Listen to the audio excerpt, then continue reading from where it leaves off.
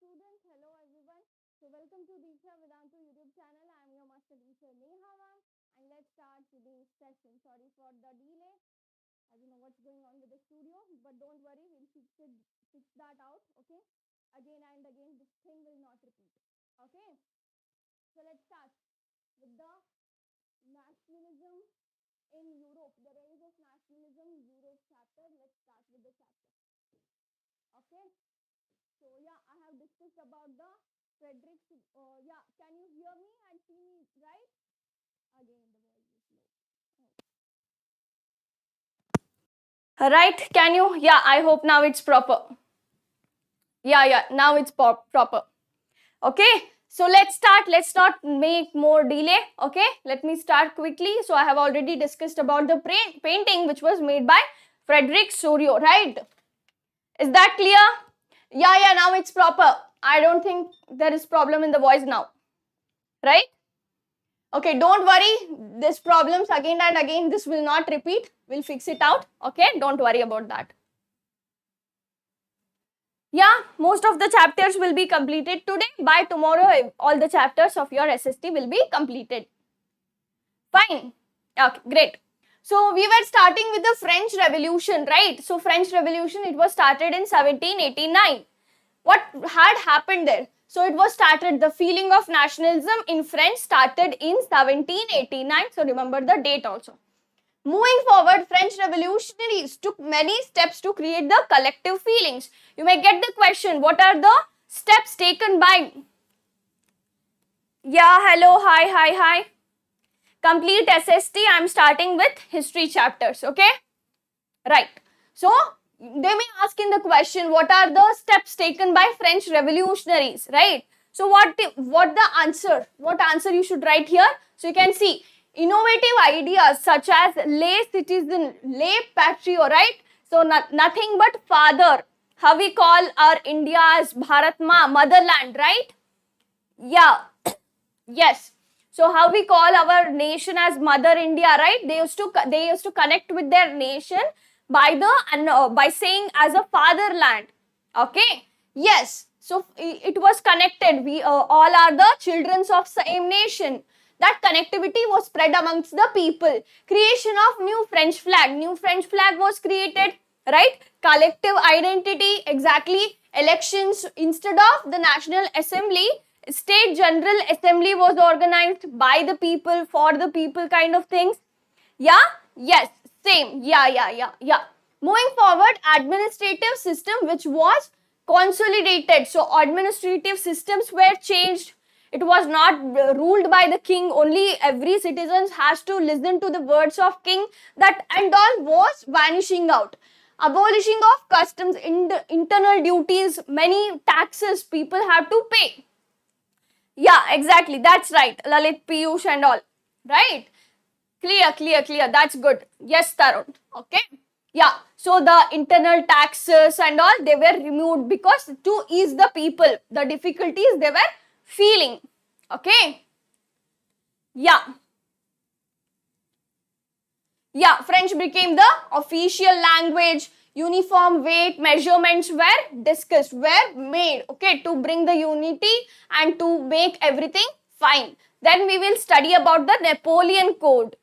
Yeah, French flag, blue, red, okay, and white. So Napoleon Code, Napoleon destroyed France's democracy. What did Napoleon do? He came and he changed his way of perspective. He thought the people that we should not be under someone accepting whatever they say. We should be free and all. So we see that Napoleon he made the freedom. Again, he was defeated. Right? So what is given here? Napoleon destroyed French democracy. So France democracy was defeated by Napoleon. Yes.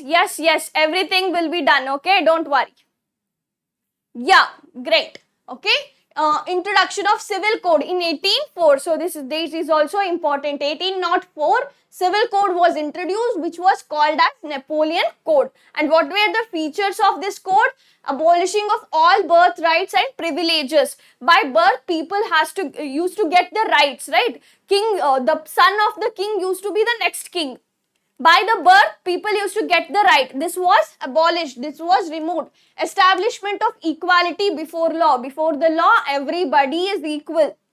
Right? With that idea, security of the right to property. Anyone can own the property. It's not needed that if the father has the right to property, only then the son can have. No, if you have ability, you can get that.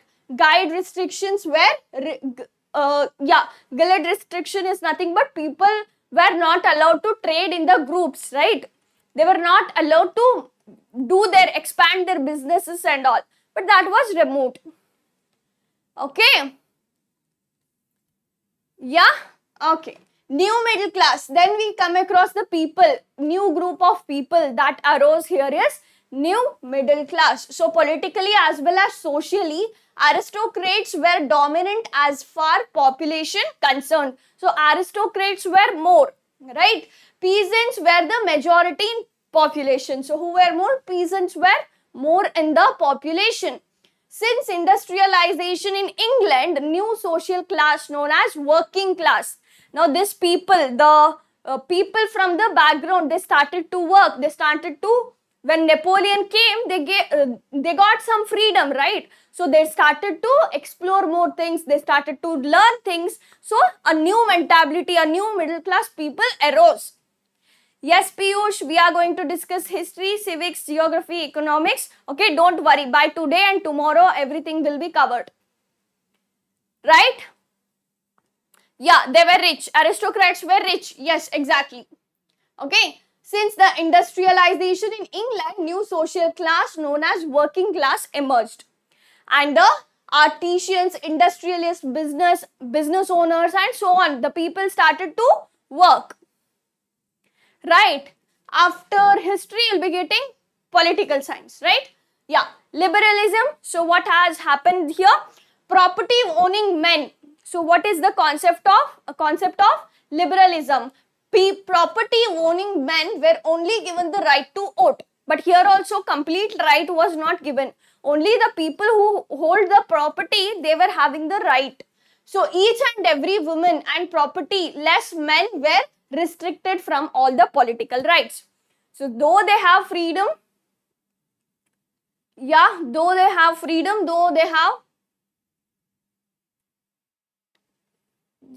concentrate here. So though they have freedom and all, only it was specific to some people, not to everyone. Okay. It's derived from the Latin word root libera is its meaning is free. Free is, but here it was not completely free, right? We can see only some people having the complete rights. For the end of, so privilege, autocracy, the liberal nationalism was stood alive. Yeah, freedom of speech, equality, so that was required by people. Moving forward, a new conservatism after 1815. What happened after 1815? Yeah, freedom to market, everything, right? Conservatism after 1815. What has came here? So major European powers in 1815 like Britain, Russia, Persia and Austria had defeated Napoleon. Okay, they started to defeat Napoleon. Okay, we'll share the PDF also. Okay, don't worry. Next, they used to meet in Vedantu, so right, to draw up European settlements called as the Treaty of Vedantu, right? Yeah, I'll share the PDF, okay? Okay, next what happened? As per the treaty, so what was the mentions in the treaty, right? As per the treaty, power was restored by Bourbon dynasty. So again the king's rule, Bourbon dynasty, it came back. During Napoleonic wars, France lost its territories. Many territories were lost. Okay? Yeah. So 39 states of German Confederation was formed by Napoleon were left untouched on French boundaries. So you can see what is going on in the south, north and all, right? After once Napoleon came into power, next he was defeated. Yesterday class PDF you'll get today, okay? The revolutionaries. So now we come to the point of revolutionaries, okay? So who is the prominent revolutionary we are going to study here is the Giuseppe Mazzini. About him we are going to study. Okay, don't feel nervous, concentrate and study well, that's all. So the revolutionaries we'll see here about Giuseppe Mazzini. He was born on 1807, right? So was a member of secret society of Corbinate. He had made secret societies where he used to gather people. He used to speak about nationalism, speak about freedom. He used to ignite that feeling in the people. Okay, so two, if we want to name, one is Young Europe and another one is Young Italy. So these are the two main groups by Giuseppe Mazzini. Main aim was to unify Italy. His aim was to unify the Italy. So then we see the age of revolution in 1830. Yeah. Then we see the age of revolution 1830 to 1848. Bourbon kings were overthrown to set up constitutional monarchy. So again, their constitutional monarchy was not accepted by the revolutionaries. Greece was struggling for independence, which was the part of Ottoman Empire. So the French, how it started to what I can say, they started to protest against this monarchical rule. So again, at every part of the Europe, the freedom struggle started, right? Greece was struggling for independence, which was the part of Ottoman Turk. So Greece was under Ottoman Turk and it got first free from them, right? Greece was declared as an independent nation in the Treaty of Constantinople 1832. Important, right? Okay. National feelings were mainly focusing the area. German philosopher, you'll see, right? Their culture, there were less jobs, more people. So you see their difficulty they have facing here, right? Rise of food cost and yeah. So we'll see that. So people gathered and they moved to the Frankfurt Parliament for the election. People gathered and they went to ask for the freedom, but when they marched towards the Frankfurt, they did not got their freedom. It was not accepted. Then we see the unification of Germany, making of Italy, kind of things, right?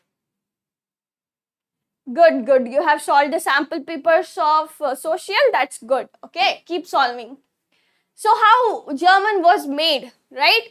Otto von Bismarck took the leadership role with the support of Persian army and bureaucracy, right? So he took the leadership, he started. So you can see Kaiser William I was the new head of German Empire. So by this, you can elongate this into many steps if it is for more marks. So making of Italy, we see the Giuseppe Mazzini again here headed the unification program. So he was actively, actively participating in the unification of Italy by creation of two secret groups and all.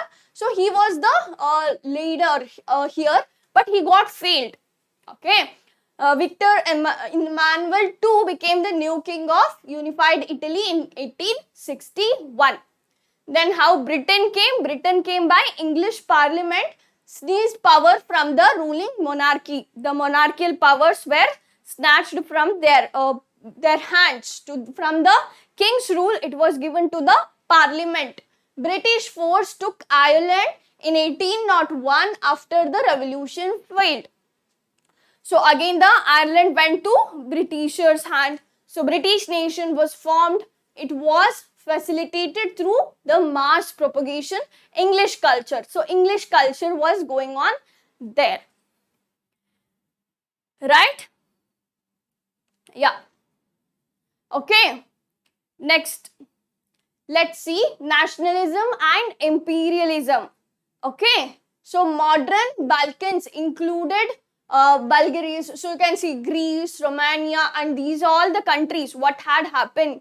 Right, these area was made explosive by the romantic nationalism. So you can see the feeling of romantic nationalism over here, right? So this led to the service of war like First World War, okay? And you can see some of the important questions from the chapter. and these questions will be shared with your PDF. Okay, it will be in the PDF. The same thing what I have discussed till now is just given in a question answer format. That's all. You can just go through the questions. No need of again explaining the same thing, because I have already explained these all the points, right? So just you should be how to write in the points. You should know that. Okay, let's now move to the nationalism in India. Okay, how the feeling of nationalism arose in India. Let's start. So our nationalism in India starts with the role of Mahatma Gandhi ji. So what happened? Mahatma Gandhi ji returned to India from South Africa in 1915, right? So he returned from South Africa in 1915. His method was known as, so he used to believe in the method of satyagraha, right? Satyagraha. So what it means? Truth. He was the believer of truth and non-violence, right? He was the believer of truth and the non-violence. He organized Champaran Satyagraha. We have been studying about this, as I said before. Yeah, let me just tell it once because that live was ended. So I have already discussed these chapters: rise of nationalism in Europe, nationalism in India, and the making of global world. These 3 chapters are already in the channel. If you want more detailed explanation, you can go and check out that. Right, he organized Satyagraha in different parts of India, like Champaran and Kheda district, right? So there he fought, and he fought for the peasants, for the mill workers, for their, what I can say, for their benefits or the problems they were facing there. Then we study here about the Jallianwala Bagh massacre. The British government, so we see the Rowlatt Act, which was passed in 1919. Right, 1919, the Rowlatt Act was passed. In that, the general, what I can say, he abolished, he made the rule that more people cannot gather at one particular place. But the people of, you can see, Jallianwala Bagh, they were unaware of this fact. So just to celebrate the festival of Baisakhi, they have gathered at one place. But there you see General Dayar blocked the entries and he just gave the open fire, right? Open fire order, and many people, not only without seeing a woman or a child, everybody was completely fired. Many got injured, many got died. So these kind of things were going on here in the Jallianwala Bagh massacre, right? So this brutal act was so he thought that after this act, people of India will get scared and they will sit quiet, but this made them more aggressive against the Britishers. Then we see here the Khilafat movement, Khilafat committee, right, that was formed by Shaukat Ali and Muhammad Ali. So Gandhi ji went with them, and they together, with a collaboration, they formed the non-cooperation movement. Along with that, you'll see the salt march that was done by Mahatma Gandhi ji. He had written a letter to the Viceroy of India, Lord Irwin.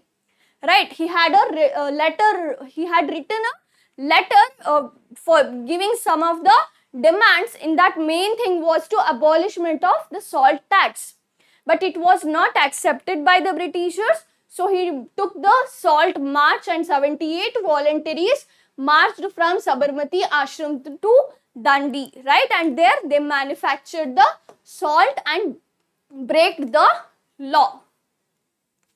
Okay. Yeah. Poonam Pact, the Dalits refused to participate in the movement without separate electorates and reservation of seat. So they when it was asked to not to participate in the elections, Dalits refused that, right? You can see Dr. Bhimrao Ramaji Ambedkar formed the Depressed Class Association, signed the Poonam Pact with the Congress. Okay. Yeah. Then we have some of the important questions over here, right? Okay, is that clear? We are done with rise of nationalism in Europe and rise of nationalism in India. Okay. Yeah. Hi everyone. So you can see the question and answers which are important also. So I'll be sharing the PDF. You can again go through this once. Okay. About the Khilafat movement, there will be questions. Hindu Swaraj, Hind Swaraj, that's the book written by Mahatma Gandhi ji and all. Right? Yeah. This is a quick revision. If you are studying the chapter for first time, I have already done the session in detail. Yes, who is that? Varun Kushwan, right? If you are want to study it in very detail, if you are studying for the first time, then I have other session for that. You can go and check out there. Okay, this is a revision session. It's not explanatory class because you have the exam day after tomorrow, right? Yeah, week quiz will be held today evening and tomorrow evening. Mornings we'll be having marathons. Clear? Okay, great. Yeah, quick revision. So the meaning of quick revision is to quickly revise all the things, right? Okay. So making of global world. Shall I start with this? See, in history, only the story is done. You have to remember some of the facts such as the names of the people, places, dates, right? These are the, thank you Arun, you understood that, right? So see, in history, before starting this next chapter, let me give you some idea how to study the history. History is nothing but a storyline will be running in the story. How you see a movie will have some storyline, right? So similarly here also one story will be running. With that you have to remember the facts such as the names of the people, places and dates. That's all. Along with that you will just remember the story. Now today entire history will not be completed. 3 chapters I'll be telling today. Tomorrow I'll start the print culture because I have not started it in the channel yet. Tomorrow I'll be going little bit detail about the print culture. Okay.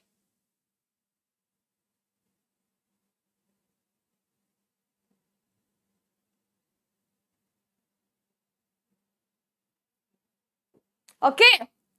So you were asking me to complete quickly, right? You were only telling me, ma, it's already late. We have to do quickly. So I did the quick revision.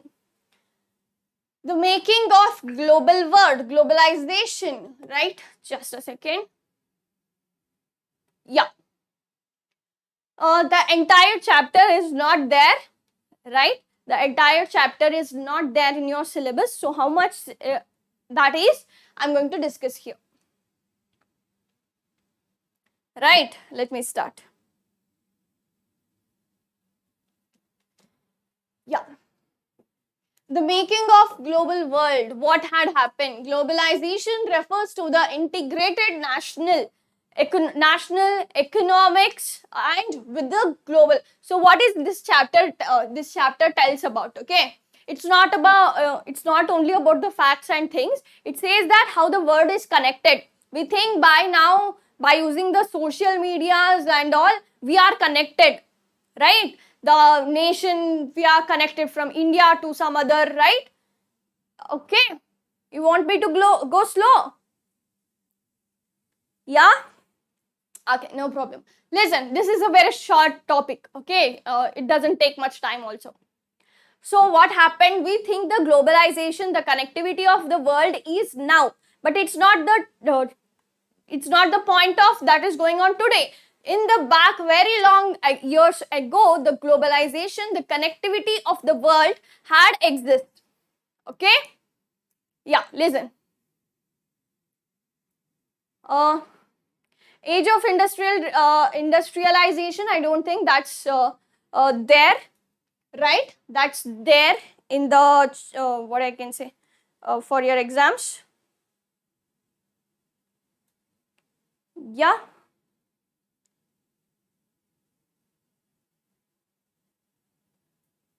Just a second, guys.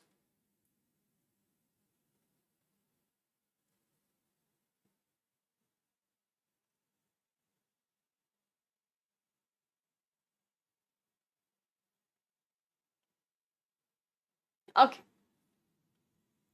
Clear? Yeah, starting with here, globalization refers to the integrated national economics with a global economy. So, by the, yes, yeah, listen. Yeah. So, by the time, what we can see, globalization does not only mean the connectivity between the different places, right? It's not only the connectivity between the different places, but also we see the economic changes here, right? How to write the answers in the exam, you have to write point wise. Okay. You have to solve the sample papers, PYQs, NCRT. Okay, fine.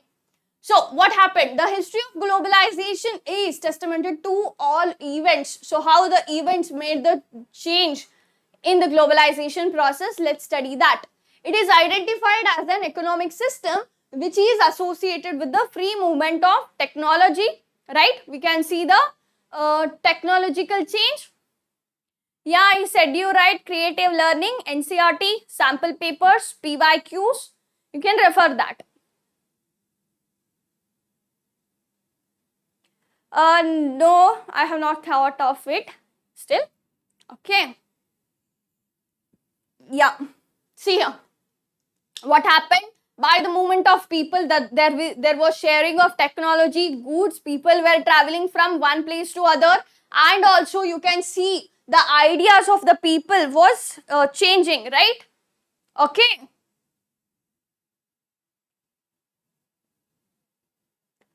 Yes. What happened next? Yeah, we see the First World War was going on. It's not mainly required here. Our main topic starts from the Silk Routes. So let's start with that. So what is this Silk Routes? The trade, the people used to move from one part of the country to other part. Specifically, we study here between the relation between Asia and Europe, right? From China and from India, the goods were traveled through the Silk Route, right? Through the Silk Route to Europe. Okay, we'll see that, okay? Okay, Sonali, I'll see about that. Clear? Okay, moving forward, what happened here? Silk Routes, it was not only, right?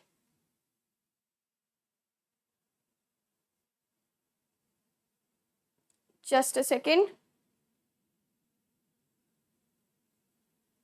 Yeah. It was not only about, you can see, before Christian era, these things were going on during the 15th century, right? Moving forward, these routes were the great example for booming of pre-modern economy, trade that was going between the people. Okay? How much marks? I'm expecting a good marks only, right? From you all. Okay. So you can see here, not only the culture, not only the trade, not only the money, economy is getting traveled between the people, the religion, okay, the preachers, the people, those who used to spread their religion were also there. So you can see the Buddhism, Christianity, Islam. So these all the religion were also be traveled through the Silk Routes.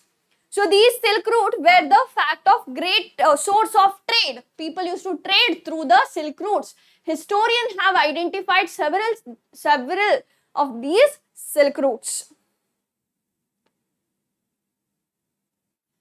It's Vedantu. Okay. Vedantu. You can just go, if you go and search it, you'll get in the what I can say, Google also, okay? In today's time, these routes are both the land and sea links. So, yeah, prominently, what was traveling through this trade routes, okay? What was traveling? Can anybody say me?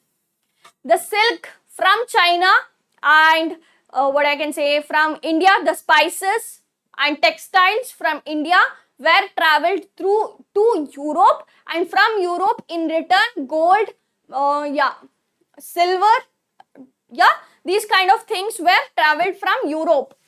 Moving forward, now we'll see the topic of conquest, trade and disease. Not only the positive things, diseases were also be spreading from people to people by their travel. So let's start. Conquest between the Portuguese and Spanish and the colonization of America was underway during this time. Okay, the most deadly weapon Spanish conquerors used was called as smallpox germ. So the smallpox disease was used to suppress the Americans, right? PYQ, one session is done yesterday. Today I am showing you the important questions also together, right? So they are also like PYQs only. Okay, yeah. American original inhabitants. So the smallpox, when it was introduced to the Americans, they were not ready. Okay, they were not ready to face that disease. Their immunity was not ready. Clear? So these things were going on. Americans were not ready. Their immunity was not strong. So they suffered a lot from the smallpox disease. Americans' discovery, the vast fertile land, minerals, crops. So America was discovered at that time. So seeing all the rich things present in the America, okay, what happened? People got attracted towards that. Silver and various precious metals mines were located in Mexico, Peru, right? Boosted Europeans' wealth, funded trade with Asian countries. So these countries like Mexico, Peru and all, they helped them to gain the money. The Indian subcontinent also played a key role in the trade network. It was known as trading of knowledge, goods and so on. Okay, yeah. Next, what we see over here, right? 19th century. I think this is, yeah, included or not. In the 19th century, the sudden population boom in Great Britain. So food grain, there was, yeah, let's discuss this also. The food grains, right? It is also an important concept. It's there. Okay. Food which was the important in Britain was cheaper than indigenous producers. The crown, right? Yeah. The Crown laws also led to the, so we see here mainly about the potatoes and all, right? Let me discuss that too. Technology, it's been removed. Yeah. So the food is important. Let they have, okay. So we see a,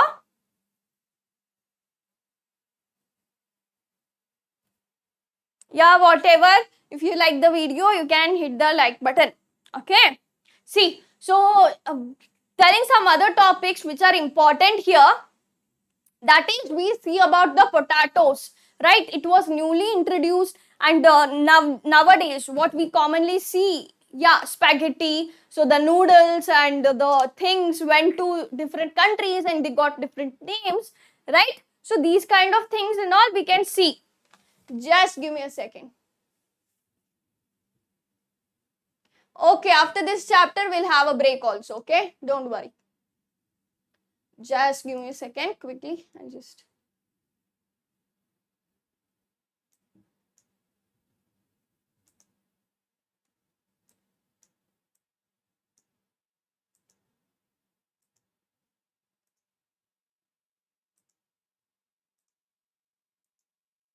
Yeah, just a second.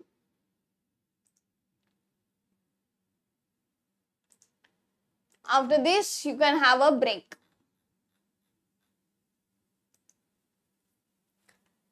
Yes.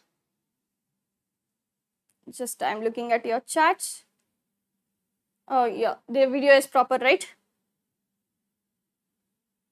Okay. See, so the noodles, right? Noodles from China, it traveled to other parts of country and it got the name of spaghetti, and you can see the difference like potatoes. There's a main thing that went with the potato, right? So what is that? Can anybody tell me? Many people died, right? Whole SST by tomorrow it will be completed, okay? Tomorrow it will be done. So you see the many people dying because of potato. Do you guys remember that? Yeah, potatoes, soyas and all things. Right? Those who want to see the complete chapter explanation, I have already done the video. You can just go and check out it. Right? So you see the peasants, Ireland peasants were completely dependent. Right? Ireland peasants were completely dependent on the potato because they thought it is cheaper, it has good nutrition, so they were everywhere they were just growing the potatoes. But when there was a crop failure, people were not having the food to eat, they were not having anything to eat. So you see the starvation, you see the death of the people due to not having the food. So this is also an important topic, so I wanted to mention it here. Okay. Yeah, clear about that?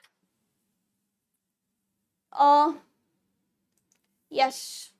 Then we see the Asians and America and all. Clear? Okay.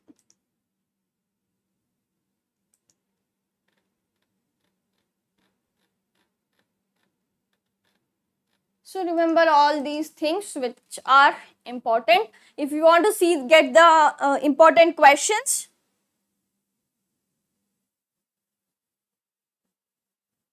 Okay, the important questions, if you want this PDF, I'll be sharing it with you, or you can get it also. Okay, that's not a big deal. So there are questions over here. Clear? Tomorrow I'll be starting with the print culture. Next Ankita ma'am will be taking. So you guys were demanding for the break also. Let's have a break. Okay.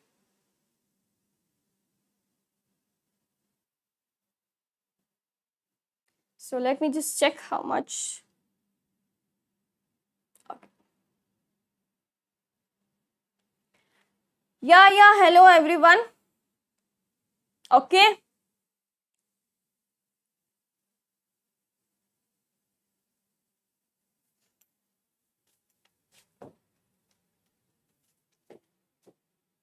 Just if you want to look at the important questions, let me give it back here.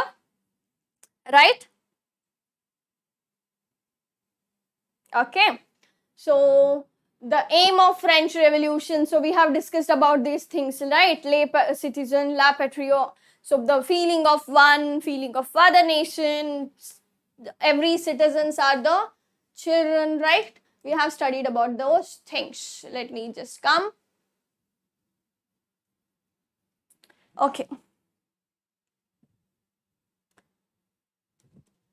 Print culture is so hard. So yeah, we'll discuss that tomorrow. So I have completed 3 chapters today, so that tomorrow we can have more time to discuss the print culture. Clear?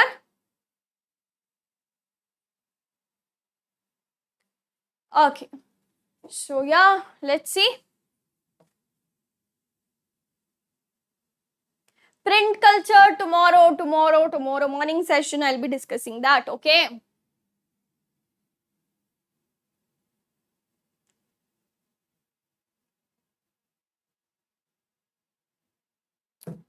Yes. Moving. Yeah, do you want me to revise once anything? If there is any questions, I can just go through this. Right? So yeah, who's that?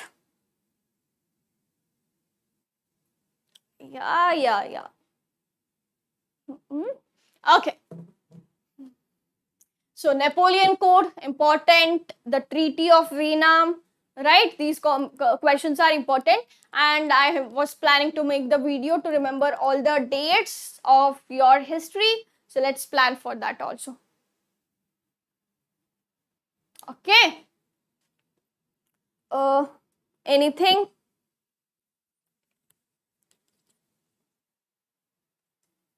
Yeah, let's see.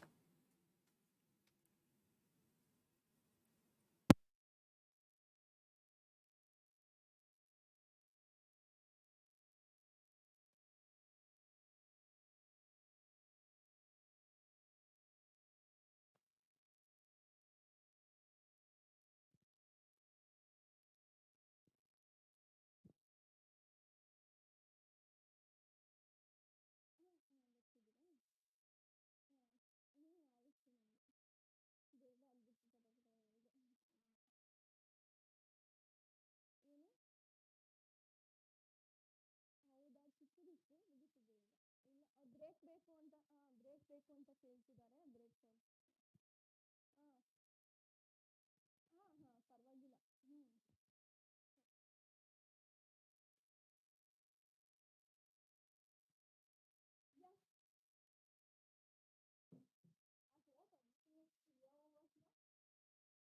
I have already discussed these chapters also. One second. Yeah, no. I just, didn't give still break. Okay, you'll be getting the break.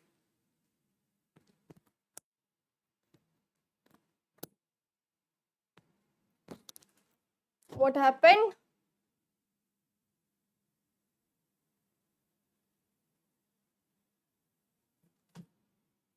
Yeah. Any questions? You were asking me to cover the chapter quickly, so I have finished it so quickly. It doesn't. It didn't. It was just within 1 hour, right? You're asking me because morning also it was delayed due to studios, right? The studio was not proper, so it was delayed. So I thought to finish it quickly, and I just revised all the things. Yeah.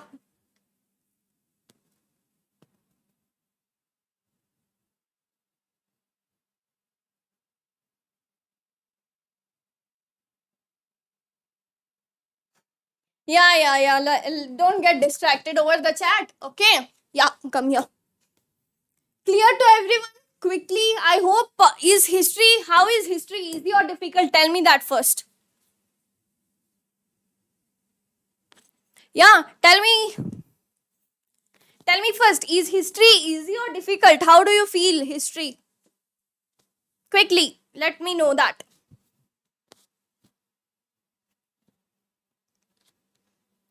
Yes, tell me.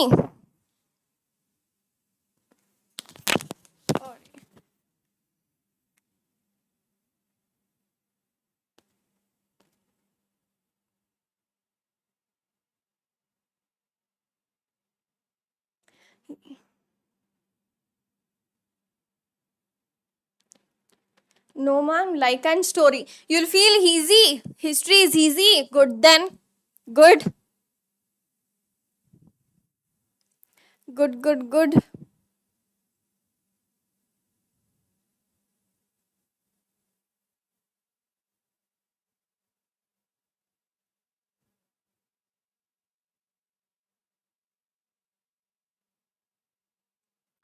Yeah,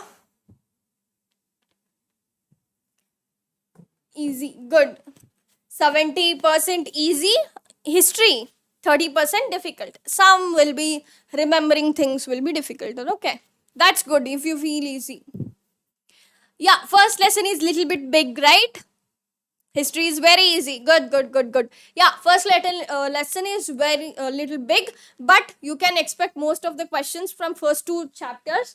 Those who haven't studied the first chapter yet, just go through the important PYQs. Okay, right. Dates are difficult.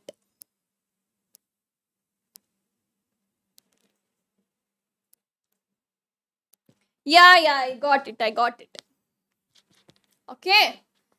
Simply people will be creating different name IDs. Right? They'll be, yeah, I know that. Okay. Don't worry about that. Yes. So good. Listening that history is easy. For dates, I'm planning the session. Let's see when it will be done.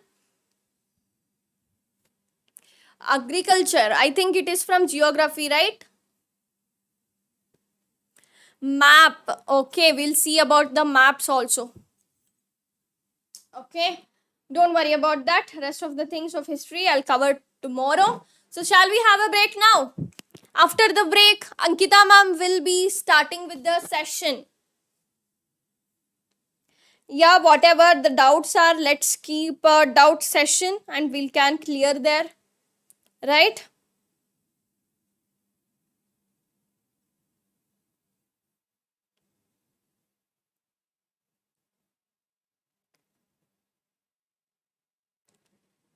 Agriculture, I don't think it's from history. Yeah. Yeah, that's all. That was for your history 3 chapters. Let's have a quick break from history. 2 marks for map. Yeah. I know that. Nationalism in India. Okay, I know that. Let's see. Let's plan a day. Let's plan a session for that. Okay, don't worry. Okay. Yeah, guys, let's have a quick break. You can take a break. So, by 10:30, okay, 10:30 onwards, Ankita ma'am will start the session. Okay, so yeah, have a break.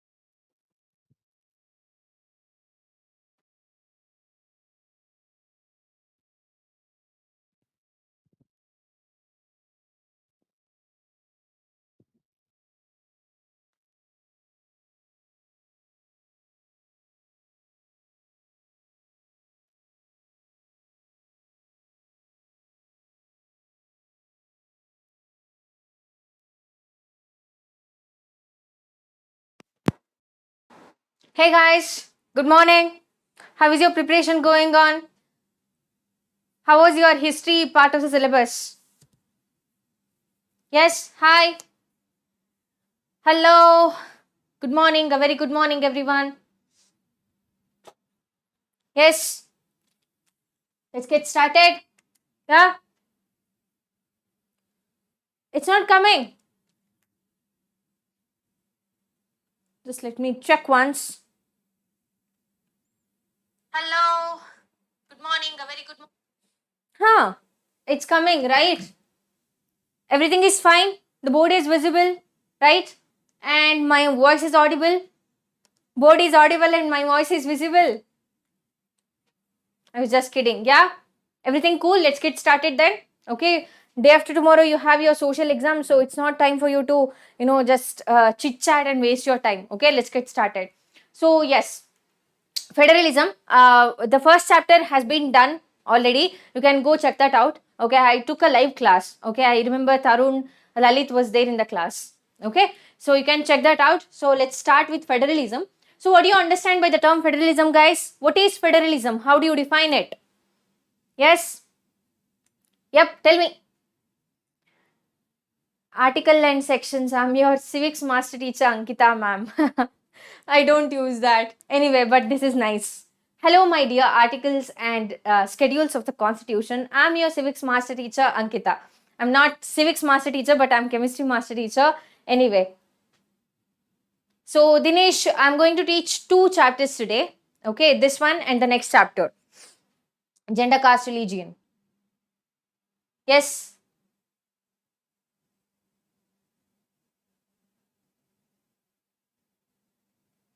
Yeah.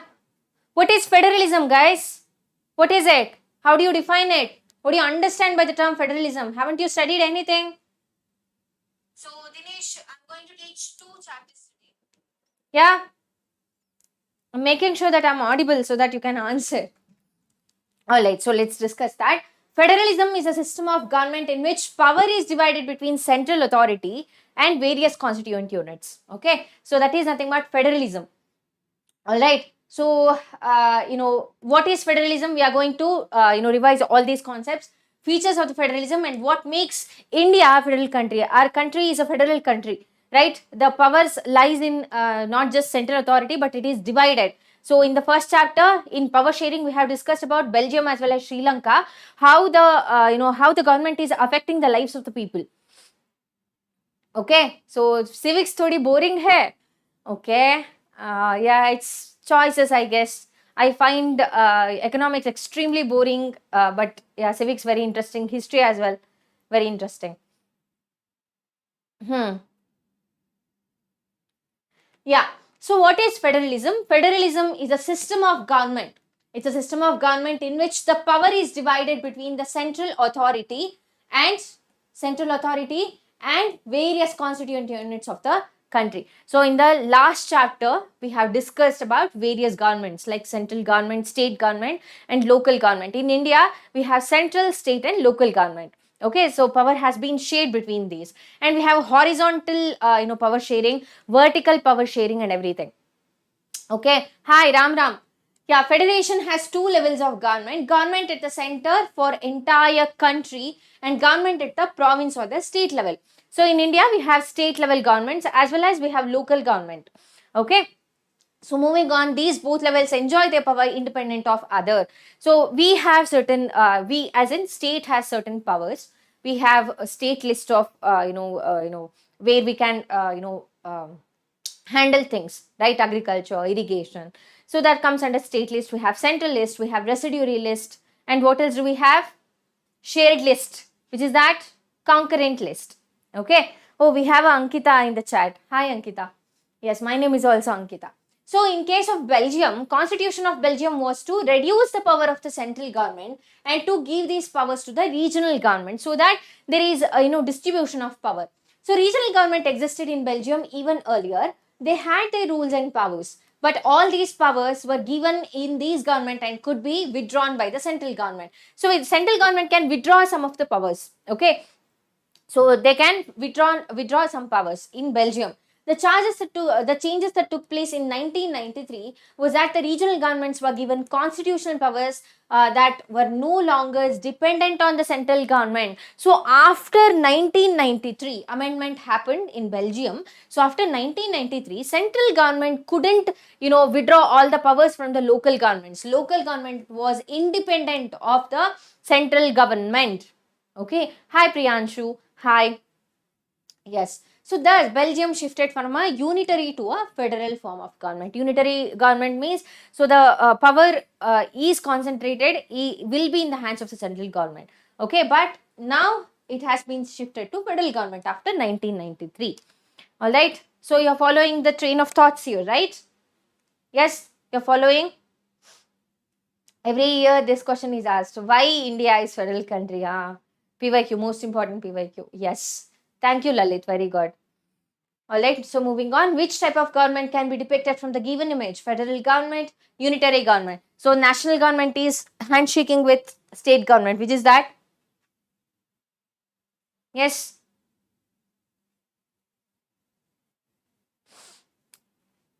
What is the answer, guys? Federal government or unitary? It is federal government. Okay. Federal government is the answer.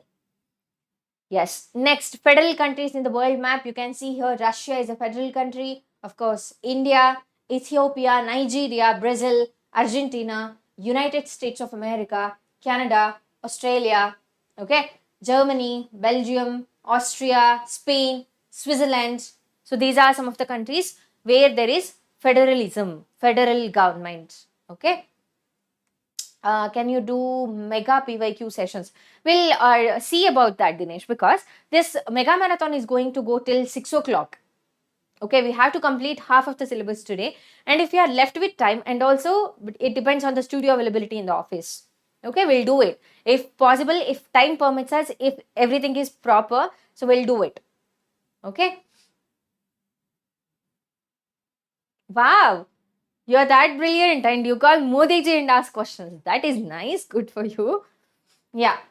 So moving on, unitary government and federal government difference. So this is also one of the important questions. Structure. Central government holds all the power. So in case of federal government, two layers of governance, central and state will be there. There will be more, there are more governments like local governments, okay, and community governments in case of, Belgium.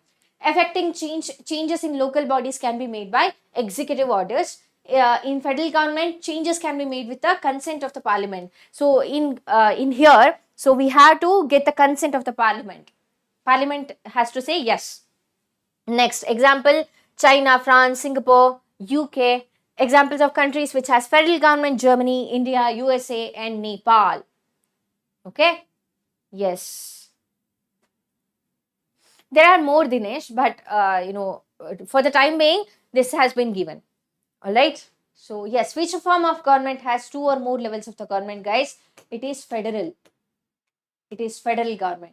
How was Belgium government shifted from unitary to a federal form of government? When in the year 1993, an amendment was done.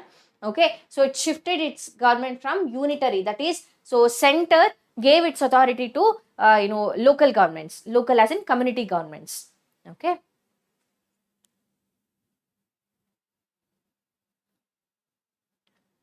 Guys, please, focus in the class. Day after tomorrow, you have your exam, right? Yes. Priyanshu, history already, Neha ma'am has done it. You can rewind the video and watch it. Okay. Yeah, what is the doubt? Moving on.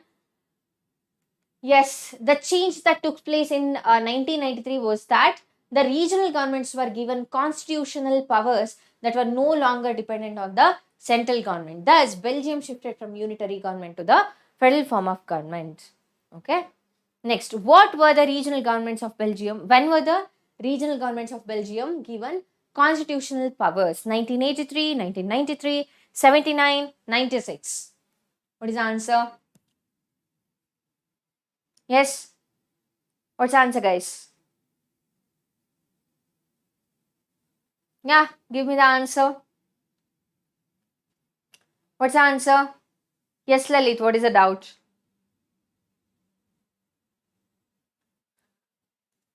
Option B is the right answer. Yes, option B is the right answer. 1993, in the year 1993. Okay.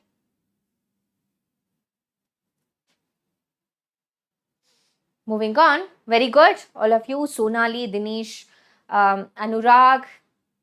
Very good, very good. Keep it up, Dinesh. Tarun. Tarun, it's 1993. You have said 1983. It's 1993. Okay. What is the most live watching in this channel? It was around, 37, I guess. 37, 38. So increase it, guys. Come on, increase it. Yeah.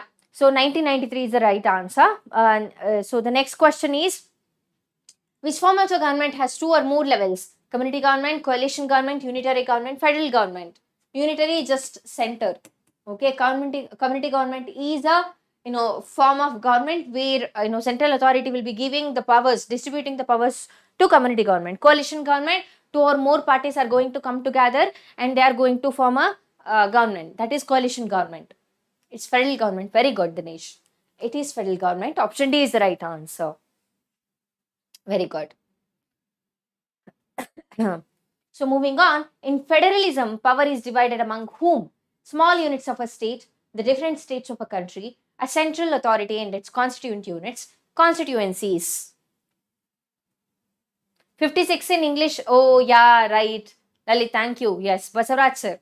Yeah, he had the highest, live watching the other day.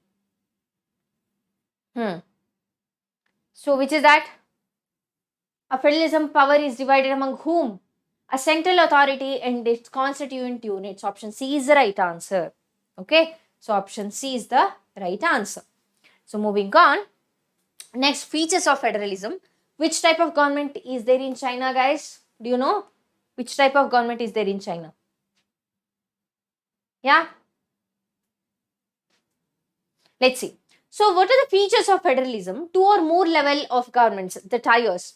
Different tiers of government govern the same citizens, but each tier has its own jurisdiction. So, jurisdiction will be mentioned in the constitution. Okay, so you cannot be, I'm from Karnataka, right? So, the government here cannot be ruling something in Tamil Nadu or the neighboring state Kerala or Andhra Pradesh. Okay, we have our own jurisdiction, and Gram Panchayat has its own jurisdiction. It cannot be going to the next Gram Panchayat jurisdiction and ruling something. Okay. So, the jurisdiction of each level are specified in the constitution. Thus, existence and authority of each tier is constitutionally guaranteed. And constitution's fundamental provisions cannot be unilaterally changed by one level of the government. So, if you want to amend the constitution, if you want to pass some laws or pass some rules, so such changes require the consent of both levels of the government. So, both state as well as central government has to be okay with the changes that needs to be made. Okay. Yes, one party system. Very good, Sonali. Yes, very good, very good. Keep it up. Unitary form of government. Very good. Yes. So, moving on, features of federalism. Judiciary, it has the power to interpret the constitution. It can ask the constitution. Okay. So, if the center has taken some, it has made some law and it's affecting people, certain set of people. Now, Supreme Court has the right to question the center. Okay, what's going on? What are the pros and cons of this law? Okay, on what basis you have taken this decision? So, Supreme Court can do that. So, financial authority ensures sources of revenue for each level of government are clearly specified. State can generate its own, tax revenue. Okay, central has its own, revenue generation. And dual objective to safeguard and promote unity of the country and to accommodate regional diversity. So, India is has a very diverse population. So, we cannot be, making laws keeping only one community or one region in mind. Okay. So, in order to accommodate regional diversity, so we have federalism. Okay.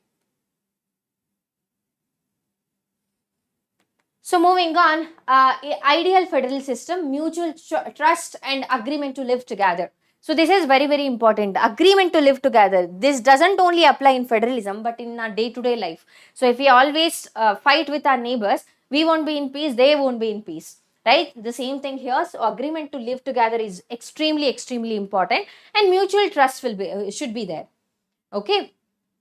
Mutual trust should be there. So moving on to the question, who has power to interpret the constitution, judiciary or executive? Yes.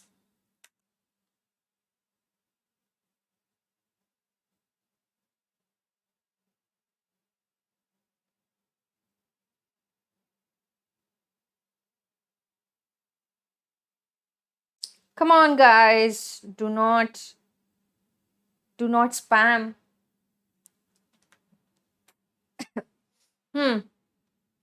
Option A, judiciary, absolutely right. Judiciary, so especially Supreme Court. Supreme Court. Okay. If they just mention courts, do not click that answer. I mean, do not, select that answer, because courts can be anything. Taluk courts are there, district courts are there. Okay. And we have high courts and Supreme Courts. High courts cannot be questioning central government. Supreme Court can. Okay. Yes. Option A is the right answer. Next, coming together federation and holding together federation. What is this? So coming together federation. So independent states are going to come together on their own to form a bigger unit, like in USA. Okay, so many states are going to come together. So for their bigger future, bigger benefit, they are going to say that, okay, let's form a government or let's form a nation so that we can achieve bigger goals. Okay, that is coming together federation. The independent states are going to come together on their own. They are not being forced. Okay, all constituent states usually have equal power and the states enjoy certain amount of autonomy. The main aim of the federation is to pool their sovereign and maintain their separate identity to increase their security. So this is the aim of the coming together federation. And some examples are USA, Australia and Switzerland. Okay, these are some examples.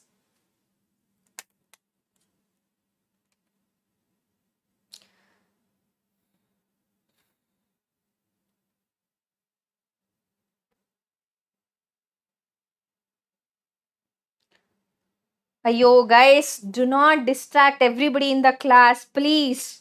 Please. So give me the answer to the questions and also, be interactive in the class with respect to the subject only. Day after tomorrow, you have, you have your exam. Come on. Griha Lakshmi, free bus, Annabhagya. Yeah, giving such freebies. They have their, ulterior motive. We cannot, let's not talk about, particular convents, Tarun. Yeah. So, wow. I should give my phone pay number and you are going to draw the money and develop the channel. Wow. Nice. This is nice. And I'll go all broke. I'm already broke and I'll go all broke.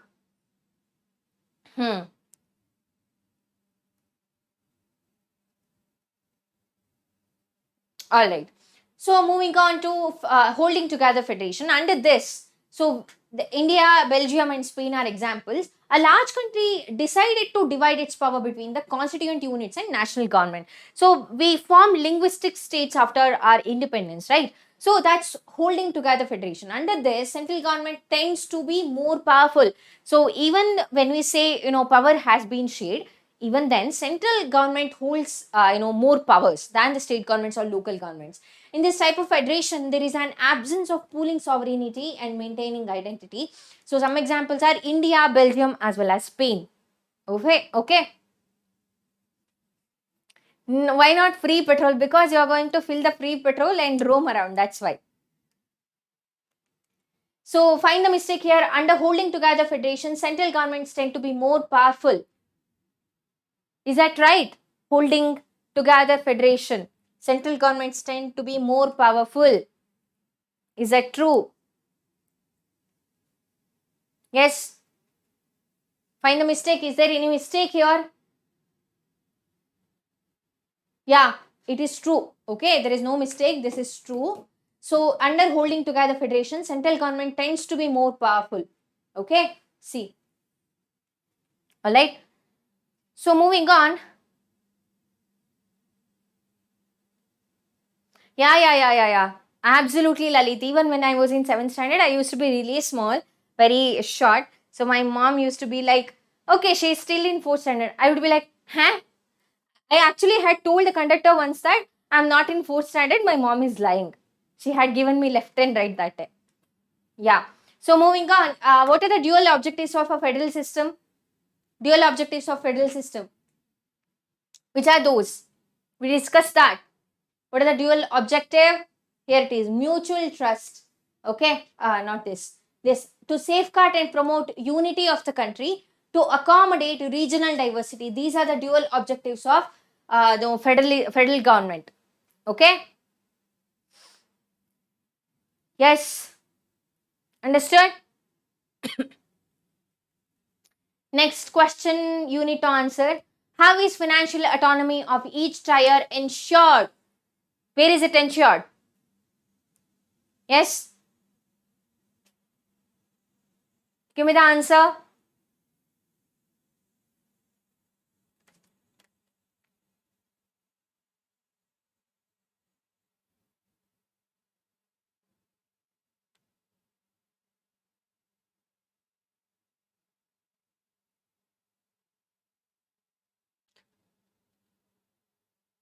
No. He didn't leave the channel. He don't teach social science. That's why he'll be teaching maths.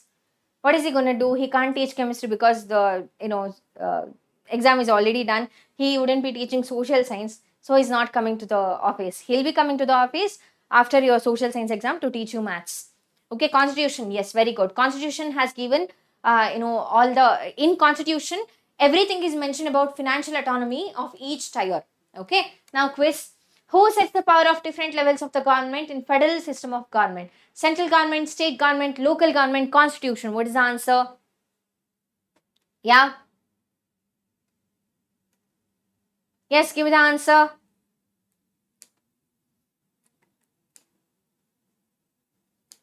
What is the answer?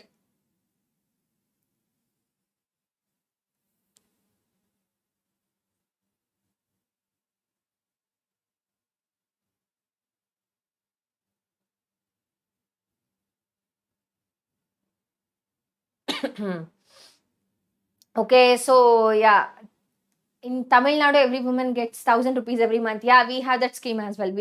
So not every woman, but no, housemakers, they get 2,000 rupees, I guess. Yeah, there are clause. There are some protocols that needs to be followed. Not every woman can get 2,000 rupees here. Yeah, cancel Basuraj sir. He told he's resigning tomorrow onwards. No. That's not true. Lalit, come on, don't lie.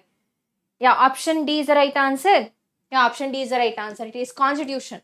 Okay, option D is the right answer, constitution. Next, which of the following is true regarding sources of revenue in a federal system? States have no financial powers or independent source of revenue. States are dependent for revenue for funds on the central government. Sources of revenue for each level of government are clearly specified to ensure its financial autonomy. States have no financial autonomy. What is the answer?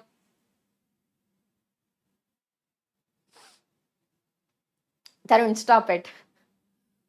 Yeah. Answer. Guys, what is the answer here? See, focus on the class. Focus on the class. What are you doing? Focus on the class. Give me the answer. Option C. Dinesh is saying option C. So, sources of revenue for each level of government are clearly specified to ensure financial autonomy. That is absolutely right. Very good.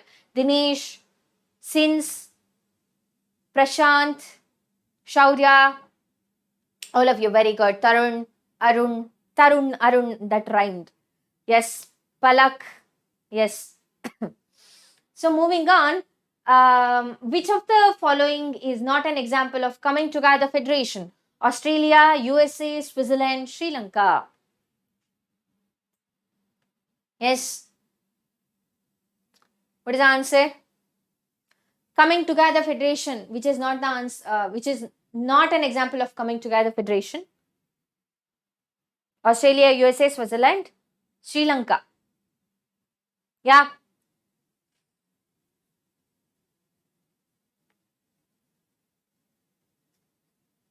Option D is the right answer. Very good. Sri Lanka. Unitary form of government is there here. Okay, in the first chapter we have discussed that. Next, what makes India a federal country? So Lalit said that this is one of the most important questions, right? They have been asking this for a while now. Let's see that. So Belgium is an example of which type of federation? Which type of federation? Yeah, holding together, coming together. Yes, I don't know Palak. Who is Palak? I don't know. Yeah, so federalism. India had emerged as an independent nation after painful and bloody partition. So we know the struggle, Indian independence struggle, right? So many lost their lives. So soon after independence, Indian princely states became a part of the country. The constitution declared India as a union of states. Okay, word federation is not used, but Indian union is based on the principle of federalism. So it's based on the principle of federalism. So there are three lists. Okay, central government. So state government has some list. So there is union list, concurrent list, and state list. So in central government there is union list. So central government has power to make laws about defense, banking, currency, foreign affairs, and communication. So foreign affairs, so only central government can make the changes or has the power to make laws. Defense, yes. Banking, currency, and communication. In state government, we have police, trade, agriculture, as well as irrigation. We are independent to make the laws about these things: police, trade, agriculture, and irrigation. Not irritation, it is irrigation.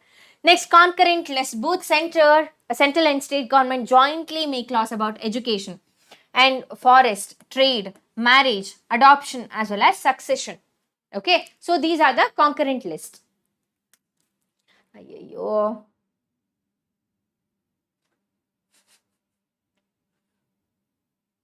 Yeah. Oh, palak. Yeah. Palak. That's palak, right? That's not palak. Yeah, spinach. Yeah, it has, iron content. It's very good. Belgium is holding together federation. Very good, very good. Sonali, very good. Yeah. So, education, forest, trade, marriage, and adoption, and succession. Do we have any other list, guys? We have union, central, concurrent, state. Three list. Do we have any other list per se? Yeah. Do we have? Yeah. I have talked to him a couple of times. That's it, Dinesh. He doesn't come to Bangalore office. He'll be in Tamil Nadu. That's why we don't get to hang out or something. That's all. There is residuary, right, Dinesh? There is residuary list. Okay. So subjects: defense of the country, foreign affairs, banking, communication, and currency. It's under union list. So why only these subjects? Because we need a uniform policy on these matters throughout the country. So foreign affairs, if everybody has a different opinion about different things, right? We have five fingers, and five fingers are not of the same size. Just like that. So when we ask people for their opinion, everybody has a different opinion. So we cannot be making laws about foreign policy, banking, communication, and currency by asking every state. That's why Central has the authority to make laws about these subjects, so that we can have a uniform policy throughout the country. There is no discrimination or discrepancy. So who can make laws on these subjects? The union government alone can make laws on these subjects. Okay. Yeah. So residuary list is there. We'll discuss that. So the union government and state government both can make laws on the subject mentioned in the union list. Absolutely false. This is not right. This is false. Okay. Where is Hindi studio located in it, and anyone else? Abhishek sir went to studio so fast. Okay, Abhishek sir, I guess he has his own studio at his home. Okay, let's not discuss that. Let's discuss about the topic now. Yeah, why are we gossiping in the class, Tarun? Why do you wanna gossip? Yeah, computer is there. Yes, in residuary list. Yes.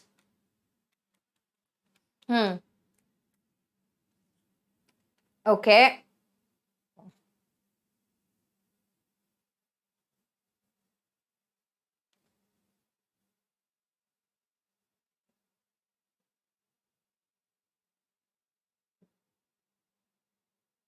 Just give me a second, guys.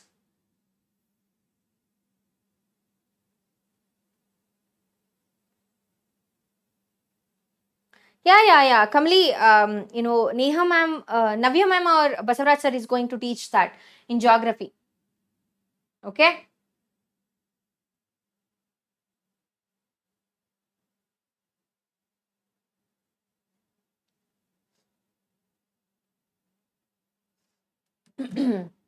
Hmm. There are three lists, there are four. Let's discuss. In state list comes, police, trade, commerce, agriculture, and irrigation. So jurisdiction, it differs from state to state. Okay, jurisdiction. So within Karnataka, we can make policies on, police, trade, commerce, agriculture, and irrigation. As in, the state government can make laws about these things. And laws on these subjects, the state government alone can make laws on these subjects. State government can alone make laws on these subjects, but central government has the authority to question sometimes if it is not beneficial of, or if there is some complaint or anything. Okay. So next, moving on, concurrent list, we have education, forest, trade unions, marriage, adoption, and succession. So what happens if there is a conflict between the two? Law made by the union government will prevail. Okay, so if state is saying that, okay, let's take the example of marriage. The state government is saying that, okay, we want so we'll make a law that even people, I mean girls and boys under 18 can get married.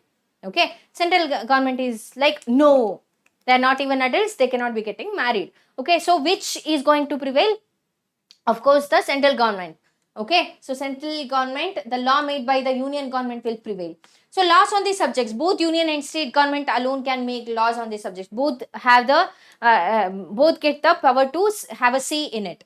Okay, today we are going to complete 2 chapters. Okay, all right. So moving on, residuary list. So subjects not covered in the 3 list fall under this. Okay, residuary. Okay, the left out chunks, the left out particles. So the union government alone can make laws on these subjects. Who can make the laws on these subjects? So only union government, the central government. Okay, and computer software, IT, internet, etc. So which subjects come under this list? Computer software, IT, as well as internet. And who can take decisions here? Union government. Okay. Democracy is best or dictatorship? You tell me, since it is democracy. Okay. It is democracy.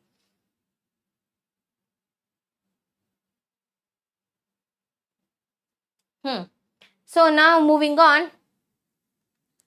So what are those subjects called which do not fall in any of the 3 subject lists? Federal subject, residuary subjects. Which is the answer?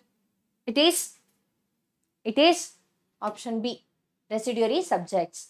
Moving on, union and local government make laws on the subjects covered in the concurrent list. Find the mistake. Yes. Union and local, is it local government? It is state. Okay, union and state government. Now what is residuary list? Okay, so these are important questions. What is residuary list? How concurrent list is different from union list and state list? So union list has subjects where only union government can, the central government can make laws. Okay, has the control or the power. State list, only state can make laws. Okay, but concurrent list, both union and state can so does have the power to make laws, pass laws. But whenever there is a conflict between central and state, so the central government, the law that is passed, or the rule that is made by the central is going to prevail. Okay, that is about concurrent list. Okay, tomorrow SST exam, day after tomorrow SST exam. Yeah, it's 5th, right? You have your exam on 6th. Is that true? I don't think so. Day after tomorrow. Yeah, if agriculture and commerce are state subjects, why do we have ministers of agriculture and commerce in the union cabinet? So it is the use of ministers of agriculture and commerce because of the wider prospect of these subjects regarding interstate trade. We're not only going to what is that? Use whatever we have grown. We are going to use what others have grown. Like Jammu and Kashmir, we import apples from there. Yes, we get apples from there. So interstate trade is very, very important in order to have a wider prospect. So uniform policy has to be legislated. Secondly, the agriculture and economic experts are part of planning commission. So in planning commission, we have agricultural and economic experts. Okay.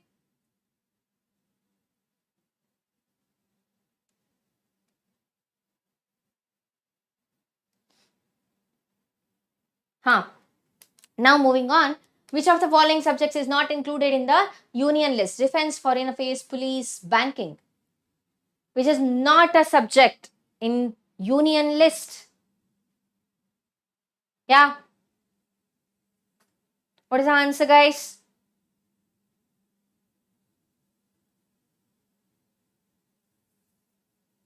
What is the answer?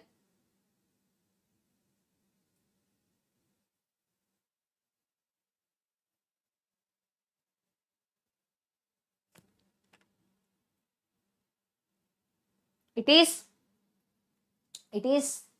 police. Police commander, state list. Okay, next question. In case of a clash between the laws made by the center and the state on a subject in the concurrent list, how is the issue resolved? The state laws prevails. The Supreme Court has to intervene to decide. Both the laws prevails within the respective jurisdiction. The central law prevails. What is the answer? Very good. C. Yes, police is in state list. Very good.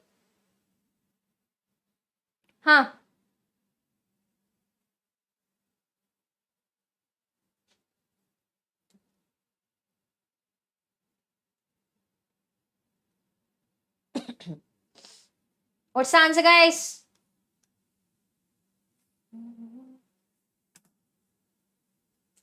Is it option C? Clash between laws made by center and state. There is a dispute between center and state. Okay, how is the issue resolved? The central law prevails. Option D is the right answer, not C. Option D. Option D is the right answer. See there. Both the law prevails? No. Okay, option D is the right answer. Moving on. Yes, which of the following sets of items are included in the concurrent list of the Indian Constitution? Forest, trade unions, marriage, adoption and succession. Foreign affairs, banking, communications and currency, definitely not. So this is in union list. Census, railways and space research. Population control, labor welfare and protection of wild animals. This is the answer. Which are included in concurrent list.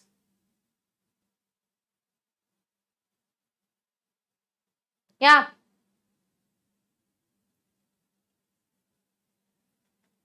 Option C is the right answer. First and fourth one.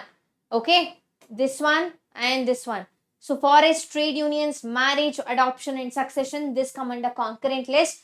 So does population control, labor welfare and protection of wild animals. This comes under concurrent list. Okay. Now moving on. The Constitution of India provides for division of power between the union and states enumerated in 3 lists. Based on the division of subject in these lists, identify the ones which are correctly matched. Citizenship and extradition, union list. Public health and sanitation, state list. Forest and trade, concurrent list. Computer software and digital privacy, state list. So which is correctly matched here? Yes. Which is correctly matched? Give me the answer.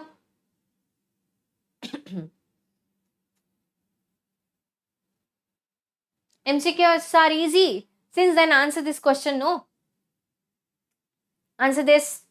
Which is the answer? It is option B. 1, 2 and 3. Okay. Citizenship and extradition comes under union list. Public health and sanitation comes in state list. And then we have concurrent list which has forest and trade. So computer software and digital piracy, it comes in which list? Residuary list. Residuary. Okay. Option B is the right answer. Yes, B. Not C, option B. Moving on. Let's recap.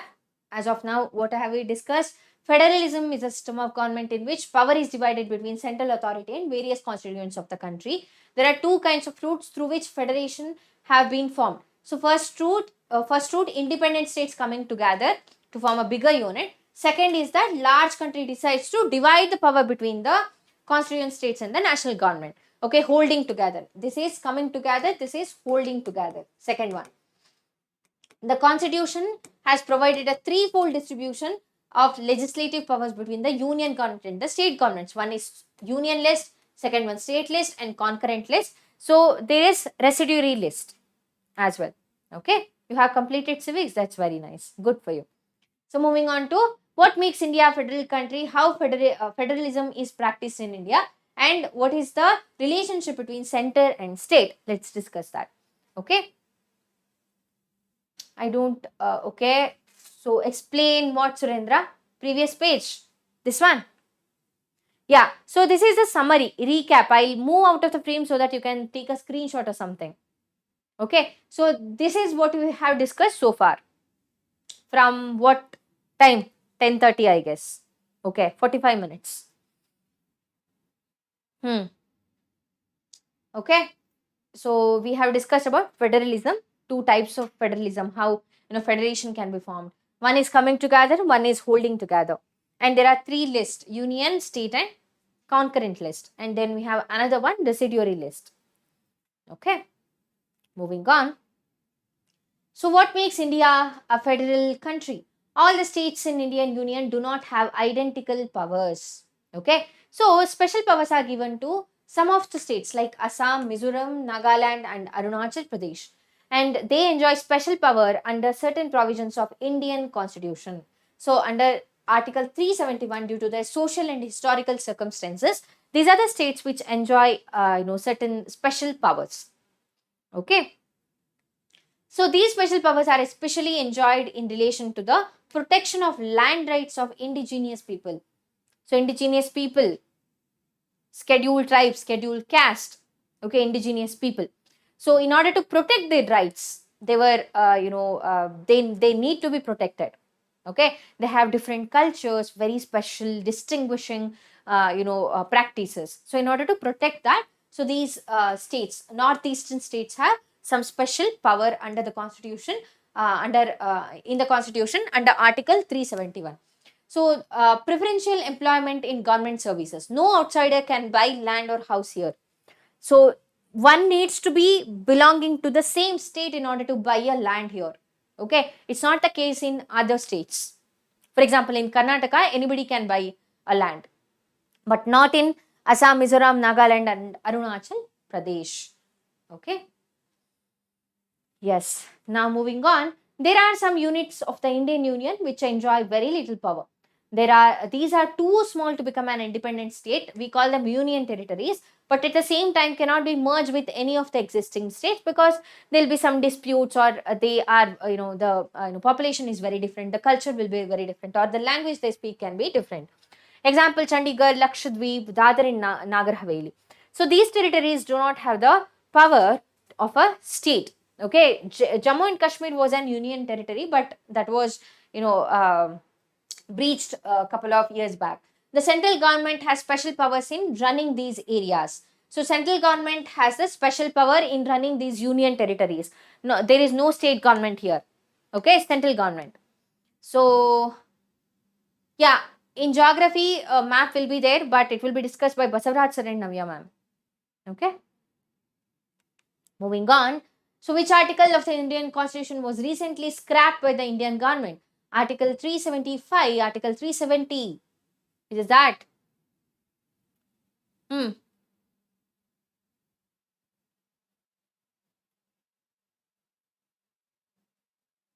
How to get 80 out of 80? So previous year question paper, revising thoroughly, focusing in the class. Concurrent. What is concurrent? I don't understand. Anyway, it is option B, Article 370. Okay, it is Article 370. So it was recently scrapped by the Indian government, the central government. Moving on, how to make changes to this power sharing arrangement? How can amendment can be done? How is that possible? It's not easy. Okay, sharing of power between the union government and the state government is basic to the structure of the constitution. The parliament cannot change this arrangement on its own. So parliament cannot alone make a change. Okay, so there are two steps to make changes. There needs to be two steps. There needs to be two approvals from where any change to it has to be first passed by both the houses of the parliament with at least 2/3 of the majority. Guys, so amendment of the constitution is not easy. Let me say that again and again. So any changes has to be first passed by both the houses of the parliament. Okay, so at least by 2/3 majority. Okay, 75% of the people needs to say yes. And then it has to be ratified by the legislatures of at least half of the total states. Okay, so it has to be, it has to be ratified. So at least half of the, total states needs to say yes to the amendment. Only then. So what is wrong with the voice? Yes. What voice problem? It's proper only. Yeah. Yeah, so it has to be ratified by the legislature of at least half of the total states. So what are the functions of different organs of the government? Role of the judiciary and role of the government. So role of the judiciary. Judiciary means courts. Okay. Overseeing the implementation of the constitutional provisions and procedure, and dispute about division of power settled by High Court and Supreme Court. If there is a dispute between state and central government, it will be resolved by the Supreme Court. Okay. If there is any dispute between state and state, it will also be resolved by Supreme Court. Okay, within the state, high courts will be there. So role of the government, the union and the state government have the power to, raise resources by levying taxes. Okay, so we need income, right? The government, in order to run the government, we need money. So how is it, extracted? So by, raising resources, power to raise resources by levying taxes, and this helps them to carry out their responsibility. There are so many responsibilities. So what is that? Police, right? And transportation. There are so many responsibilities of the state. So how state or center, how is it, how is it carried out? By levying taxes. Moving on to the find the mistake. All the states in Indian Union have identical powers. Do they have identical powers? No. Northeastern states, Assam, Mizoram, Arunachal Pradesh, they have special powers. Okay.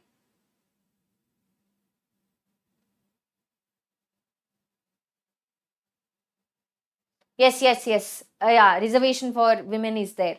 Absolutely right. So what is the role of apex court? Apex court is nothing but Supreme Court. If dispute arises between different levels of government in the exercise of their power, it is going to resolve it. Okay. So what happens if there is a conflict in the decision of state government and central government? So apex court is going to intervene. The judiciary is going to intervene. Next, is it easy to make changes in the power sharing arrangement of the India? No, it is not. It is very difficult.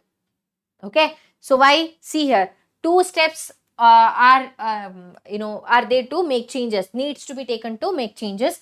So any change first passed by both the houses of the parliament with at least 2/3 of the majority, and then it should be ratified by the legislature of at least half of the total states. Okay.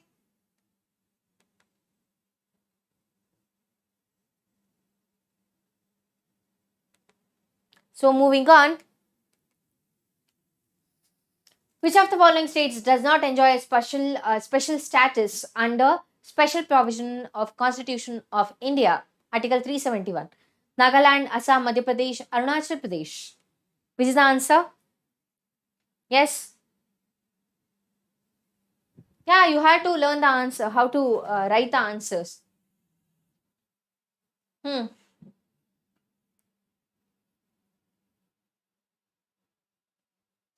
What is the answer, guys? Option B or C.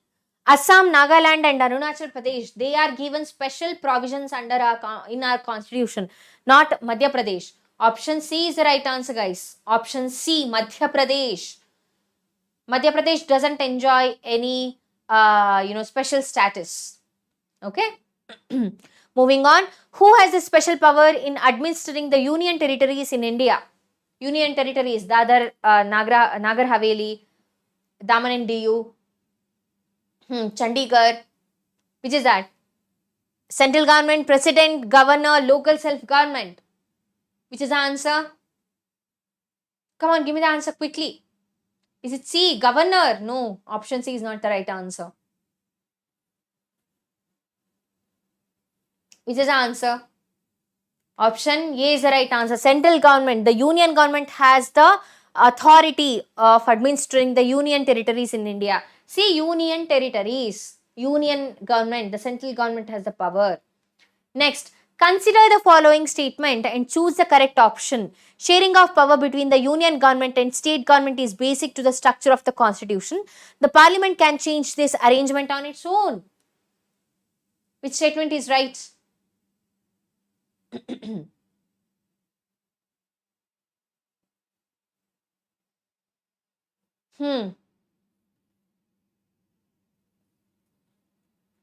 Sharing of power between union government and state government is basic to the structure of constitution.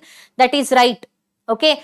Only parliament can change, amend the constitution or pass the laws. No. Okay. Only statement A is first is right. Okay. Option A is the right answer there. Option A. Only statement 1 is correct. Okay. Next, how federalism is practiced in India? How is it practiced? Let's discuss that. So, under which article some states such as Assam, Mizoram, Nagaland and AP enjoy special power? It's Article 371. Okay, it's Article 371. So, how federalism is practiced in India? So, linguistic states, language policy and central state relation. So, what is the real success of federalism? Spirit of federalism. Okay, so central government is holding hands with shaking hands with state government. Okay, mutual trust should be there and mutual respect should be there. So, respect for diversity and desire for living together. One needs to respect each other, right? So, even in our day-to-day life, even in our normal lives, that's very, very, very important.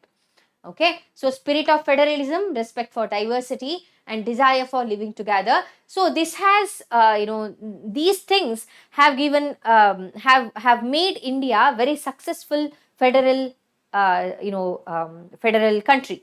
Okay, yeah. So how federalism is practiced in India? We have linguistic states, we have language policy and central state relation is good. I mean, not always, but it is good.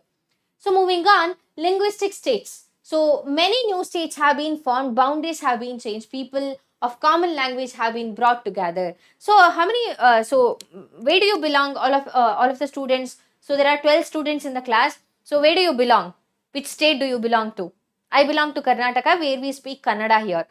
There are other languages like, Urdu is there, people speak Urdu. Bari speakers are there. They speak Konkani. Few of them speak Marathi as well. But majority of the people speak in Kannada. Okay. I'm glad our channel helped you, Surendra. I'm really glad. Best of luck. Yes.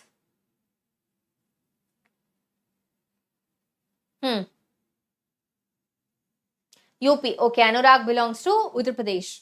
So, Hindi is the majority, Hindi speakers are in majority, right? Surendra belongs to UP, Anurag belongs to UP. Yeah, Hindi, majority speakers. So the central part of India, so here, not the central, but upper central part of the India. Northern part of the India speaks, Hindi. Okay, the people speak Hindi. And yeah, so states were created on the basis of culture, ethnicity and geography, leading into a united country and easy administration. So Nagaland, Uttarakhand, Jharkhand, etc. See here. So in Karnataka, we speak Kannada. So in Kerala, they speak Malayalam. And in Tamil Nadu, they speak Tamil. And Andhra Pradesh and Telangana, they speak Telugu. And Goa. So Goa is a tourist destination, a famous tourist destination. They speak Konkani. Okay. And Marathi. Marathi is spoken by which people? Maharashtra. Okay. And then we have Oriya in Odisha. and Bengali in West Bengal. So Gujarati in Gujarat, and this, the northern part of the India, so majorly they speak Hindi. Okay, and people from Punjab speak Punjabi. So Nepali is spoken by northeastern states. Assamese is spoken by Assamese. Okay, and few of these people speak in English. Okay, and Manipur, the people of Manipur speak Manipuri. So Mizoram, Mizo. Okay, and then we have Kokborok, Tripura. The people of Tripura speaks Kokborok. Okay, so based on language, we have linguistic states. So motive behind linguistic states to ensure that people who spoke the same language lived in the same states, to recognize differences based on culture, ethnicity, or geography. Okay, so to recognize, it doesn't mean that we are separating them. It means that we are respecting others' culture and language, and we expect the same thing. And it is, let's agree that it's very easy to communicate with people so who knows the language, right? So I cannot be going to Assam and speaking in Kannada and they wouldn't be understanding anything. Or they cannot, if they come to Karnataka and they start speaking in Assami, so whatever the language that is, yes, what is that? Assamia, right? So if they speak Assamia in Karnataka, we won't be able to understand them. So it's a better thing that we have, linguistic states. Okay, so few of the regions in India is separated. I mean, it is separated into. It is made into states because of the language. Okay. So yeah, moving on. Which of the following is a real success of federalism? Respect for diversity, spirit of communism. Ayyo, definitely not spirit of communism. It is respect for diversity. Okay. So unity in diversity. It should be there.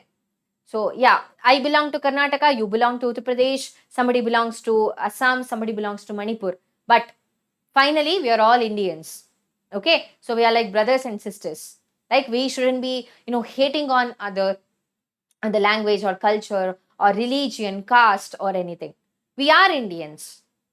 Okay, so we should, we should be proud and we should, we should respect others. We should respect the differences. Okay.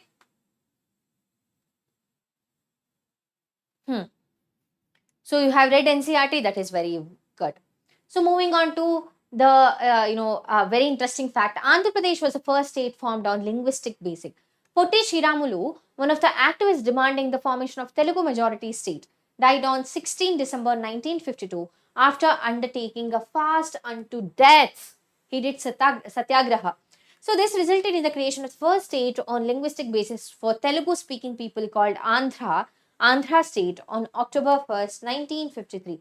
So after almost 1 year of his death of Potti Shiramulu, so Andhra Pradesh was formed. Okay, so this was the first state.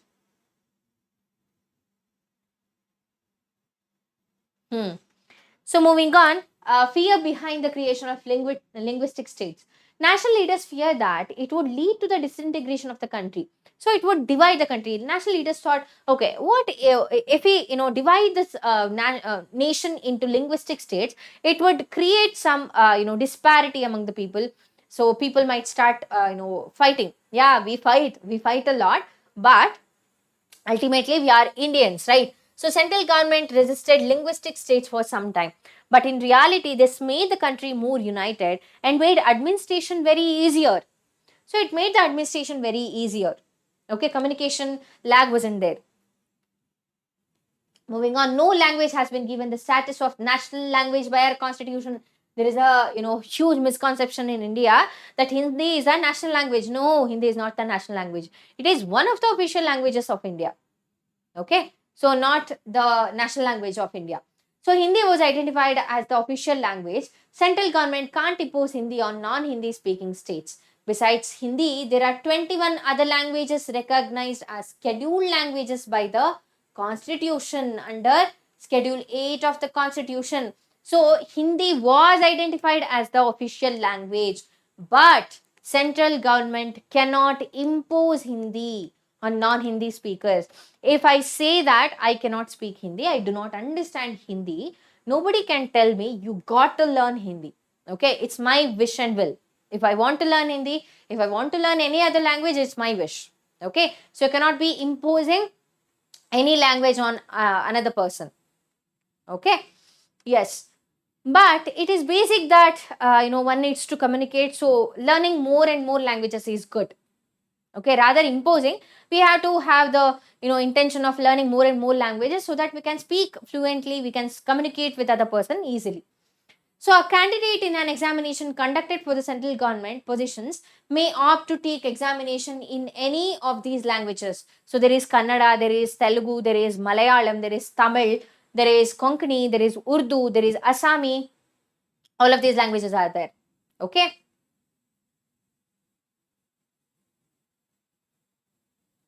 Yeah, MCQs will discuss that. Surendra will conduct week quiz today. Okay. Yes. So, how many languages does the Indian Constitution recognize as the scheduled languages? 21 or 22? So, there are 21 other languages. So, including Hindi, so we have 22. Okay, it is 22. Moving on, language policy. So, states too have their own official languages. Much of the government work takes place in the official language of the concerned state. So, unlike Sri Lanka, the leaders of our country adopted a various cautious attitude in spreading the use of Hindi. So, promotion of Hindi continues to be the official policy of Government of India. So, promotion of Hindi is still there, okay, but promotion does not mean that the central government can impose Hindi on states where people speak a different language. So, promotion doesn't mean that, so imposing. Okay, promotion means, okay, you learn Hindi, it's good. Okay, so majority population of India speak in Hindi. Okay, but doesn't mean that you have to impose it. You should know. Try to learn Hindi.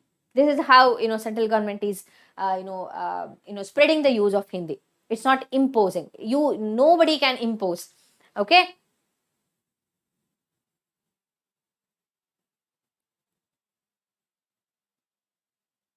Okay. Cool, Tarun. We'll keep that in mind. Okay.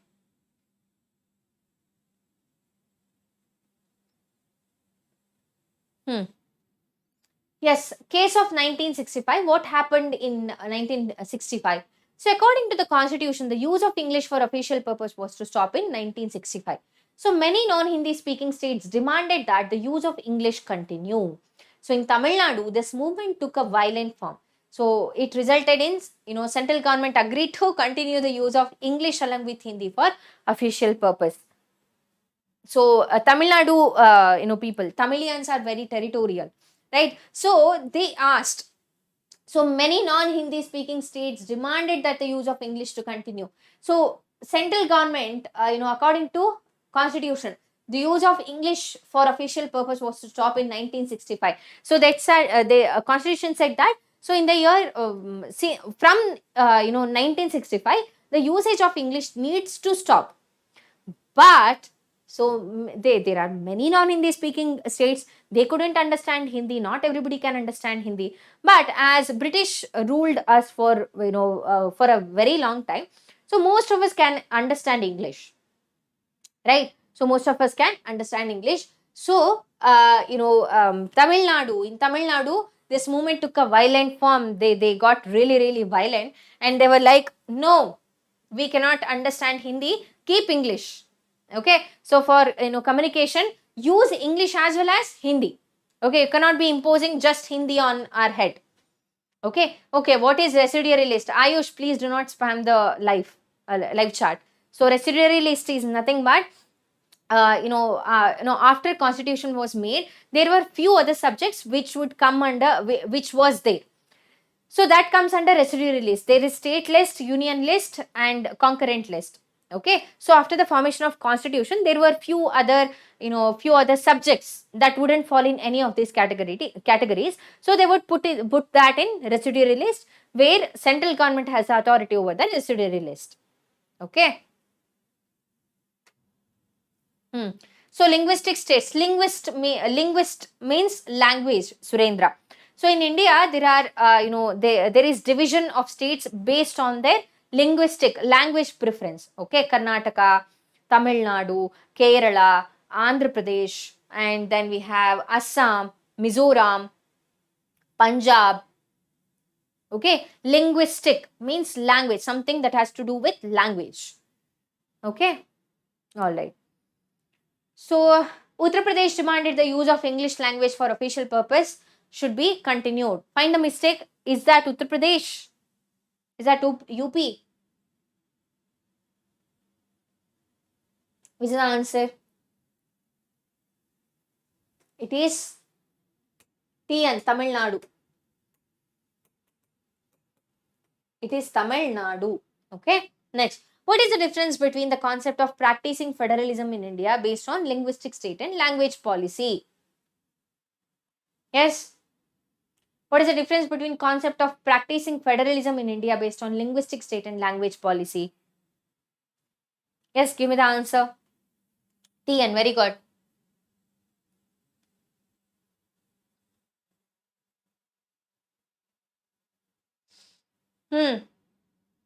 Give me the answer. What do you mean by scheduled language? Yeah. I cannot teach. What is that AI? Artificial intelligence. I don't know. Hmm.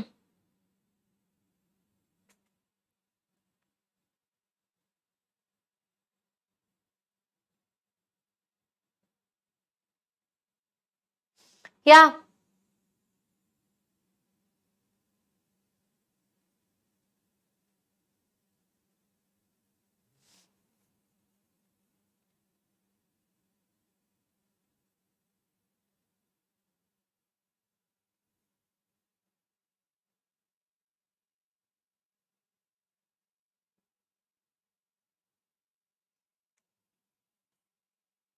Twenty-one language. 22. Okay, there are 22.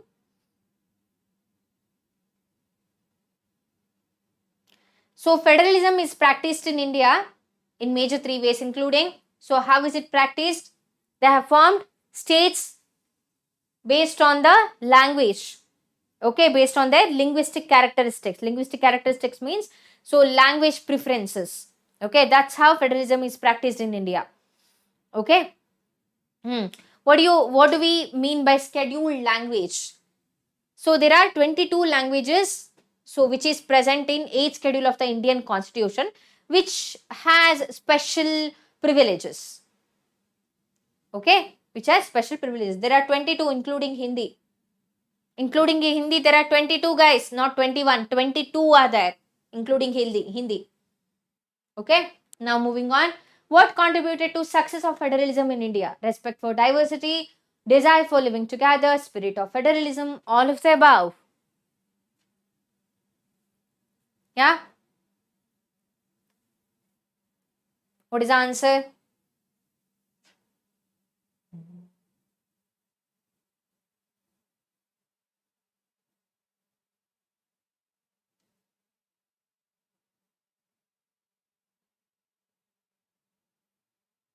Option D, all of the above. Absolutely right. Very good, Surendra.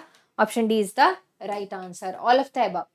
Next, which of the following states were created on the basis of culture, ethnicity, and geography? Culture, ethnicity, and geography. Rajasthan, Gujarat, Punjab, Nagaland, Uttarakhand, Jharkhand, Tamil Nadu, Karnataka, Kerala, Madhya Pradesh, Rajasthan, Punjab. Sonali, good. Yes, Hindi and English is the official language. That's right. There is no national language, but Hindi and English are the official languages. And there are two, recognized languages. There are 22 recognized languages in Indian Constitution under 8th schedule of the Indian Constitution. Option B is the right answer. Nagaland, Uttarakhand, and Jharkhand. So Tamil Nadu, Karnataka, and Kerala, linguistic states. So based on culture, ethnicity, and geography, it's Nagaland, Uttarakhand, and Jharkhand. This is the answer. Okay, next. Which of the following is or are the objectives for forming states on linguistic basis? To ensure that people who spoke the same language lived in the same states, to recognize differences based on culture, ethnicity, and geography, to strengthen the central government power on the respective states. Which is the right answer? Yes. Which is the right answer?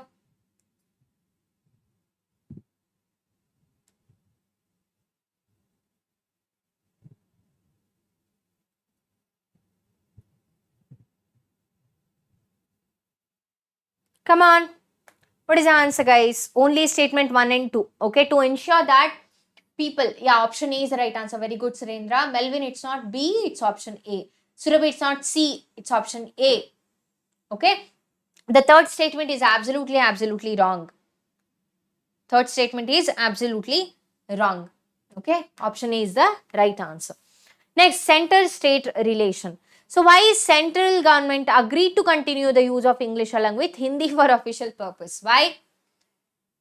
So, Tamil Nadu people revolted. Okay, there was a clash. So, central government cannot impose Hindi on non-Hindi speaking states. That's why central government agreed to continue the use of English. You can, in social science, you can use your own language. Of course, you have to convey the message, you have to communicate with the evaluator properly, but you can use your own language to write everything. Okay. Now, moving on, central state relations. Center-state relations. So, for a really long time, one party ruled both the center and the states. So, this limited the state government to exercise their rights. Okay. I'm so hardworking. Yeah. So, along with you, we are studying social science. I mean, we studied social science so that we can teach you. So, yeah. But it's a good thing, we are getting to recall a lot of things which we studied for a really long time, in a really long time ago. Okay. So, for a long time, one party ruled both the center and the states. This limited the state government to exercise their rights. Often, central government misuses the constitution to dismiss the state governments that were controlled by rival parties. If there is a party in the center, and if there is some other party, rival party in the state government, so the central government tend to disregard the state government because the rival party is ruling the state government. But who is going to be affected? We, people, citizens are going to be affected, right? Yes. This undermines the spirit of the federalism. So, this undermines the democracy, the spirit of the federalism as well as democracy. Who is going to be affected? People are going to be affected. People belong to India, right? Not just one state. When we consider, when we consider ourselves as the citizens of a country, we will be affected. Okay, we have the right, we have our duties as well. So there is emergence of coalition government. Period after 1990 saw the rise of regional political parties in many states of the country. Okay, for a really long time, only one party ruled both center and the state. But after 1990, so rise of regional political parties in many states of the country arose. So this was also the beginning of the coalition government at the center. So what is this coalition government? We'll discuss that. So this led to new culture of power sharing and respect for the autonomy of state governments. So it was supported by Supreme Court that made it difficult for central government to dismiss the state government. Okay. So coalition government, what is that? See, this is also one of the most important questions. They would ask you to define coalition government. Okay, what is state government? Sorry, coalition government. A government formed by the coming together of at least two political parties. So, two political parties are going to come together. They are going to form an alliance. Okay. So, usually partners in a coalition form a political alliance and adopt a common program. For example, so Surendra is one of the prominent leaders. He belongs to one party. Okay. So, Anurag belongs to another party. He is also one of the prominent leaders in his own region. Okay. Both of you belong to the same region, same state. Let's see that. So, you cannot, both of us have upper hands, strong hands. Both of you are going to come together and discuss your ideologies. So, how you want to reform the society or, help out people. What are your ideologies and thoughts? Okay. And you are going to decide, okay, we will form an alliance where both of us get to have a say in any of the rules or amendments or any laws. Okay, that's nothing but coalition government. Okay, coalition government. So, alliance or coalition is different. No, both are the same. Okay, so it's just the synonym. Okay, alliance leads to coalition government. So the era of coalition governments at the central led to a new culture of power sharing and respect for the autonomy of state governments. This is true. This is very true. Okay, true. So in about 15 minutes, this will end. Okay, I mean the political science part, civics.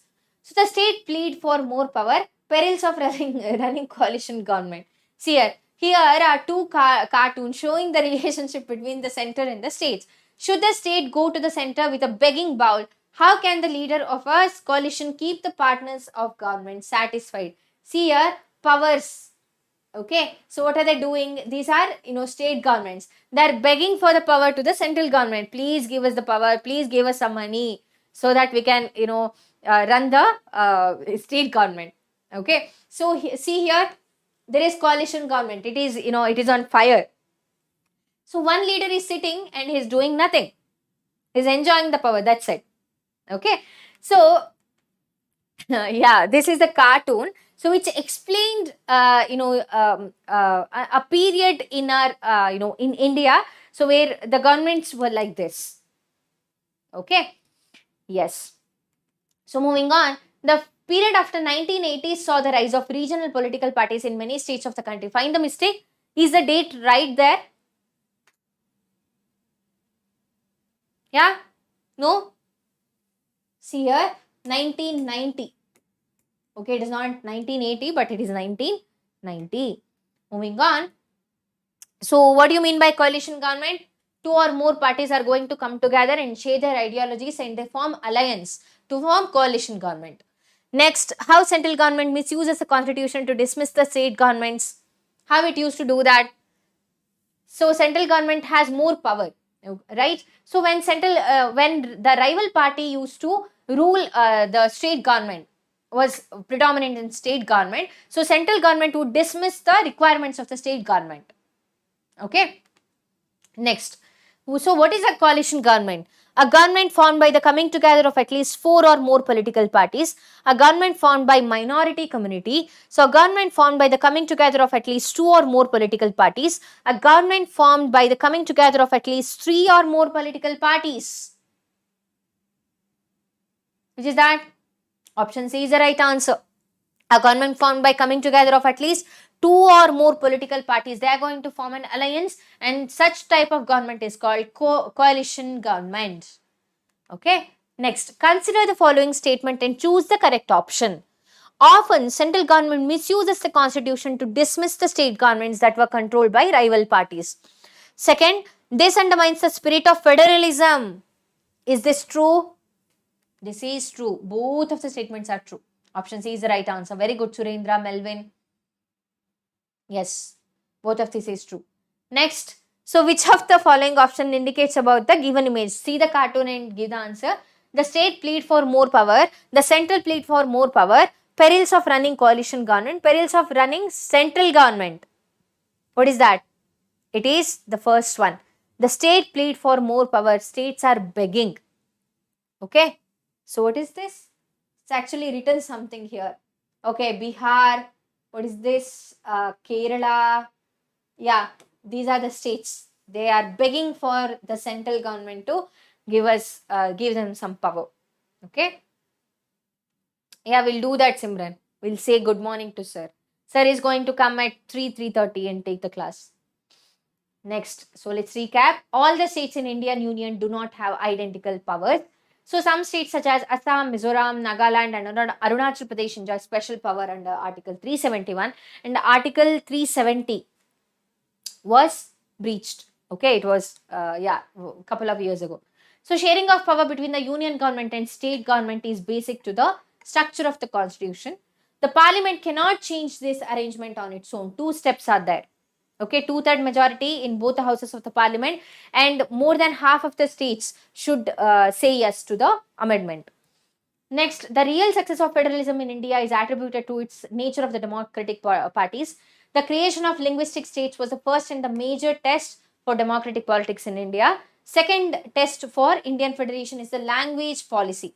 Okay, Hindi was identified as the official language. Hindi and English are the official languages But this is not the national language. Okay, besides Hindi, there are 21 other languages recognized as scheduled languages by the Constitution of India.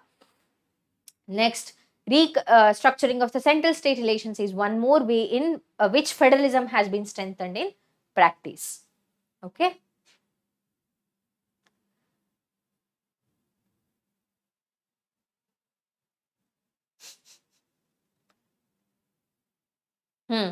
So moving on, urban local government will discuss, decentralization in India, local government and urban local government. Okay. So decentralization in India, when power is taken away from central government and state government and given to local government, it's called decentralization. We have union government, state government and local government, and municipality. So municipal corporation is there, council is there, Nagar Panchayat is there. In Panchayat, so this is village system. So Zilla Parishad is there, Block Samiti, and then so we have Gram Panchayat. Okay. So what is the need for decentralization? So problem solved at the local level. So local people would know their difficulties, local people would know the culture, the diversity, what are the problems that they are facing. So it would be very easy for the government. If there is a local government in the locality, it is very easy to address the problems of the people and resolve them. So people have better knowledge of problems in their localities. At the local level, direct participation of people in decision making is taken place, and it helps to inculcate a habit of democratic participation. So local government is the best way to realize local self-government. Which of the following is a local self-government in rural area? Nagar Panchayat, Gram Panchayat. Yeah, I'm from Karnataka.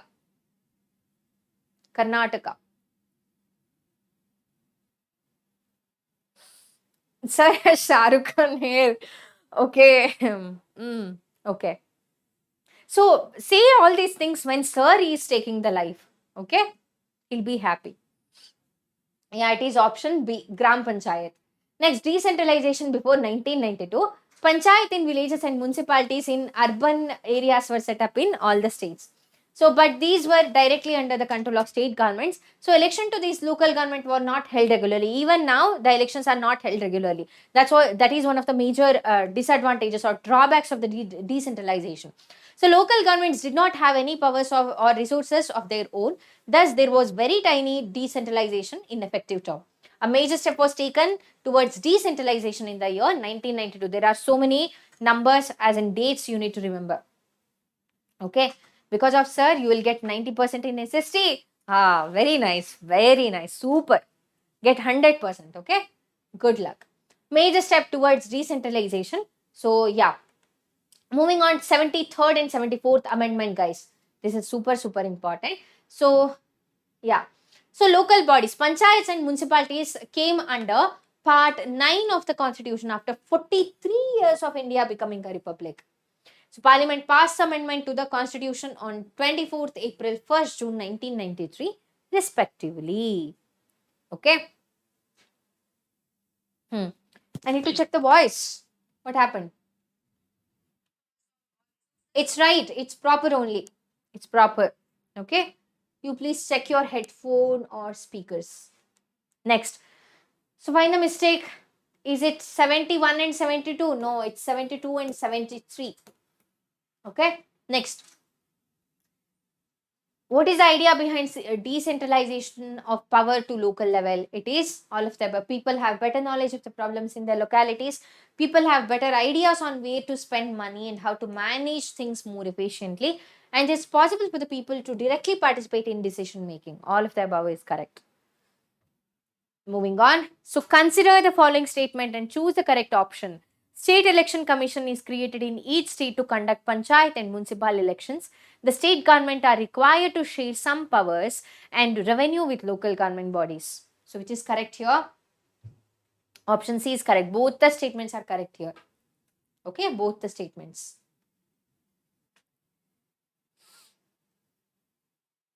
Next. The main aim of 73rd Amendment of the Constitution in 1993 with respect to Panchayati Raj system was. What is the answer, guys? What is the option correct? Which is the correct option? Centralization of power and responsibility of village administration. Abolition of special powers of village administration, decentralize and confer constitutional status to the panchayat institutions to bring village administration under the direct control of state. Option C is the right answer. Okay. Simran, take deep breaths and calm yourself down. Next, local government.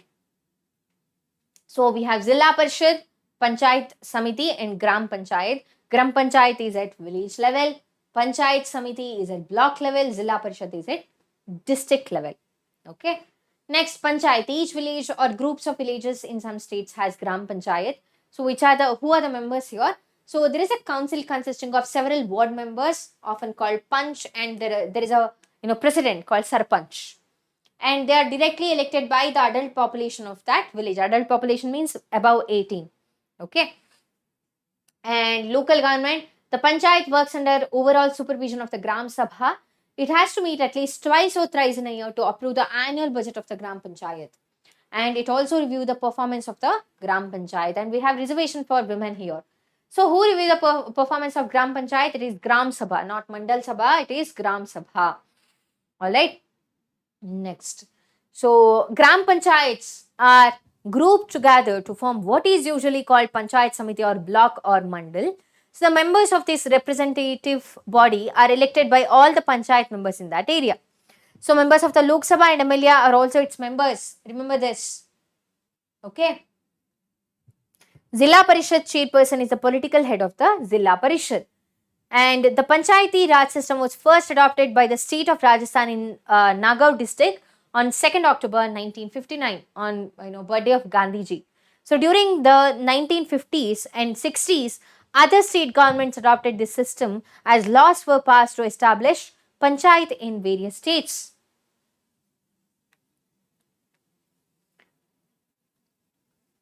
So at least 1/3 of all positions are reserved for men in Panchayati Raj system. Is that true? It is women. Okay, it is women. So how has Panchayat Raj system strengthened the democracy in India? So how decentralization has happened. Okay, and women get to participate in the elections. 1/3 of the positions or the seats are reserved for women. And also local people would know the problems and difficulties that they would be facing. And they would be able to handle the finances. Okay. Moving on.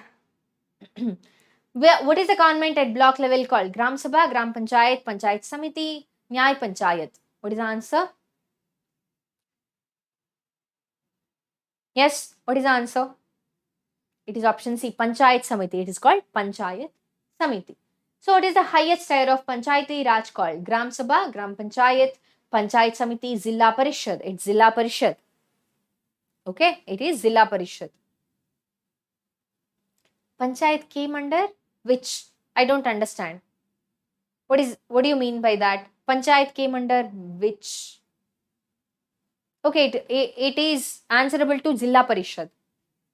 Okay, see here, Panchayat Raj. What is the highest tier? Zilla Parishad. Which of these is not a function of Gram Sabha? Supervising the work of Gram Panchayat, making decisions for the entire village, supervising the work of the Zilla Parishad, approving the annual budget of the Gram Panchayat, of course, supervising the work of Zilla Parishad. Zilla Parishad supervise the work of all Gram Panchayat, Gram Sabha, not the other way around. Okay. Now, urban local government. So, which state first adopted the system of Panchayat Raj in India? It's Rajasthan. Okay. We'll discuss election commission after discussing this. So, urban local self-government. Municipal corporations is there, municipalities is there, cantonment boards and port trust.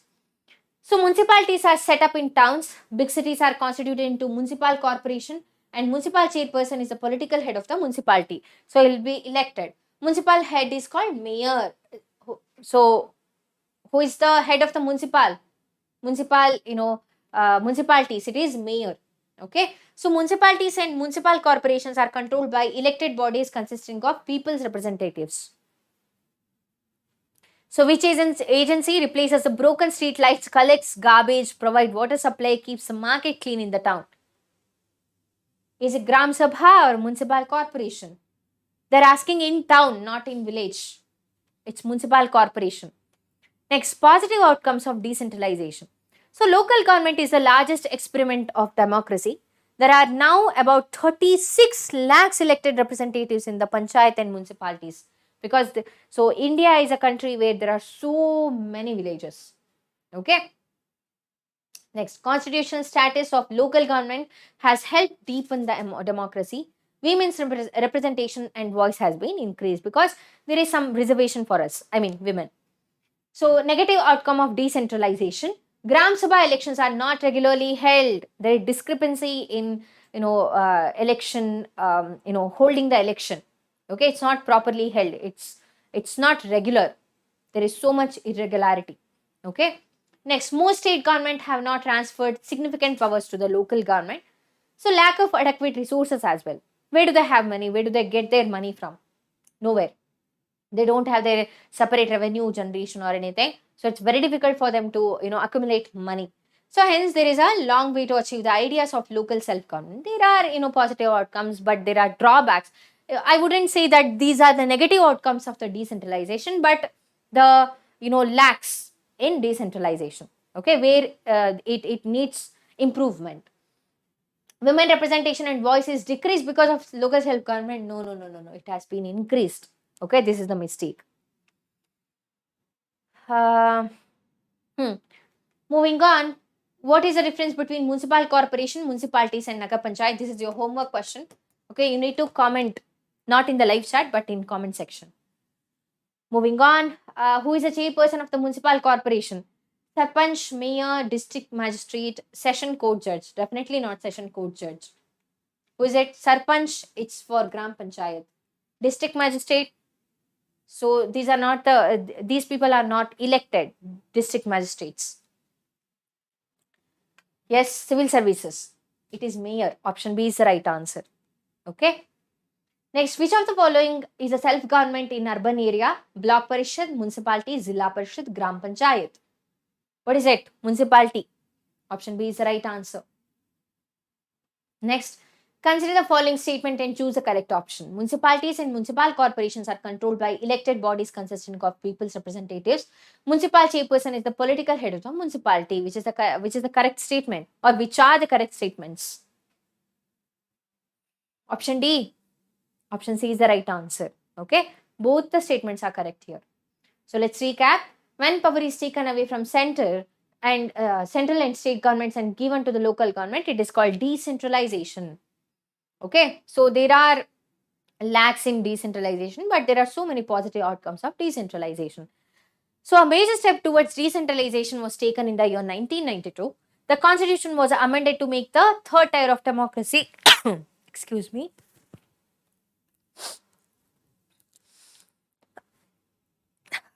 Okay. So a major step towards decentralization was taken in the year 1992. So rural local self-government is popularly known as Panchayati Raj. So each village or a group of villages in some states has a Gram Panchayat. So there are more than 36 lakhs elected representatives. The Panchayat works under the overall supervision of Gram Sabha. There will be a Sarpanch and they need to hold the assembly or hold a meeting once in 2 or once in 2 or 3 months. Totally 2 or 3 times in a year. All the panchayat samitis or mandals in a district together constitute Zilla Parishad. Zilla Parishad will be overseeing all the things that will be done by this Gram Panchayat. And as Gram Panchayat is for rural areas, similarly we have municipalities for urban areas. Mayor will be the elected representative. Okay. And the municipal chairperson is the political head of the municipality. In a municipal corporation, such an officer is called mayor. Okay. So this is all about the revision of the second chapter in your civics. So we'll be discussing the third chapter and the rest of the chapters, rest of the 3 chapters tomorrow, or we'll be uploading the video in the evening. Okay. Yeah. Thank you guys. So Navya ma'am is going to take over the class now. Okay. We'll give 5 minutes break. You take the break and come back. Cool? Okay. All the best. Study well.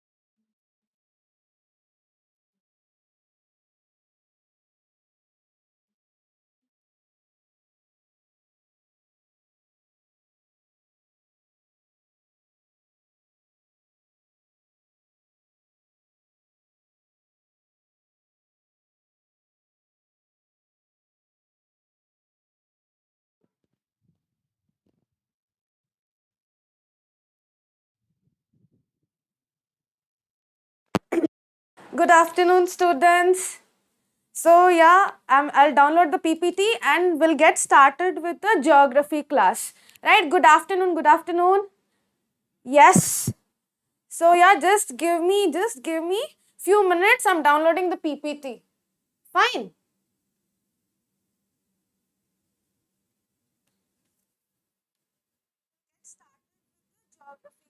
Okay.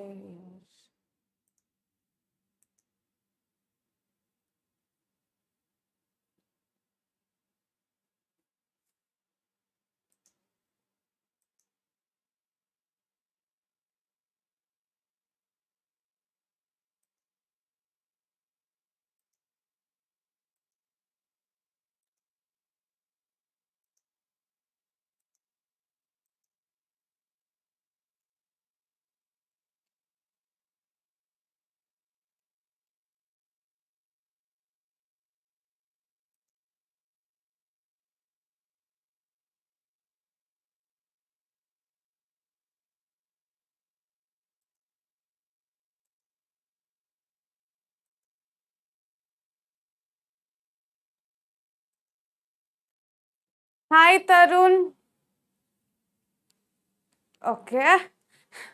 Simran, if you have any doubt that is related to geography, we'll discuss that now. If there is anything that is other than geography, we'll discuss that later, okay, after the session. So, it's gonna take, in this particular session, students, I'll be covering the first 2 chapters of geography. Fine.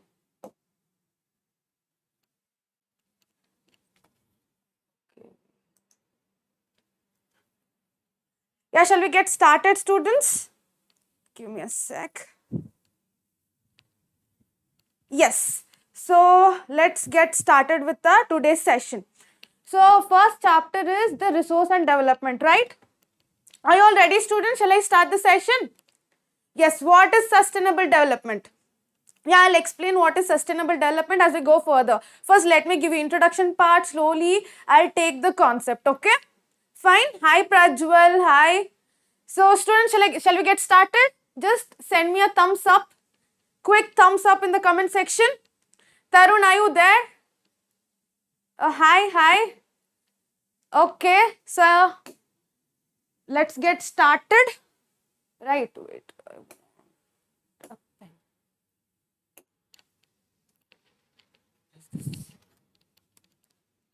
Okay. So, the topics that I'm going to cover in this particular chapter is, yes, Sonali, what is your doubt? You can comment. Okay. See.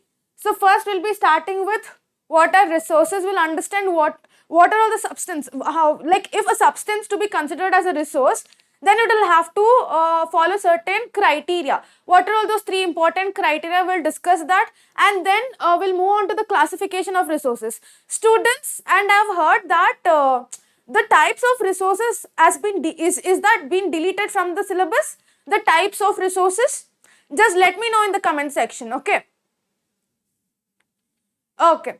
And then we'll move on to the development of resources. Already there were students who were asking me that, ma'am, what is sustainable development, right?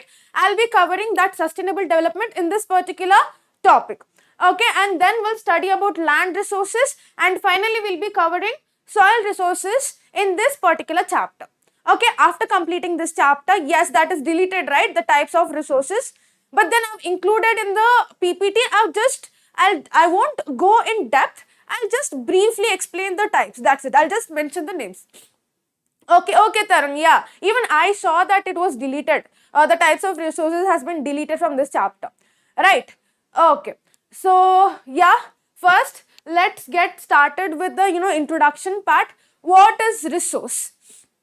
What is resource? See, there are substances that are present in our environment, right, which is present in our surrounding, and we use that substance. We are using that substance, why? For our own benefit. Okay, for our own benefit, we are making use of those substances which are present in our environment, right? We call those substances as resources. So for that case, we just cannot consider each and every substance that is present in our environment as resource. Okay, so you understand what is resource? See, we are using certain substances which are present in our environment. We are making use of the substances that are present in our surrounding for our own benefit, and such substances are called as resources. Okay, fine. But then for a substance to be considered as resource, it will have to fulfill certain criteria. Okay, what are all those three criteria? It has to be technologically accessible. The particular substance, it has to be technologically accessible, it has to be economically feasible, and it has to be culturally acceptable. Okay, yes, Tarun, you have answered right, that anything available in our environment which can be used to satisfy our needs. And you have mentioned the three criteria also, right? So let me explain these three criteria a bit in depth. Fine. So now, what do you mean by technologically accessible? When, see, for a substance to be a resource, it has to be technologically accessible, right? What do you mean by that? Let me explain that with the example. Ma'am, geography kitne chapter aaj complete karenge? Today, I'll be completing 2 chapters, and then Baswaraj sir also will be completing 3 chapters. So totally today we'll be completing 5 chapters. Tomorrow the remaining 3 will be completed, Sonali. Okay, fine. So now, for a substance to be technologically accessible, let me give you an example for these 3 criteria. Now let's say that there is a school. Okay, so there is a school. Let me explain that with the help of this simple, wait.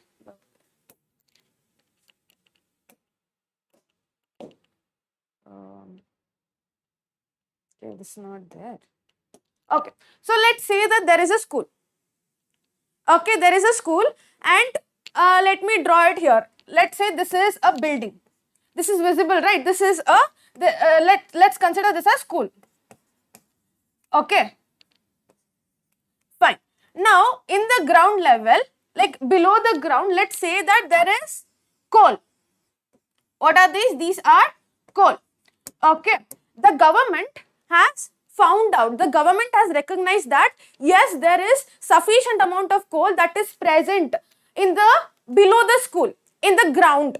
Okay, like somewhere deep inside there is good deposition of coal, right? So now you all know that coal is it is an excellent source of fuel, right? So we can make use of this coal, right? So now, okay, fine, government has found out that okay, below the school there is good amount of coal that is present.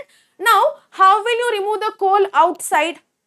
We want certain technologies, right? We want certain equipments to remove the coal outside from the ground, right? So, in case if there is no technology, let's say there is no equipment to remove the coal, then how can we make use of that coal?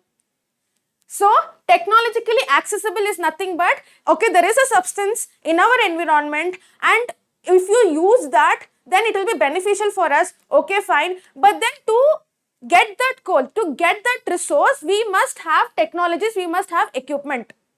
Only then we can make use of the substance. So that's why the substance, it is considered as resource if it is technologically accessible. Okay, fine. What is the second criteria? Second criteria is economically feasible. What do you mean by economically feasible? Economically feasible is nothing but the net output. The net output has to be more than the net input. Let me write it down here. See here, net, let me write down here.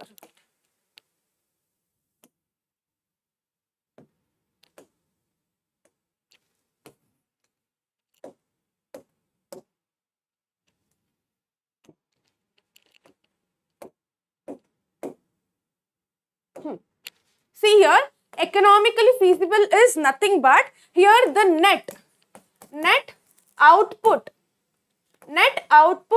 should be greater. It has to be greater than net input. It has to be greater than net input, right? What do you understand by net output has to be greater than net input? So now what did I say? In order to extract the coal from the ground, we require equipments. Along with equipments, we even require certain employees, right? We will have to pay money to them, right? We will have to pay them salary. Only then they will work, right? Which means to say that we will have to invest some amount in this, even to buy the equipments and even to pay the employees, we will have to invest, right? Okay, so now you're investing some amount of money and you're getting that coal out. Now we have invested so much of money, that is your input. Now when you utilize this coal, okay, our output, that output has to be more, which means to say it has to be more profitable. Only if it is more profitable, then it is worth investing. That is what is called as economically feasible. Economically feasible is nothing but the net output has to be greater than net input, only then it is worth considering that substance as a resource. Okay, gross domestic product, yes, what is that? Priyanshu, right? I will explain it to you as we go further. Let me finish this one first, okay? And then what is the third criteria? It has to be culturally acceptable. Now, what do you mean by culturally acceptable? Now, I told you that, okay, there is a school that is present and below the school there is good amount of coal. Now, to remove the coal from the ground, we require equipments, we require technologies, we want employees, for that we will have to invest, right? And economically feasible is nothing but that output has to be more than the net input. Okay, fine. Culturally acceptable is nothing but here the school. Now, in order to remove the coal from the ground, the school should not be there. We should demolish the school. So, to demolish the school, just like that, can we demolish the school? No, right? You require the permission of that principal. You require the permission of that, even the people who are present in that surrounding area. Only if the people who are present over there, only if they permit, only if they accept it, only then they can go further. That is the culturally acceptable thing. So, for a substance, okay, it will have certain benefits. If we make use of that, it can be considered as a resource. Along with that, for the substance to be considered as a resource, it will have to fulfill these three important criteria: technologically accessible, economically feasible, culturally acceptable. Okay, yes, Nanda, the PDF will be provided. PDF will be provided. Okay, boy gamer, just concentrate in this. Fine. So, these are the three important criteria which is actually important for a substance to be considered as a resource. Okay, fine. And now, you know what? Humans are there, no? Human beings are the main component of the resource. Why human beings are considered as the main component of the resource?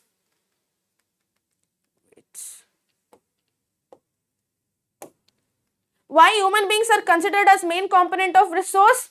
It's because, see, I told you that in order to extract the coal, we require equipments, we require technologies, we even want employees, right? It is human beings, it is we human beings who design that technologies. It is we human beings who are actually converting the nature into resource, right?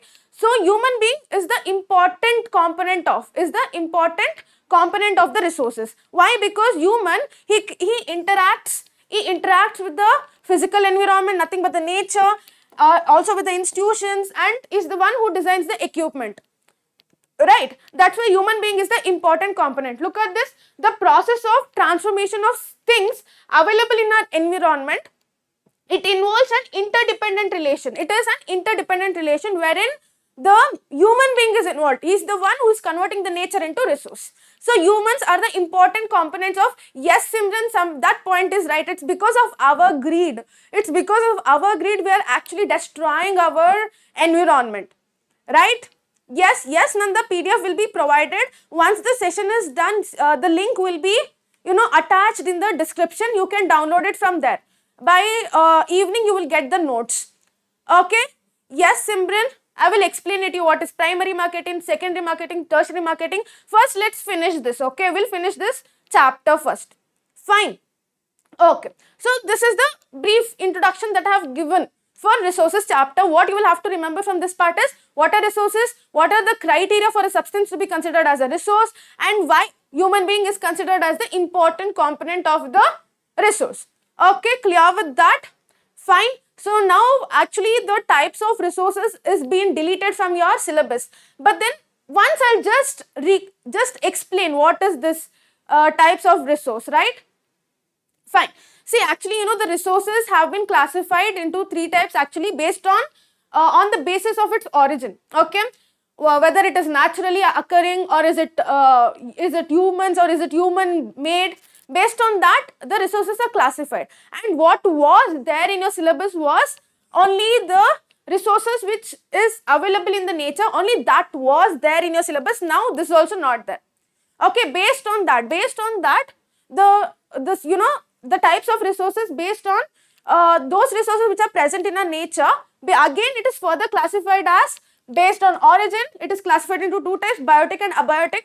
Based on utility, nothing but based on its exhaustibility, it has been classified as renewable and non-renewable. And based on the level of development, actually there are four types. One is potential, developed, reserve and stock. And then based on the, this was not there, based on the ownership, it is classified as individual, community, national and international. Okay, fine. Okay. So now, like I told you, based on origin, the resources are of two types, right? Biotic and abiotic. Biotic are those resources which has been obtained from the living organism. That's it. Example, human beings, flora, fauna, fisheries, livestock and all that. So in our next chapter, we will be studying about the forest and wildlife resources, which is an example for this biotic resources. Okay. The second type is abiotic resources. Abiotic resources are those resources which have been obtained from the non-living things, for example, rocks and metals. Okay, this is the first type of classification in resources, which is on the basis of origin, right? And then what is our second type? Second type is based on exhaustibility. Nothing but again based on exhaustibility, there are two types. One is renewable and the other one is non-renewable. Renewable resources are those resources which can be produced again even after it's being used. For example, solar, wind energy, water, forest, wildlife and all that.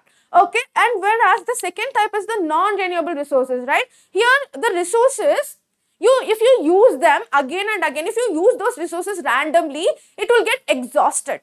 And again to generate those resources, it takes millions, billions of years. Okay, for example, fossil fuels, minerals, all these are the examples of non-renewable resources, right? And again based on the ownership, is nothing but who owns that particular resource. Please start the soil topic. Yes, Simran, I'll be starting soil topic. I'll just finish this off in another 2 minutes and we'll get started. After this, there is, I guess, the resources, we'll talk about land resources and all that. Before that, we'll complete sustainable development and all that, the resource planning in India. Okay, I'll be covering all those topics. Okay. See now, based on ownership. See, we saw on the basis of origin, on the basis of exhaustibility, and the third one is basis on the basis of ownership. On the basis of ownership, there are four types. One is individual, community, national and international. It is very simple. See, the term itself says, what do you mean by individual resources? See, here the resources are owned by one particular person. Now, for example, let's say there is a garden. You will have garden in your house, and let's say you are growing tomatoes in your garden, and those tomatoes are owned by you. So the garden is is your own resource that is owned by you, right? Whereas what do you mean by community resource? Community resources are those resources which is owned by one particular community that is present in that particular area. For example, let's say park or picnic spot. These can be the example for community owned resources. On the other hand, national resources, the name itself says here those resources are owned by state government and central government. For example, roadways, railways and mining, all that is owned by the government.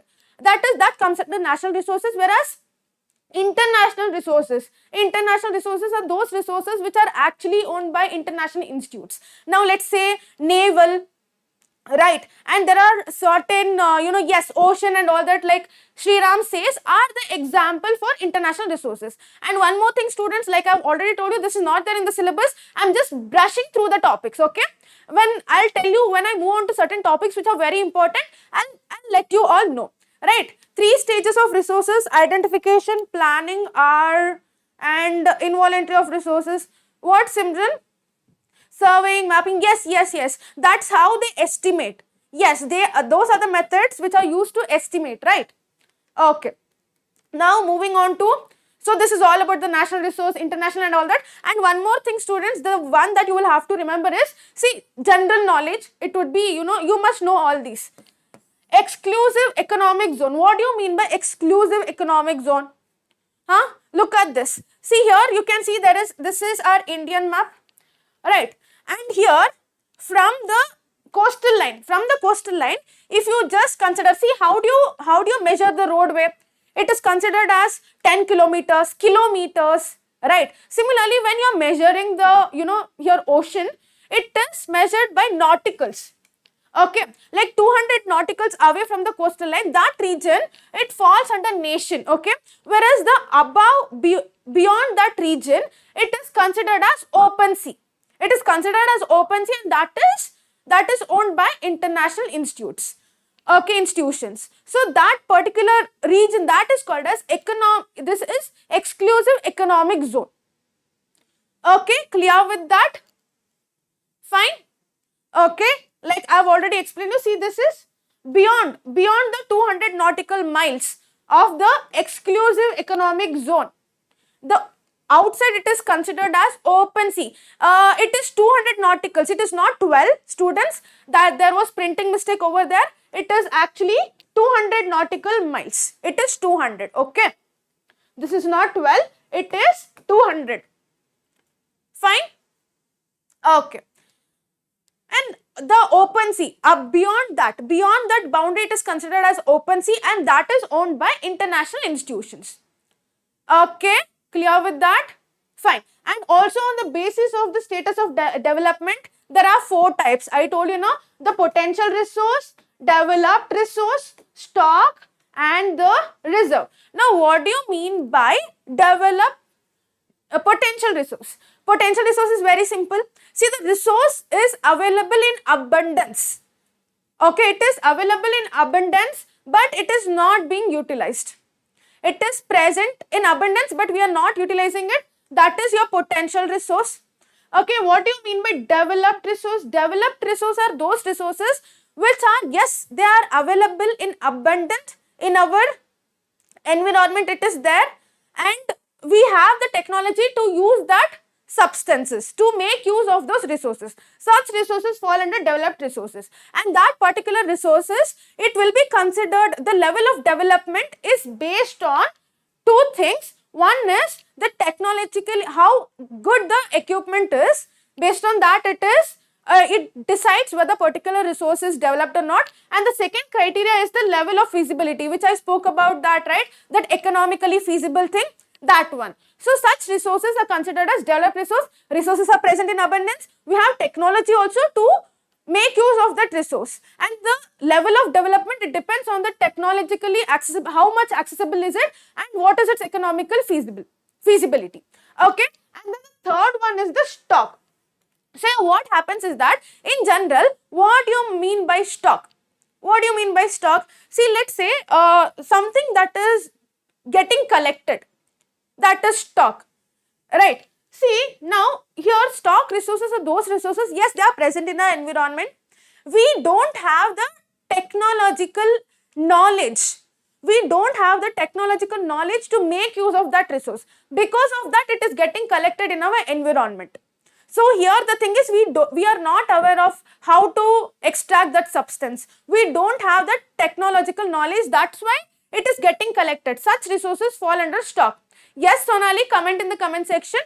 And then the reserved one is that, see, yes, resources are available in our environment, and then we also have the technical knowledge to extract that substance, but then we are not exploring them. We are not exploring them. Why? Because we are keeping it reserved for the future generation, so that it is available for the future generation. Such resources fall under this category, that is reserved resources. Now here one more thing, student, when I say potential resources, yes, the resources are present in abundance, but we have the technological knowledge also, but we don't have technology, sufficient amount of technology. For example, let's say there is good wind energy in Gujarat, but then the number of windmill that is being placed is very less. And then even in Rajasthan, the solar energy is very good, but then people are not utilizing them. Yes, they have the knowledge. They have the knowledge to about that technology and all, but then people are not utilizing this. Okay, that was all about the types of resources. So now I have a quiz for you all. I want you all to answer. Krish, Sharma, this is your resources and development chapter, the first chapter in geography. This is the first chapter in geography. Okay, so I have started already, have given introduction for resources. Fine, I just actually the types of resources are not there in your syllabus, but then I just brush through that topic in case if they ask any MCQ question, so that you should be in a position to answer. Okay, so now I have questions for you all and I want you all to answer to these questions. Okay, so the first question is, which are the main factors that determine the creation of a resource? Option A says nature and technology. Option B says nature and human being. Option C says nature, human beings and technology. Option D says technology and human being. So come on, comment in the comment section. Yes, Krish Sharma, the types of resources are not that important. So that's why I didn't explain the concept in depth. Okay. So yes, you all are saying option C. It is the right answer because I told you human is the main component and technology and nature is also needed. Only then you can utilize the resource, right? Okay, fine. So the next question, see, the fossil fuels are example of which type of following resources? What did I say? See, fossil fuel, are they renewable or are they non-renewable? See, option A says renewable, option B says non-renewable, option C says biological, option D says non-renewable. No, Shriram, is fossil fuel, is that renewable, Shriram? No? Yes, Simran, it is non-renewable. Option B, I told you, fossil fuel, once it gets exhausted, again to generate them, it takes billions of years. So immediate next generation, they will not get the fossil fuel. We'll have to wait for another billions of years to get the fossil fuel. That's why it falls under non-renewable. Okay, fine. So now, which of the following is the community-owned resource? So I told you, the resource, it was also classified on the basis of the ownership, right? So now, community-owned resource, I gave you a certain example. So which one? Is it picnic spot or is it burial ground or is it playground or all of these, all of the above? Ma'am, explain national resource. You want me to explain national resource, Sonali? Identification and inventory of resource, evolution of planning structure endowed with technology, skills, etc., matching the resource. Yes, Simran, yes, correct. As we go further, I will explain that as well. Okay. Sonali, you want me to explain the national resource? I told you, right? See, national resource, it also falls under the basis of ownership. Okay. So here, those resources which are owned by the government, like state government, central government, for example, highways, roadways, the minerals, the mining, all that is, it is owned by government, right? Such resources are considered as national resources. That's it. Okay, so you all are saying option D? Yes, option D is the right answer. Okay, fine. So next question. Which of the following can be considered as individual resource? Is it house or is it forest or is it pond or playground? Which one? Ma'am, will they ask types of resources in 5 marks? No, Shriram, because types of resources have actually been deleted from your syllabus. I just explained to be on the safer side. In case, what if they ask in MCQs? Right, that's why. Yes, Shriram, option A is the right answer. Fine. Now, in case they might not ask this question, even if they ask, I have anyway explained you that 4 types of classification. One is on the basis of origin, on the basis of ownership, on the basis of status of development, and finally the, which one was the other one? Development and exhaustibility as well, right? So they might ask you to classify, but mostly this won't be asked. This is not there in your syllabus. So we'll move on to the next topic, that is the development of resources. This is important. Shriram, biotic, abiotic? Yes. You all would like to answer to this. Based on origin, it is biotic and abiotic. Yes, Simran. And then based on ownership, there was 4 types, right? Individual, community, national and international. And based on Status of development, again there were 4 types: potential, developed, resource, stock and reserve. Based on exhaustibility, 2 types: renewable and non-renewable. Just be aware of these things. Okay, fine. So now we'll move on to the next topic, the development of resources. Students, this topic is important. You might expect question from this. Okay. After mine, Sonali, after my session, like somewhere around 3 o'clock, he will continue. Okay. So yes, we'll be quick, students. So now, okay, you understood what are all, how will substance be considered as a resource? It will have to fulfill 3 criteria: technologically accessible, economically feasible, and the culturally acceptable. Okay, fine, you understood that in our environment there are resources that are present, right, and we make use of those resources for our own benefit, right? Okay, clear with that. Yes, Simran, you might have week quiz in the evening. Fine. So yeah, now what happens is that if you make use of those resources randomly without planning, just like that, if you use them, then it might get exhausted, right? That's why you should be very careful when you're making use of resources. In case if you see, over exploitation of resources leads to these 3 things which you will have to mention, students. This can be asked for 3 mark. Ma'am, instead of marathon, you can do chapters under 10 minutes in marathon. Okay, Tharun, then tomorrow we'll do that. Talapati, you want break? Okay, you can't take break. Anyway, I'm explaining bit slowly, right? See, again, sir will have to continue the class. No, you can rewind the session and you can watch, okay? You can take break. Anyway, these topics, you can rewind the session and watch, okay? Fine. So, yeah. What happens if you use the resources too much? Okay, Talapati, for how many minutes do you want break?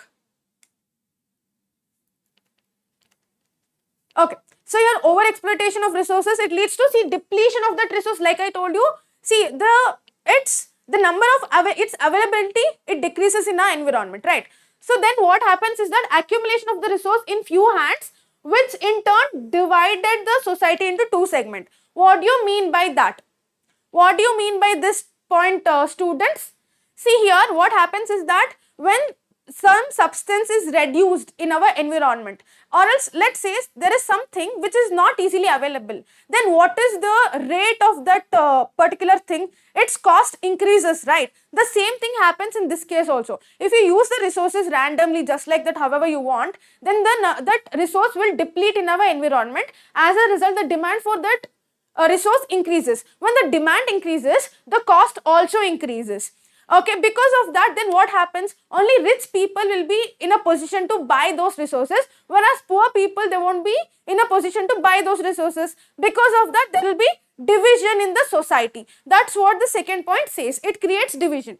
And then overuse of certain resources like burning the fossil fuel and all that, what will happen? It will pollute the environment, right? So it will lead to the global ecological crisis such as global warming, ozone layer depletion, environmental pollution, land degradation and all that. Yes, Simran, yes.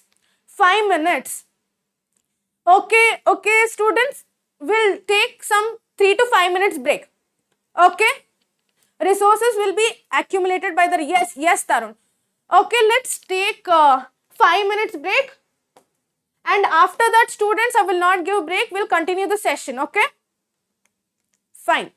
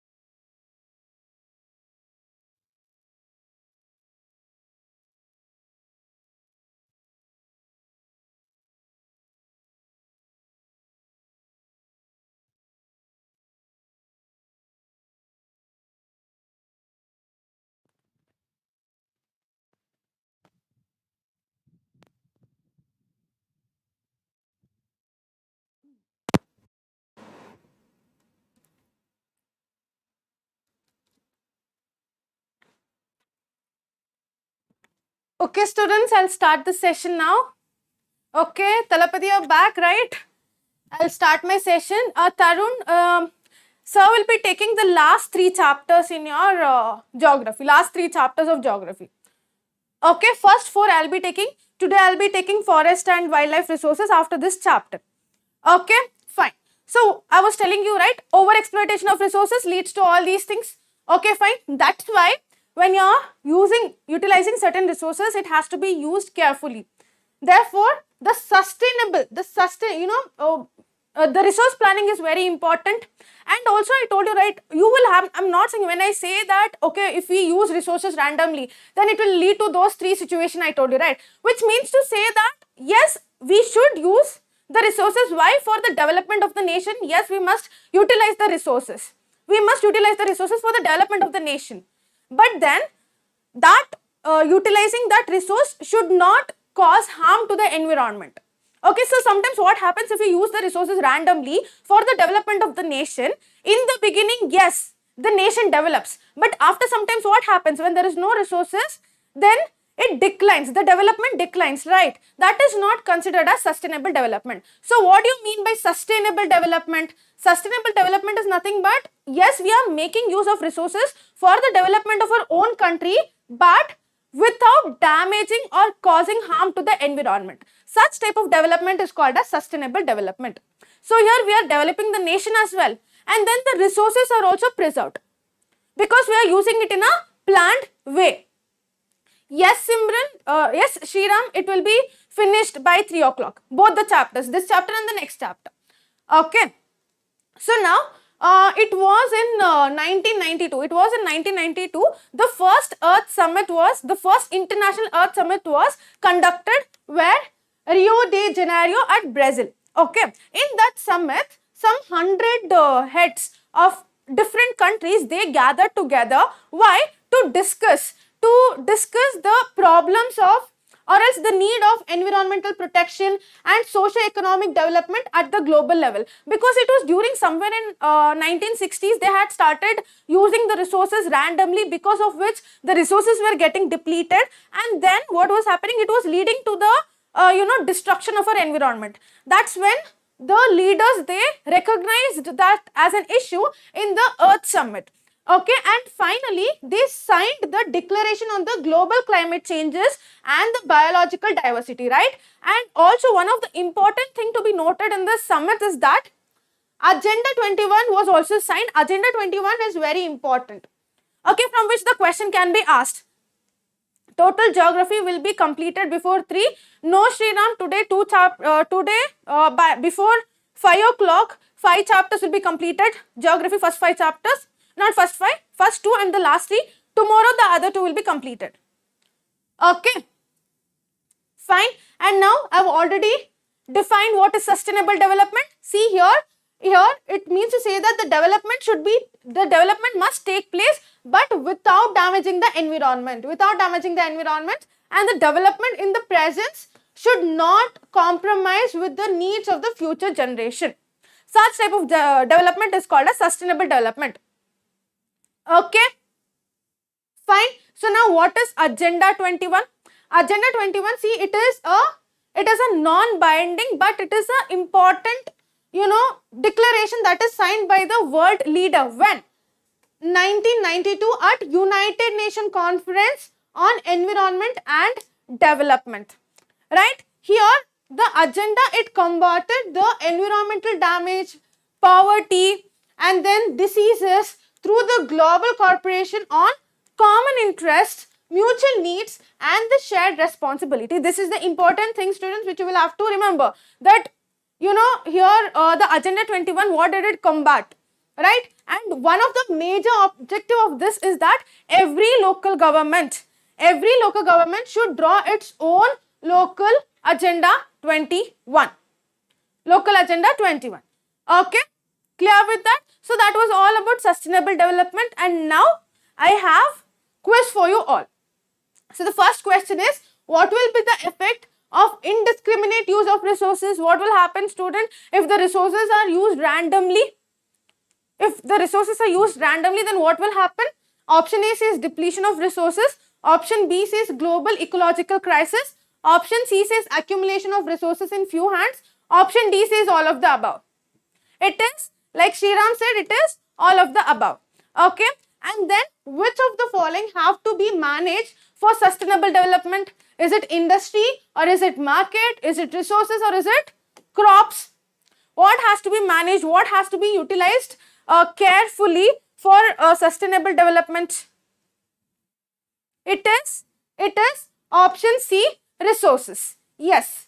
And then balancing the need to use resources and also conserve them for the future is called as, what is it called as? Is it sustainable development or is it resource conservation or is it resource development or is it sustainable conservation? What is the right answer? What is the right answer for this? It is, are you sure, Shriram? Are you sure with that? It is sustainable development. See here, you're balancing the need to use the resources and also you're conserving them for the future as well. It is sustainable development. Okay. So now what is Agenda 21? List 2 of its principles. This can be asked for 3 marks, students, from this particular section. What is Agenda 21? Like I told you, it is a non-binding. It is a non-binding, but it is very important declaration that is signed by the heads of different countries. Right? What was the principle? What was the 2 main principle of this Agenda 21? One is to combat the environmental degradation and the other one is to fight against the diseases through the global cooperation on common interests, mutual needs and shared responsibilities. Okay, this is very important. It can be asked for 3 marks. Agenda 21 from this particular section. Okay, you will get questions from sustainable development, that is expected. Okay, what happens, like what is the need to preserve or the resources? You will have to mention that what happens if the over exploitation takes place. That's why it is important to preserve the resources. And what is Agenda 21? Such questions can be asked from this particular section. Okay, so yeah, now moving on to resource planning and resource planning in India. Why is resource planning required? Why is resource planning required? See, because I've already told you, right? See, you would have noticed when I was explaining the potential development, I already explained, right? In case of Gujarat, the wind energy is very good. In case of Rajasthan, the solar energy is very good, right? So, now the resources throughout our nation, it varies. It is not the same throughout our nation. In certain places, certain resources are very good and in certain places, certain resources are they are not present in abundant. Okay, that's why resource planning is important, right? So, like for example, in India, the states like Jharkhand, Chhattisgarh, Madhya Pradesh, it is rich in mineral and coal deposition. It's rich in mineral and coal deposition. Okay, fine. What about Arunachal Pradesh? In case of Arunachal Pradesh, the water resource is very good. Okay, fine. But then it lacks infrastructural development. And then what about Rajasthan? Rajasthan, like I told you, it is good in solar and wind energy, right? But then water resource is it lacks water resource, right? And then Ladakh. In case of Ladakh, see, the cultural heritage is very, very rich, but then they are deficient in water and infrastructure, right? That's why, like, the availability of resource, of every type of resource, it is not uniform throughout a nation. It is not uniform throughout a nation. That's why resource planning is very important. Students, you will have to remember which place, which type of resource is present in abundant and in which places there are, which type of resources are lacking. You must be aware of that. Shivram, I'm from Bangalore. Okay, ma'am, totally only 6 chapters, lifeline deleted. Then that chapter will not be, that's what the last 3 chapter will be taken by Baswaraj sir, okay? Fine? Okay. So now I want you all to answer to these questions. Right? So now infrastructures is nothing but the things that are present in our environment. For example, roadway, the highways, railways, which facilitates communication, transportation and all that. They all fall under infrastructure. Okay, roadways are not good. For infrastructure is nothing but roadways, railways, such facilities which is involved in transportation and all that. Communication, that is not good. Okay, Sonali, you can pause the video and you can rewind the session and you can continue, okay? Yes, I'll be doing the mapping, students. I'll be doing the mapping tomorrow. Okay, fine. So, Arunachal Pradesh, yes. Option B is the right answer. So, next question. Ladakh is deficient in water, infrastructure and vital minerals, but it is rich in, option A says solar energy, option B says coal deposit, option C says cultural heritage, option D says tidal energy. What is the right answer? What is the right answer? It is option, just a second students, just answer to these questions.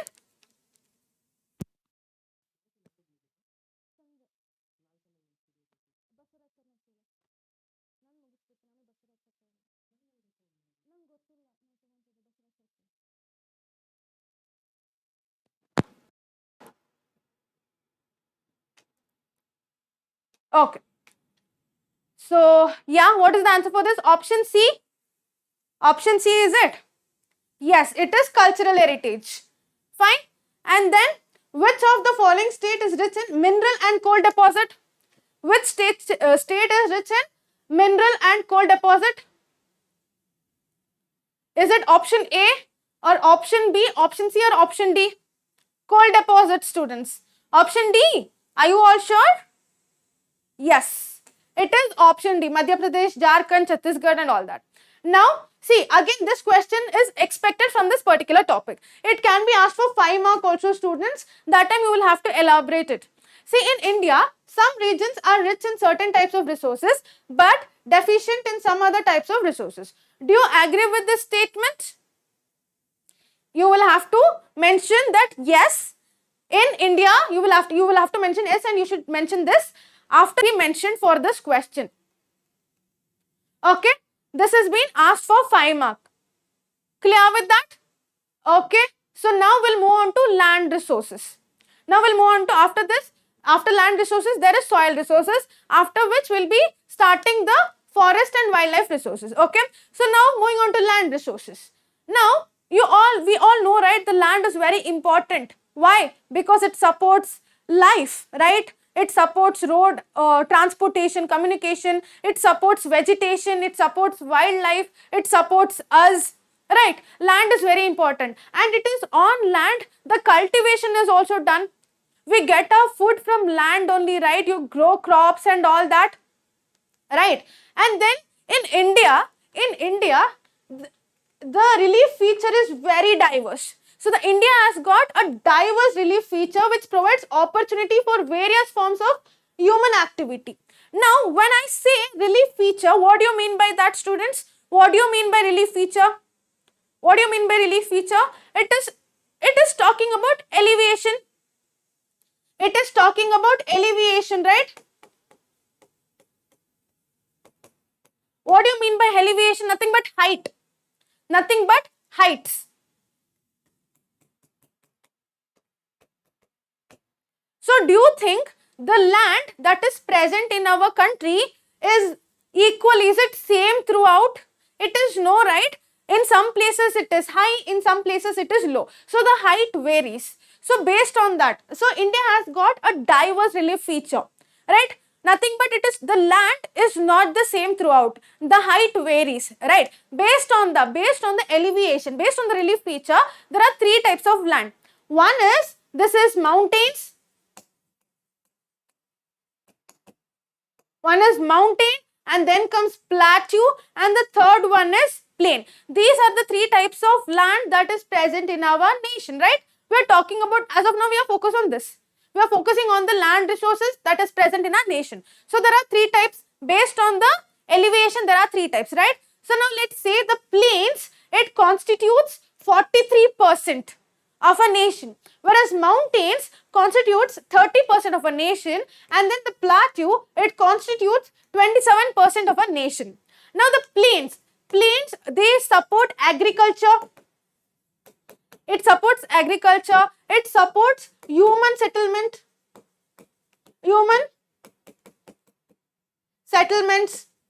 right? What about mountains? Mountains are the excellent source of, they are the excellent source of river. They are the excellent source of river. Along with that, you know, it also supports tourism. It also supports tourism, right? Now, what about plateaus? Plateaus, these are the land where the coal deposit, mining and all is very good. So, it is an excellent source of, you know, fossil fuels, mining activities, and then even forests, right? So these are the three types of land that is found in our nation. Plain, the plains, it supports agriculture, human settlement and all that, whereas mountains, river and tourism, plateaus, fossil fuel, mining activities as well as forests. Okay. So now let's see how the land is being utilized in our nation. So land is being utilized for forests. It is also, there are certain land which are not available for the cultivation, which means to say that they are barren and wasteland. So what do you mean by barren and wasteland? See, when a land, it is left as it is, the land is not taken care, the soil is not enriched in the land, then what happens? When the land is left as it is for some years, then the land will become waste. It will not be suitable for the cultivation. Such land is considered as barren and wasteland. Okay. And also the land that is put to non-agricultural uses, for example, buildings, roads, factories, even to construct roads, even to construct factories, railways and all that, we require land. This is how the land is being utilized. Okay, fine. Along with that, there are certain land which other than uncultivated land. The lands are also being used for grazing activity, nothing but permanent pastures. What do you mean by permanent pastures? See, the land where so tiny grasses are grown, for example, fodders are grown, so that the animals can graze over there. Fallow land, Sriram, fallow land is that the land which is the area where it is not cultivated. Initially, yes, agricultural thing was going on, but after some time it stopped. And then if it crosses like 1 year, 6 months or more than 1 year or 5 years, then that is considered as fallow land. Okay. So, in a permanent pasture, in a land, the grasses are grown, the fodders are grown. Why? To feed the animals. And then the animals are left to graze in that land. Such lands are, you know, they are not fit for cultivation. Right. So, it is that is also, you know, for this purpose also land is being utilized. Along with that, the land under miscellaneous tree crop groves, which is not included in net sown area. And students, I will explain what is net sown area. Yes, what is the difference between fallow land and barren land? Okay, I'll explain that to you now. See, the barren land is the wasteland. It is the wasteland where the agriculture or cultivation cannot be practiced. Okay, because see, the soil is not nourished. It is left as it is, where extra care is not taken. Such land is unfit for cultivation. They are wasteland where no activity is done. That is barren land. Whereas actually the fallow land is nothing but, students, look at this. Let's say that this is the field. Can you see this diagram? Let's say this is a field. Now let's say that in this area, in this particular area, the cultivation is done. So this is actually an entire land, and only in this part of the land, the cultivation is done. Whereas in the surrounding part, can you see this square, can you see that frame kind of thing, the frame region? Over there, the cultivation not done. So you would have seen now when you go to rural side and all, you would have seen the agricultural land. Yes, it is been utilized, but then not the entire land is utilized. In some corners, it is left as it is. So such land, if it is left as it is for more than 1 year, then that area also, and if the care is not taken, if the soil is not nourished, only middle part is taken care, the other rest part, if it is not taken care, then that area becomes unfit for cultivation, and that is called as fallow land. Whereas if it is barren land, this entire land is left without taken care as it is. No agricultural activities performed there for more than 1 year. Then that land is called as barren land. Okay, Sriram, understood the difference? And then the other one is culturable wasteland. See here, if the land is left uncultivated for more than 5 agricultural years, then that is considered as culturable wasteland. And just now I told you the difference between barren and fallow land, right? Now the current fallow land is nothing but it is left. See, this region is left without cultivation for 1 or less than 1 agricultural year. Then that is considered as current fallow land. Whereas other than current fallow land is the land which is left uncultivated for past 5 agricultural years. Okay, clear with that? So these 3 things you will have to remember. Most of the students, they get confused with that. Always remember, students, culturable wasteland, it is left uncultivated for 5 years. Culturable wasteland, whereas current fallow is the one that is left uncultivated for like 1 year or less than 1 year. And then the other than current fallow is the one that is left uncultivated for 1 to 5 years. Okay, you must remember these. Okay, fine. So we'll move on to the next one. Yes, this is one of the important concept from which the 2 mark, 1 mark question can be asked. 2 mark question can also be asked. What is net sown area? See, the area that is sown more than once in a year in an agricultural year plus that is considered as net sown area. Now let's say this is a land. This is our agricultural land. Okay, let me divide this agricultural land into 3 parts. Okay, so now economics, no students, economics will not be taught in this channel as of now. We are teaching geography, history, politics. Okay, now let's say that this land is not cultivated. This is no crop is sown. No crop is sown. Now let's say in this, yes, crops are sown.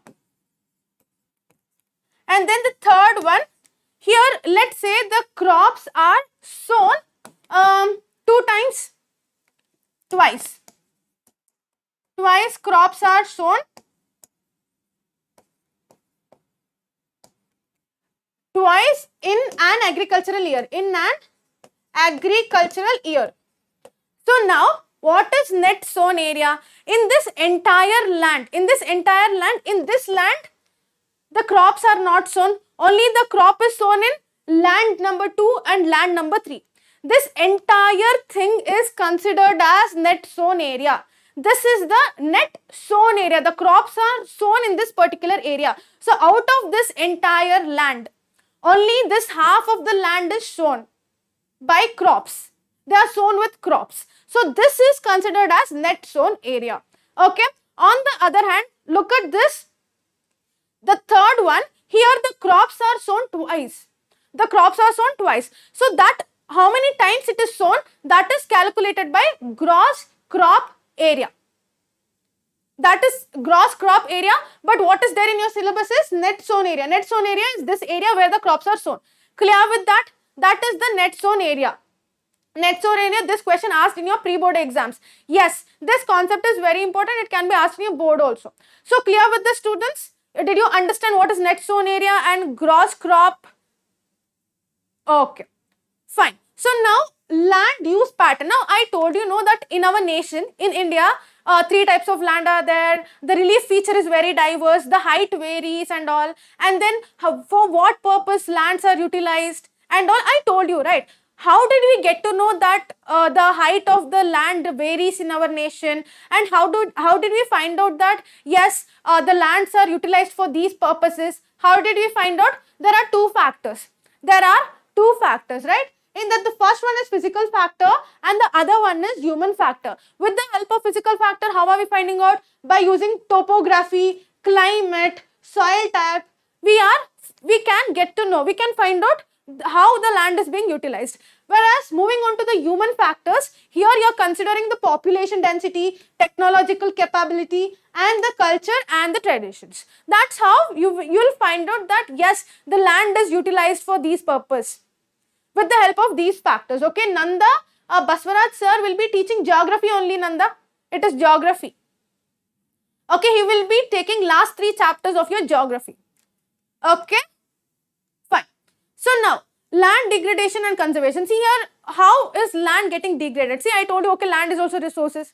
I told you its importance. I spoke about the relief features. Okay, fine. After that, we even understood about how the land is being utilized and how did they find out and all that. Yes, Sriram, yes.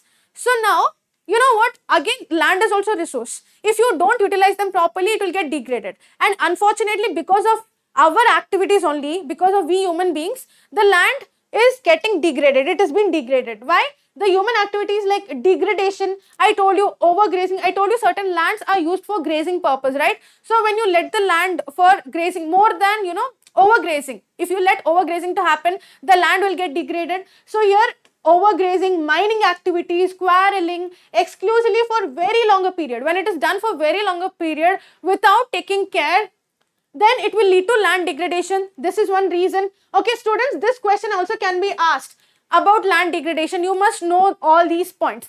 Okay, is it not visible? Students, okay, let me, anyway, I am sharing this PPT, in the PDF will be provided, you can refer there. Now, I will explain you. First point is human activity, the land degradation. How is land getting degraded? One is because of human activity. How? Due to overgrazing, mining activity. Now, listen to me. Because of overgrazing, mining activity, and then quarrel and degradation. Okay. Now, you must remember these states. Wait, I guess I have these. Look at this. Only this slide is like this, student. I will, when I'm explaining it to just note them down. Okay. So, it is because of human activity like overgrazing, deforestation and mining activity. Because of that, land degradation is major. So, now the next point that you will have to remember is, in which states, what is the cause for land degradation? Okay. In case of Jharkhand, Chhattisgarh, Madhya Pradesh, Odisha, the deforestation has led to land degradation. Why deforestation? Because of mining activity. When they want to carry out mining activity, they will have to remove the forest. When the forest is removed, the trees, the roots will not hold the soil particles. When the soil particles are not held by the tree, then what it can aram say, it can be blown, right? So, all the nutrients that are present in the soil will be removed. So, in Jharkhand, Chhattisgarh, Odisha, Madhya Pradesh, what is the cause for land degradation? It is deforestation because of mining activity. Remember this point. And in case of Gujarat, Rajasthan, Maharashtra, overgrazing. Gujarat, Rajasthan, Maharashtra. Overgrazing is the reason for degradation. Okay. In case of Punjab and Haryana, in the states of Punjab and Haryana, over there, over irrigation is the cause for land degradation. Okay. And then finally, certain mining activity like mining of, in case of cement industry. In case of cement industry, they will grind limestone, right? And also in case of ceramic industry, they will have to grind calcite as well as soapstone. When these substances are ground, certain particles are released. These dust particles, when it gets accumulated in the soil, then it will affect the infiltration of the water. It will affect the infiltration of the water. What do you mean by infiltration of the water? The penetration of the water into the soil will be affected. When that is affected, the soil will not have enough of groundwater and that will lead to land degradation. These are the points that you will have to remember when it comes to land degradation. As we go further, I have added the question. For that question, I have added the answer also. Again, over there, I will be showing this particular concept. Okay? Clear with that? So, now you understood the cause of land degradation. It is overgrazing and, over irrigation, mining activities, deforestation are the causes, right? So, now how can you prevent the land degradation? It is by afforestation, right? And also planting of shelter belts. What do you mean by shelter belts, students? Are you all aware of shelter belts? What is shelter belts? See, now let's say there is a land. This is a land and these, can you see this? In this manner only, can you see this boundary that I have drawn? In that boundary only the grasses are grown. Nothing but certain grasses they are grown. Certain plants they are grown in one particular line. And in between, in that, can you see the space? Over there, certain important crops will be grown. or that land will be utilized. By doing this, we can prevent land degradation. Why? Because there are grass that is present which prevents the loss of soil particle.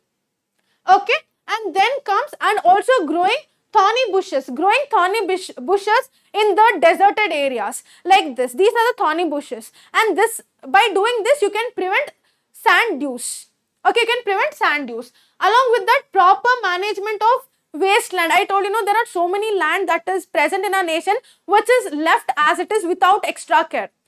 So by proper management of wasteland and also controlling the mining activities, proper discharge and disposal of the industrial effluents, waste after the treatment can reduce land and water degradation in industrial and suburban area.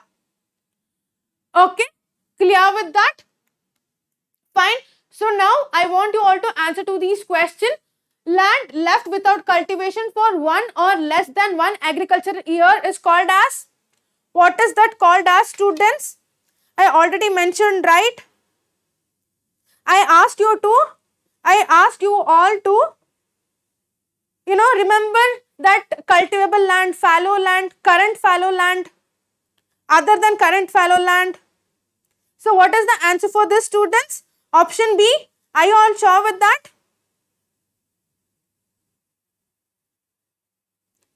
Are you all sure with that?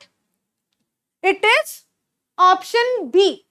Current fallow land. See here, the land that is left cultivation for one or less. So that is your current fallow land. Okay, option B, yes. And then which one of the following is the main cause for the land degradation? Is it intensive cultivation, or is it deforestation, or is it over irrigation or overgrazing? What is the right answer? Nanda ma'am, what is bad soil? Bad soil is, see, the soil is not fit for agriculture. Why? Because maybe it is more polluted, or else maybe, see, if you want to, cultivate that particular land, how should be the soil texture?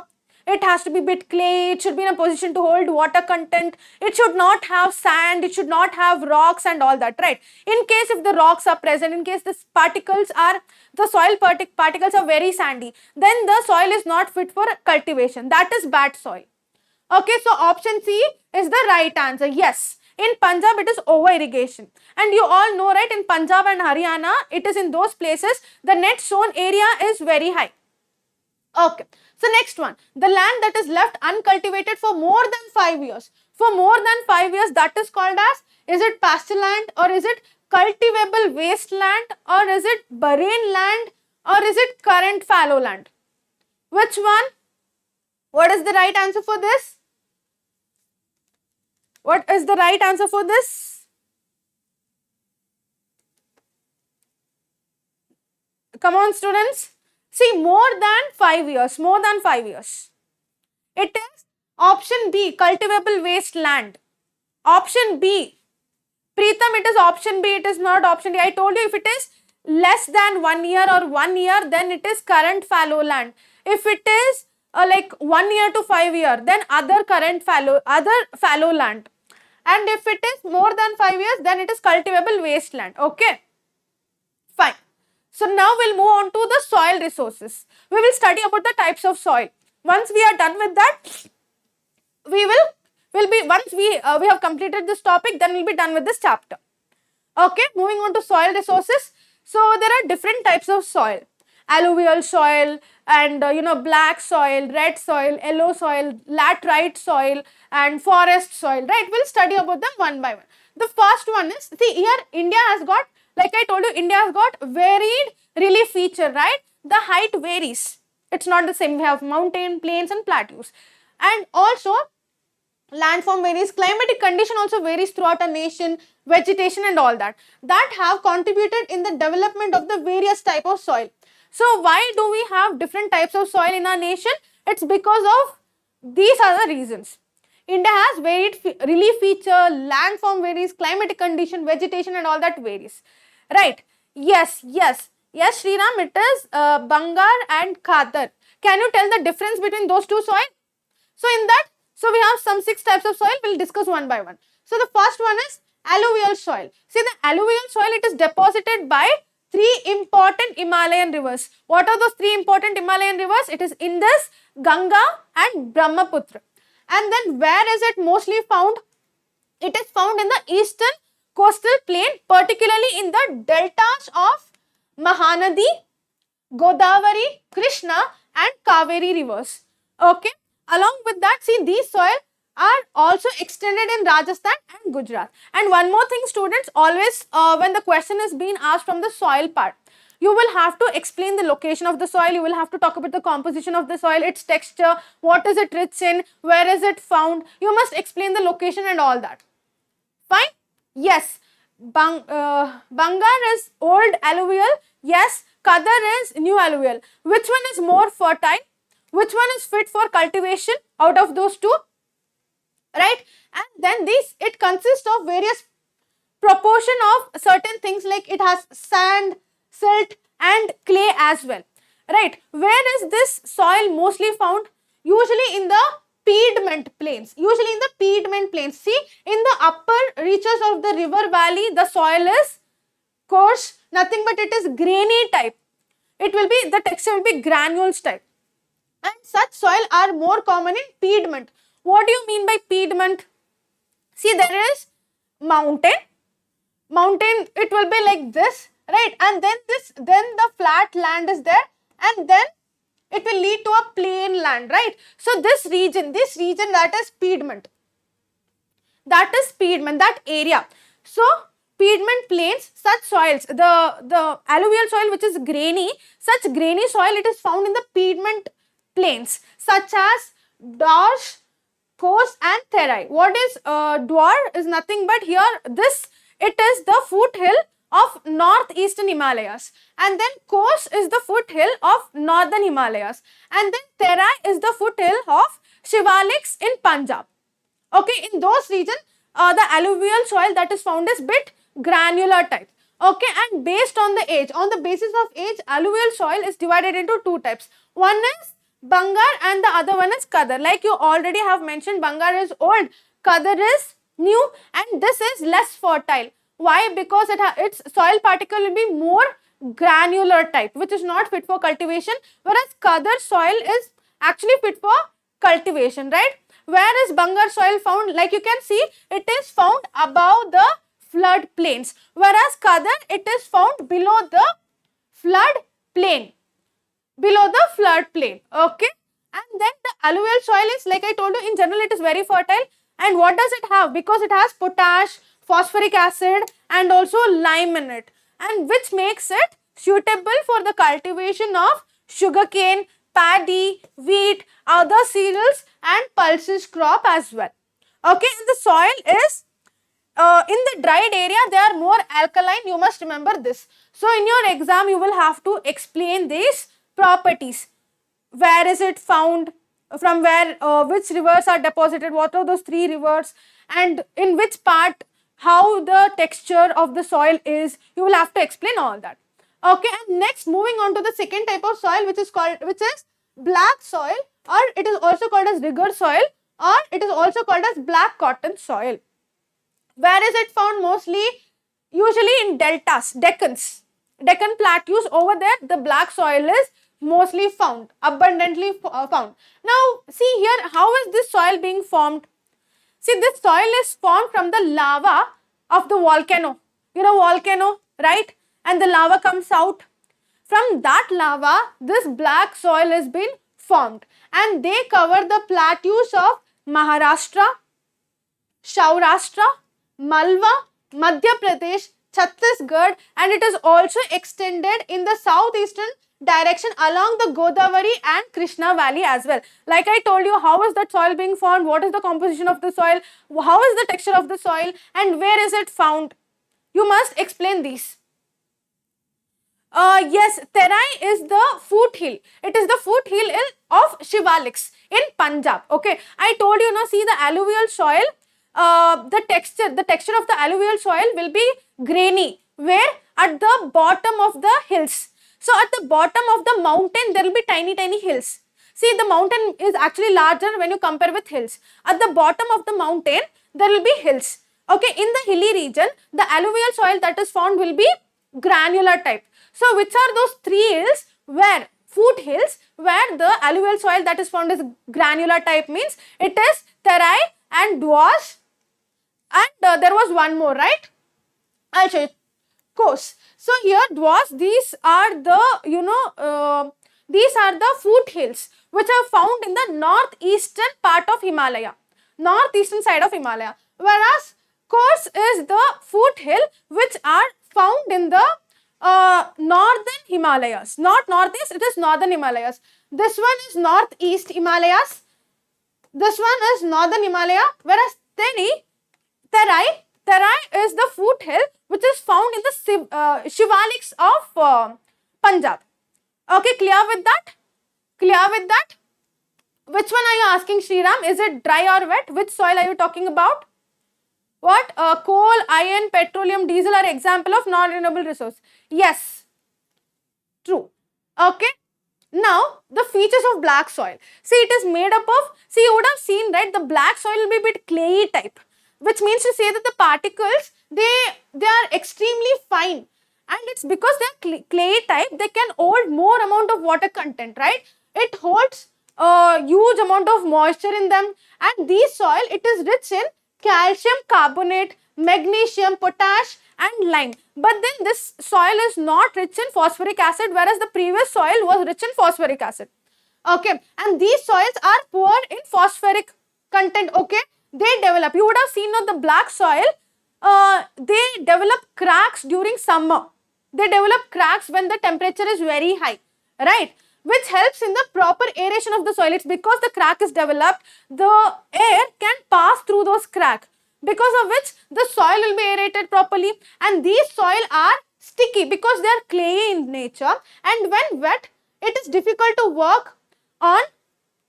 It is very difficult. See, when it is wet, when it is still clay in nature, it is very difficult to work on until it is tilted immediately after the first shower and during the pre-monsoon period. So, before working, after the first shower or pre-monsoon period, during that time, it has to be tilted properly. If not, it is really hard to work with it. Okay, fine. So, quiz, first question, which river system have deposits of alluvial soil in the north plains of India? What are those 3 river deposits? Come on students, comment in the comment section. Is it Ganga, Yamuna and Godavari, or is it Mahanadi, Koshi and Gandak, or is it Krishna, Kaveri and Godavari, or is it Indus, Ganga and Brahmaputra? Comment in the comment section. What is the right answer? Option A. Are you sure? Is it Ganga, Yamuna and Godavari? Are you sure with that? Students, it is Indus, Ganga and Brahmaputra. I told you now the 3 Himalayan rivers. The 3 Himalayan rivers, they are the deposits of alluvial soil, that is Indus, Ganga and Brahmaputra. It is option C. So, next question, which one of the following term is used to identify the old and new alluvial respectively? The first one is Khadar and Terai. Is it option B, or is it option C, or is it option D? Option D, are you sure? Option C, yes. Option C is the right answer. Okay, next question. The black soil lacks which of the following nutrients? Is it calcium carbonate, or is it magnesium, or is it potash lime, or is it phosphorus? Which one? I have already mentioned. Alluvial soil has got good amount of that, whereas black soil does not have that.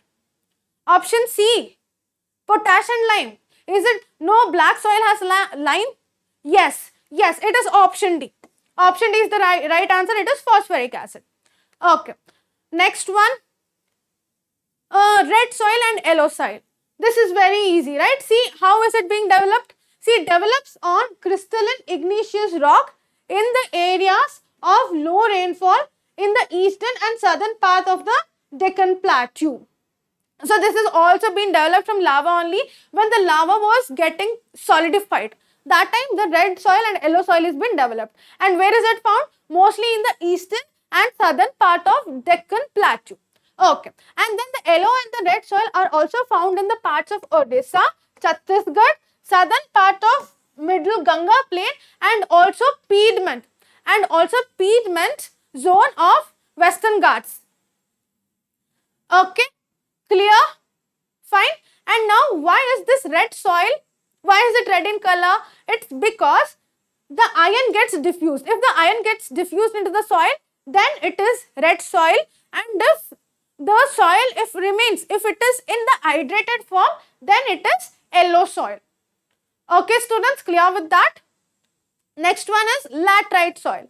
Laterite soil, this is developed in the area where the temperature is very high, the rainfall is heavy. In such areas, the laterite soil is found.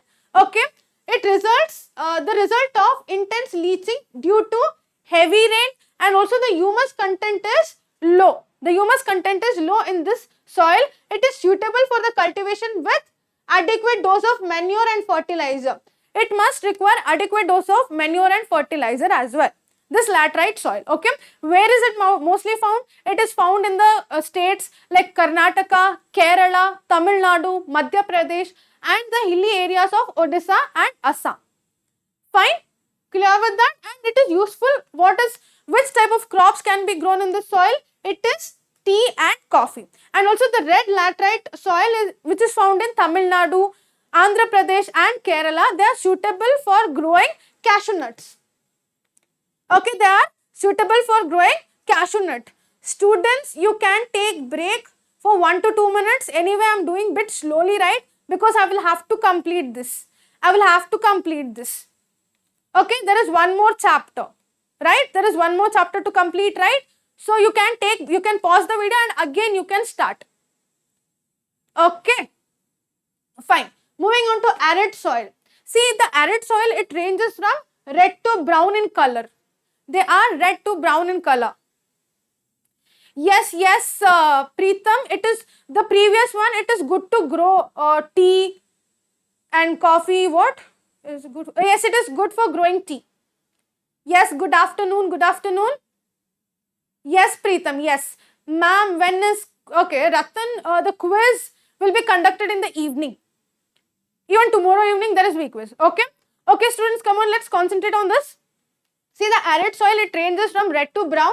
Okay, here it is. How is the texture of this arid soil? They are sandy, and they are saline in nature. Nothing but there will be salt content in them, and the salt content is bit high. It is bit high in case of this. And along with that, this soil also has got calcium nodules of calcium carbonate, which is called as canker. Alright, this soil, if after proper irrigation, this soil becomes cultivable, or else it is always like this dried and the cracks are developed in this particular soil. Whereas this soil found, it is found in the western Rajasthan. And here only after proper irrigation, this land becomes fit for cultivation. This is fit for cultivation.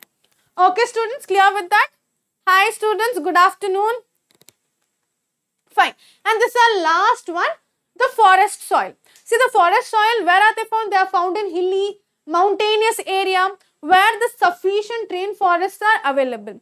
And how is the texture of the soil? What is present in this soil? See, you will get to see they are a bit loamy and silty in valley sides and cows grained in the upper slopes. Nothing but there will be granular type in the upper slopes, whereas in case of valley side, the soil is good for cultivation.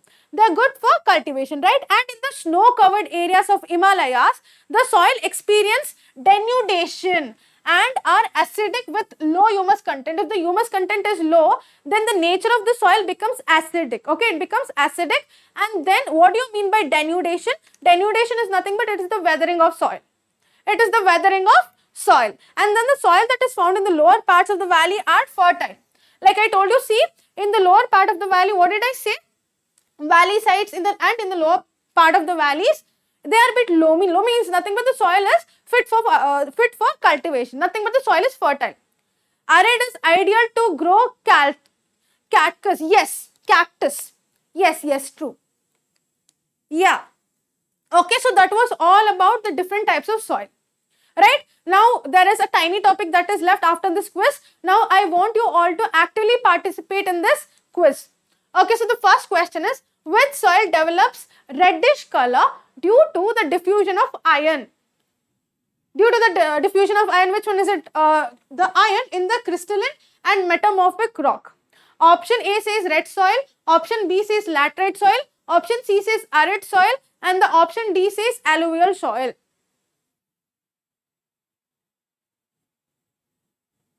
Option A. Yes, it is red soil.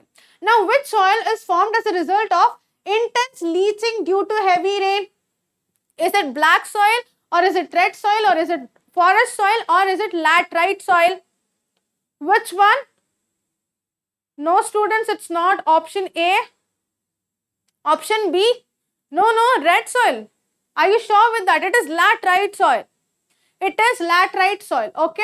Now, which soil is found in hilly and mountainous area with availability of sufficient rainfall?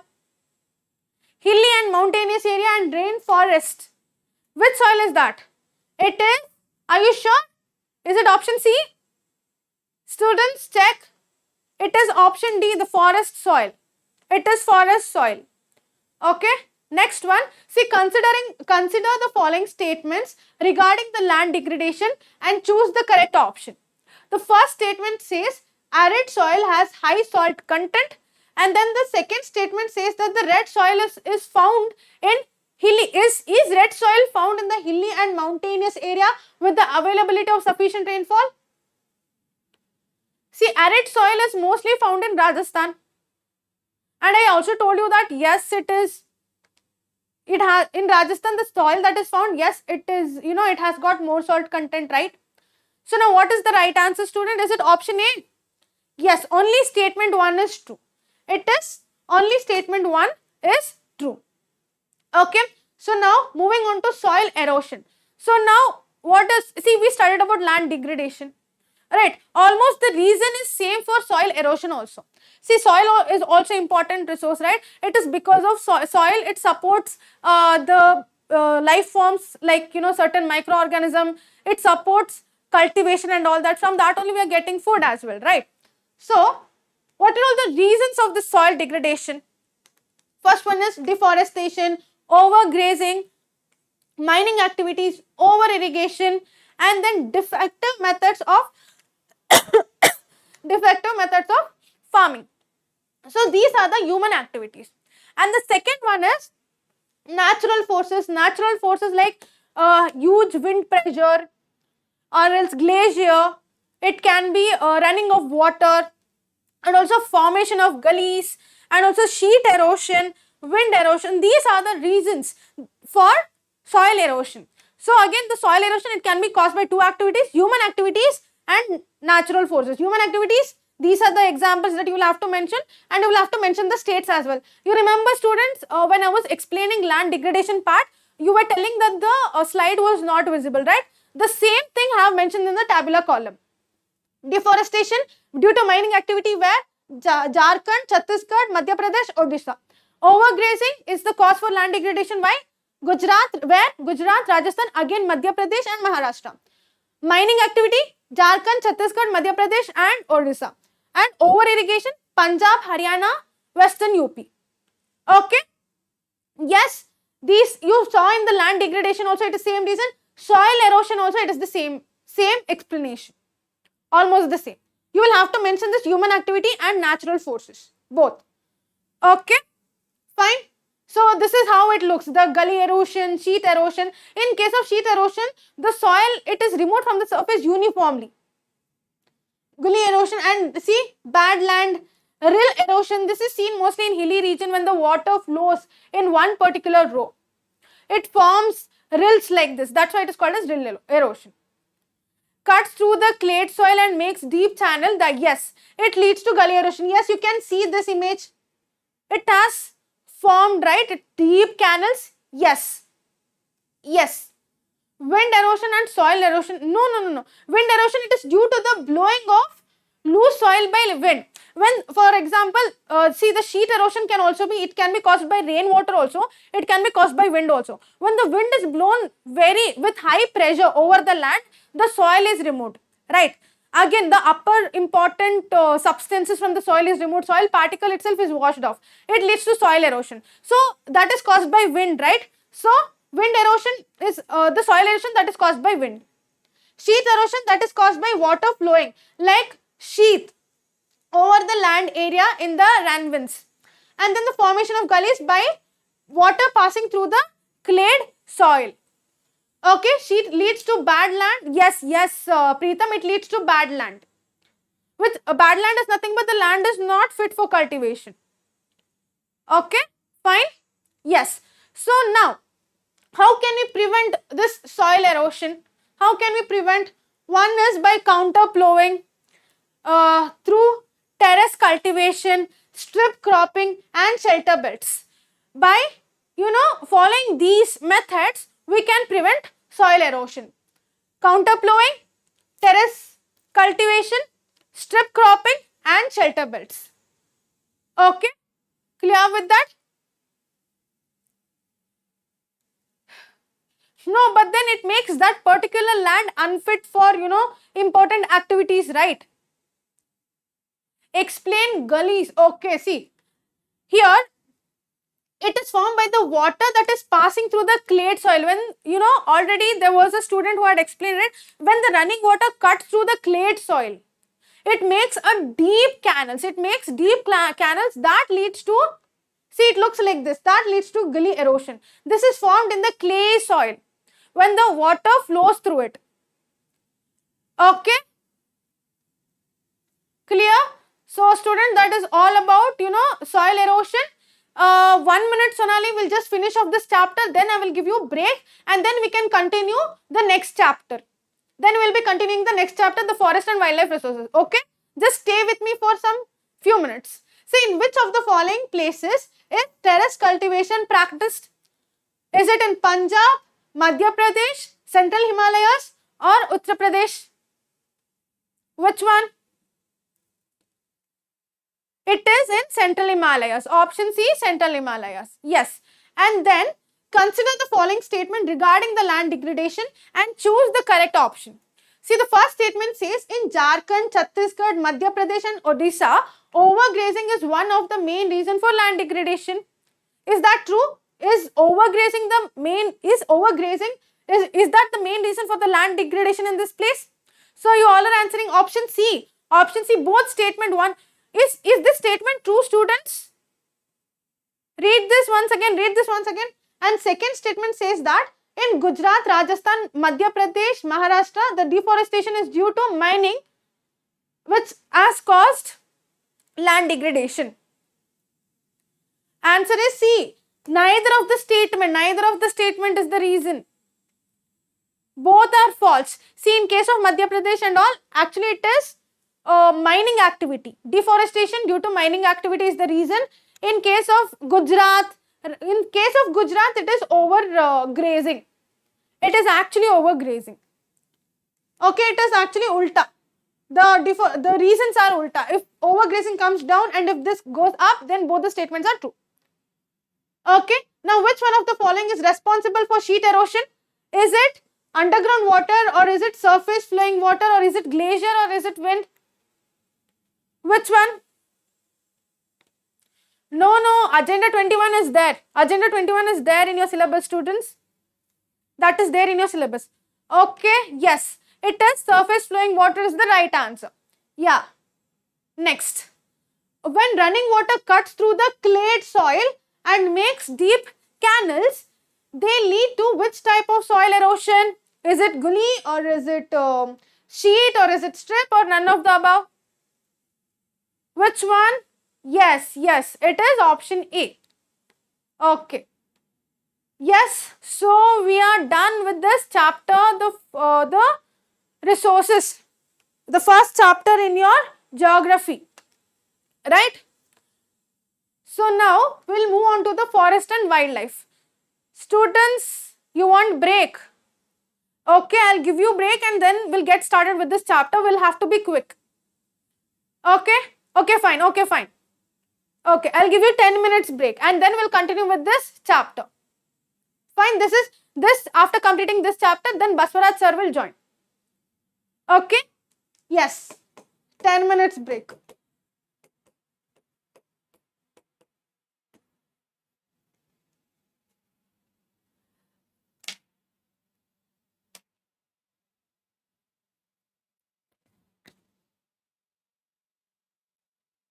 Tomorrow, students.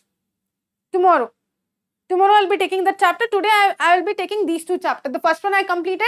The second chapter I'll be starting at 2. And we'll finish it off by 3. We'll try to finish it off as fast as possible. So we'll finish it off by 3. Okay? Fine.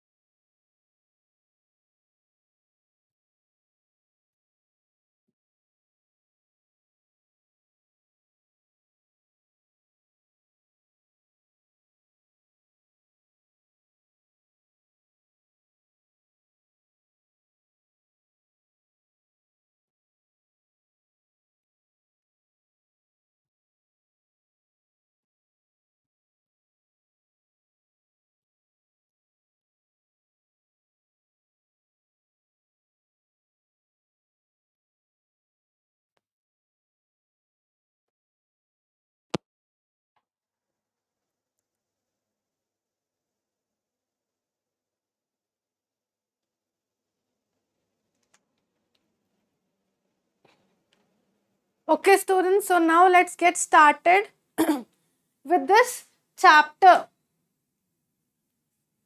Okay.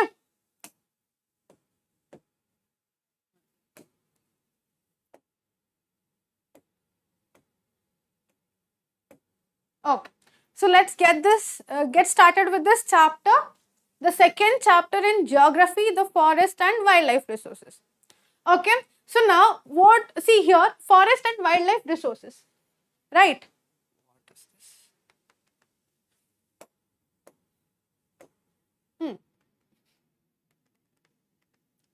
Yes. See here, the forest and wildlife, it says resources. So till now in our previous chapter, we studied about resources, right? We spoke about resources.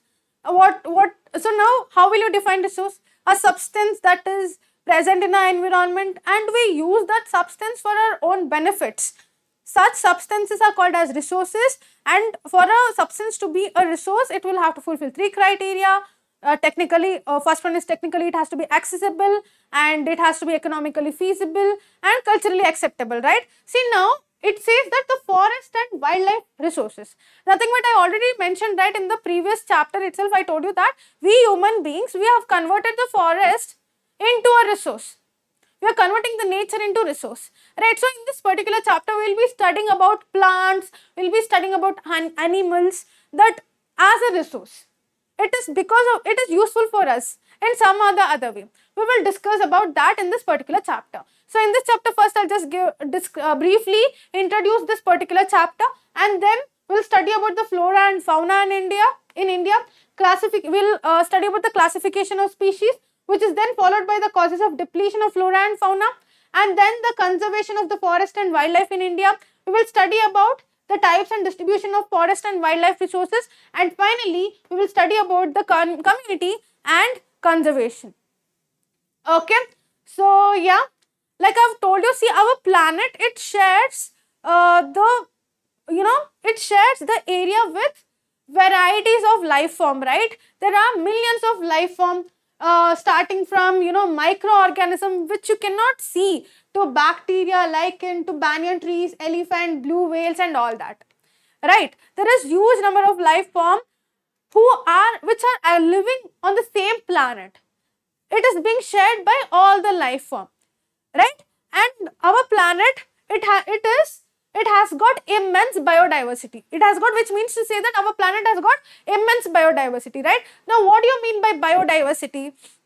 Bio means life, diversity means variety, right? So, biodiversity is nothing but it is, how can it be defined? It is immensely rich in wildlife and cultivated species which are diverse in the form and the function, but closely integrated in the system through multiple network of interdependency, right? So here there are so many life forms. See, now for example, the deer eats grass, right? Grass is also a life form.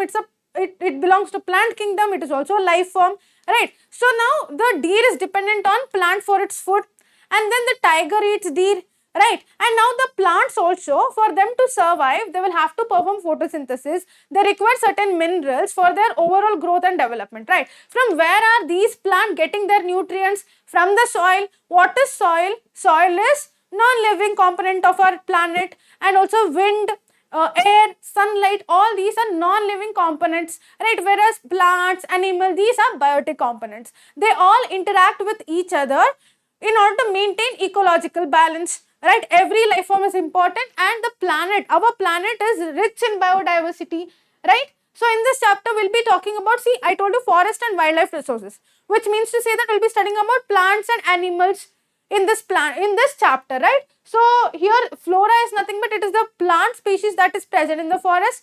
Fauna is the animal species that is present in the forest. Okay, so India is one of the world's richest country in terms of biodiversity. Nearly 8% of the total number of species, it constitutes 8% of total number of species in the world. So India is very rich in biodiversity, and it constitutes 8% of the total species in the world. But unfortunately, nowadays it's been decades, from past few decades, we are witnessing the depletion in this species, Okay, see, at least 10% of the India's recorded wild flora and 20% of its mammals are in the threatened list, which means to say that they are at the verge of extinction, right? Why? Because of anthropogenic activities. Because of anthropogenic activity. What do you mean by anthropogenic activity? See, we human beings, we are polluting our environment because of our greed.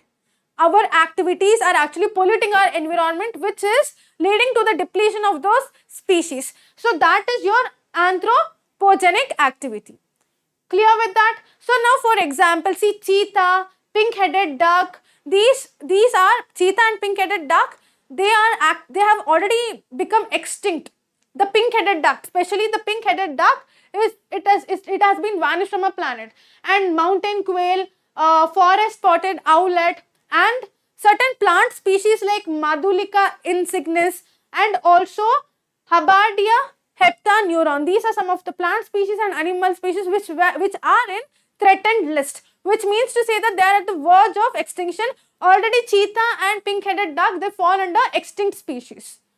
Okay, you must remember these examples, students, because you will have to mention them in your answer sheets. Right? So now speaking about class, now we'll move on to the classification of species. See, now I told you that our nation is very rich in biodiversity, but then unfortunately we have been witnessing the depletion in these species since past few decades. Right? There is depletion in these species because of our own activities. Right? We should, and also I showed you some example of some species which are present in the threatened list. Right now, so to prevent the 7 species of mammals, 44 of birds, 15 of reptiles, 3 of mammals are in threatened list. Okay, so you are being very specific about the species that are in threatened list. Actually, if you count, there are so many. There are much more which are falling into threatened list. But then if you remember few examples for your exam point of view, that is more than enough, because day after tomorrow you have your exam, right? If you remember 3 to 4 examples, that is enough. Okay. So yeah, I told you that the species are getting depleted, right? So now to prevent the species from becoming extinct, we should take certain measures, right? Therefore, IUCN has classified the existing species. It has classified the existing species into 6 categories. Why? So in order to track the population of those species. By categorizing the species, you will get to know that what is the population of that species. Is it in the verge of extinction or is it in the safer zone? We can find out. How? By classifying those species. So this classification was given by IUCN. What is IUCN? It is International Union for Conservation of Nature and Natural Resources. It classified the existing species of flora and fauna into 6 species. The first one is normal species, second one is endangered species, third is extinct species, fourth one is endemic species, fifth one is rare species, and then comes vulnerable species. We will be talking about each and every species now in depth. Hi students, good afternoon. Okay, so the first one is normal species. Normal species, see the term itself says that the population level of the species is in the safer zone. Okay, Shriram, you want me to explain in brief? Okay, fine, I'll explain in brief and mention you the examples. Okay, see here the term itself says normal species, which means to say that the level of population of these species is normal. It is neither increasing nor decreasing, right? Example is cattle, pine, rodents. These are the example of those species whose population level is normal. Okay, fine. And then the second one is endangered species. See, in the endangered species, in this term, endangered word is hidden, right? Which means to say that now in the species which fall under this category, their population level is in the danger zone. It is in the danger zone. Why? Because their population level, it is decreasing so fastly that if the care is not taken, then they will get extinct very fastly. If the care is not taken, then they will get vanished from our planet. If the negative factors which are resulting in the depletion, if the care is not taken, if those negative factors are not under control, then these species, they become extinct. Okay, example for these species are black buck, crocodile, Indian wild ass, Indian rhino, lion-tailed macaque, sangai. Sangai, it is a brown anther deer in where? Manipur.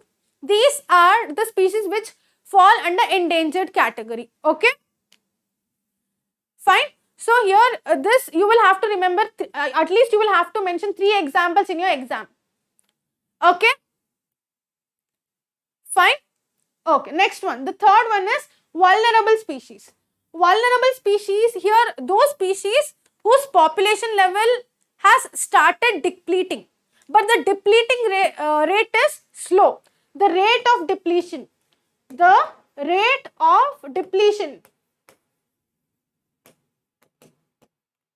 is slow. Such species, and if the care is not taken, they will fall into endangered species, and in case, even after that, if the care is not taken, then they will get extinct.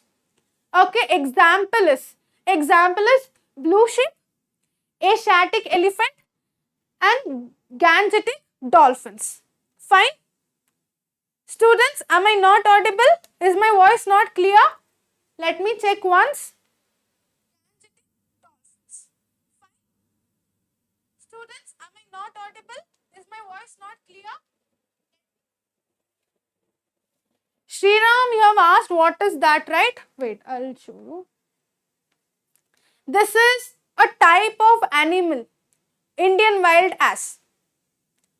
Okay? Okay, Shriram. Okay, fine. And then moving on to the fourth one, that is rare species. Rare species, already yesterday I explained, right? See, the species population is, normally it is very small. Naturally, it is very less. Now, for example, let's say there is species A. Its population is 100. And then there is species B, whose population is just 10. Now, let's say that both the species started depleting. Then, which one will get extinct fast, student? Is it species B or species A? Which species will become extinct very fast? Is it species A or species? Yes, it is species B. So, such species whose population is naturally it is less, such species fall under rare species category. Their population is very small. Okay, and in case if the negative factors are, if they are not under control, then these rare species can get into vulnerable or endangered species. Okay, example is Himalayan brown bear, wild Asiatic buffalo, desert fox, and hornbill are some of the example for rare species. Okay, and then the fifth one is endemic species. Endemic species are those species whose population is restricted or limited to one particular geographical area. It is restricted by the geographical boundaries. Okay, so here example is nothing but they are found in that particular place only. For example, Andaman teal. So the Andaman teal is a type of bird. See, this is a bird which is found only in Andaman. Okay, and then there is Nicobar pigeon. Nicobar pigeon is found only in Nicobar. You won't find them anywhere. If you have any doubts, comment in the comment section. If it is relevant to the chapter, then it has to be relevant to the chapter, the subject. Okay, fine, then I will get back to you. Okay, yes. So, Andaman tail is found in, it's a type of bird, it is found in Andaman only. Nicobar pigeon, it is found in Nicobar only. And then there is Andaman wild pig, mitten, in Arunachal Pradesh. Like this, certain species, they are found only in that particular geographical area. Such species fall under endemic species. And then sixth one is the extinct species. Extinct species are those species which has vanished from our environment. It is no more existing in our environment. Nothing but it has become extinct. Such species fall under extinct species. Okay, example for that is Asiatic cheetah, pink-headed duck are the example. Okay, fine. So now I have quiz for you all. I want you all to answer to these questions. Species which are danger of extinction are called extinct species, vulnerable species, endemic species, or is it, which one is that? Or is it endangered species? Is it? It is option D, which is endangered species. Okay, so next question. Which one of the following is an endangered species of Manipur? I mentioned that. Is it blue shin? Karthikeyan? Are you sure? Option B says Asiatic buffalo, right? And then option C says brown anther deer, nothing but the sangai, and option D says dolphin. Which one? No, it's not option D. I see in the question it is clearly mentioned Manipur. Where? It is option C. Sangai. Okay. And then next question. What does the species which are no longer found on earth, that is called as, so the species have become extinct, it is no more found in the earth. What are they called as? Are they normal species or vulnerable species, rare or extinct species? Yes, it is option D, extinct species. Fine. Next one. Now in this statement, see, read the given statement carefully and choose incorrect statement.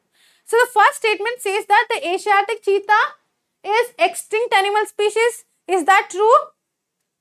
See, Asiatic elephant is a rare species. Is that true? Indian wild ass is an endangered species and rodent is a normal species. Yes, rodent is a normal species. Yes, Asiatic cheetah is extinct species, right? So which one do you think is incorrect?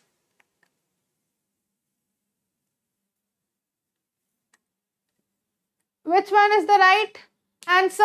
It is option B. Only second one is the right one. See, Asiatic elephant, it does not fall in the rare species category. Okay. So yeah, now we'll move on to the causes of depletion of flora and fauna. I guess this part, students, is this topic deleted from the syllabus? The causes of flora and fauna? Causes of flora and fauna, I'll just brush through this topic, right? See, I told you the species are getting extinct, right? Why? It's because of human activity only. It's because of our greed. We are converting the forest, we are converting the nature into resource, right? So, because when you use the resource too much, then it will lead to extinct, and then so there are certain lives which are dependent on forest and their life will also be in trouble, right? Well, I'll just brush through this within 5 minutes, right? See, here, it is we human beings, we have transformed the nature into resource. Obtaining directly or indirectly from the forest and wildlife. What are we obtaining? We obtain wood, bark, leaves, rubber, medicines, dye, food, fuel, fodder, manure, etc. Right? Why do we get wood? For fuel purpose. Right? You burn wood and then the heat energy is utilized for various other purposes, right? Other than that, also during colonial period, due to the expansion of railway, agriculture, commercial and scientific forestry and mining activity. So now what is commercial and scientific forestry, students? See, you know, teak wood is very important. It has got more economic value, right? So what do people do in order to make more money? Out of their greed, they remove the forest and they grow only the teak tree in that forest. Business purpose and for their greed, because of which the natural forest is removed. That is getting affected. So that is what is called as commercial and scientific forestry, and also mining activity is also reason for the depletion of forest and wildlife. And after independence, there was this agricultural expansion. Why? Because after independence, there was migration that took place, because of which population increased. If the population increases, the demand for food also increases. So if the demand for food increases, then we'll have to fulfill that. For that, we require more agricultural field. So there was agricultural expansion for which the more land was needed. So it led to deforestation, right? And then shifting cultivation, nothing but jhum, in order to expand the agricultural field. there are certain people, tribal people in the northeast and the central India. What did they do? They removed the forest. How? By cutting the trees, and then they burned the forest. And after that, after burning the entire forest, they get land, right? And that land was utilized for agricultural purpose. That it is a type of farming which is practiced in central India and northeast by tribal people. And large scale development projects like Narmada Sagar project. So to construct dam for Narmada river, they had to remove 40,000 hectares of forest area, right? Which led to, this one. It affected the lives of animals which were living in the forests, right? It led to degradation, and also mining activity, grazing and fuel collection are some of the reason. Along with that, habitat destruction, hunting, over-exploitation, environmental pollution, poisoning and forest fires. Why forest fire occurs? When the climate is very dry. When the climate is very dry and all that, it causes forest fire and all that. So these are the reasons for the depletion of forests. Okay. Now, other important causes of environmental destructions are unequal access. Like I told you, see the people, it is not same everywhere. The availability of resources. It is unequal. Unequal access is one of the cause. Along with that, overpopulation, overconsumption is also the cause for degradation. And then inequitable consumption of resources, differential sharing of responsibility for environment and well-being are some of the reasons for the environmental degradation. Okay, fine. So now what are all the effects of depletion? What are all the effects? There are so many wildlife which are dependent on the forest. Their life will be in threat, which leads to endangered species. They might get into the category of endangered species. And there are so many local communities. Whose life is dependent on forest for collecting wood, for collecting fodder, water for domestic purpose and all that, right? So their life will be affected, and then it will also lead to drought, flood, and then what else? It will the environmental degradation like air pollution also, and lowering of water table, lesser rainfall. It also leads to global warming, and indirectly it will lead to poverty. Right? Fine. So that was all about the causes of degradation. Now there's a tiny quiz for you all. I want you all to answer to this. So first question. How Indian forests depleted during the colonial period? It is all of the above. I told they expanded, they want mining activities, railways and roadways, they were constructing, they were expanding the infrastructure as well, and also commercial and scientific forestry is also the reason. I explained what is commercial and scientific forestry as well.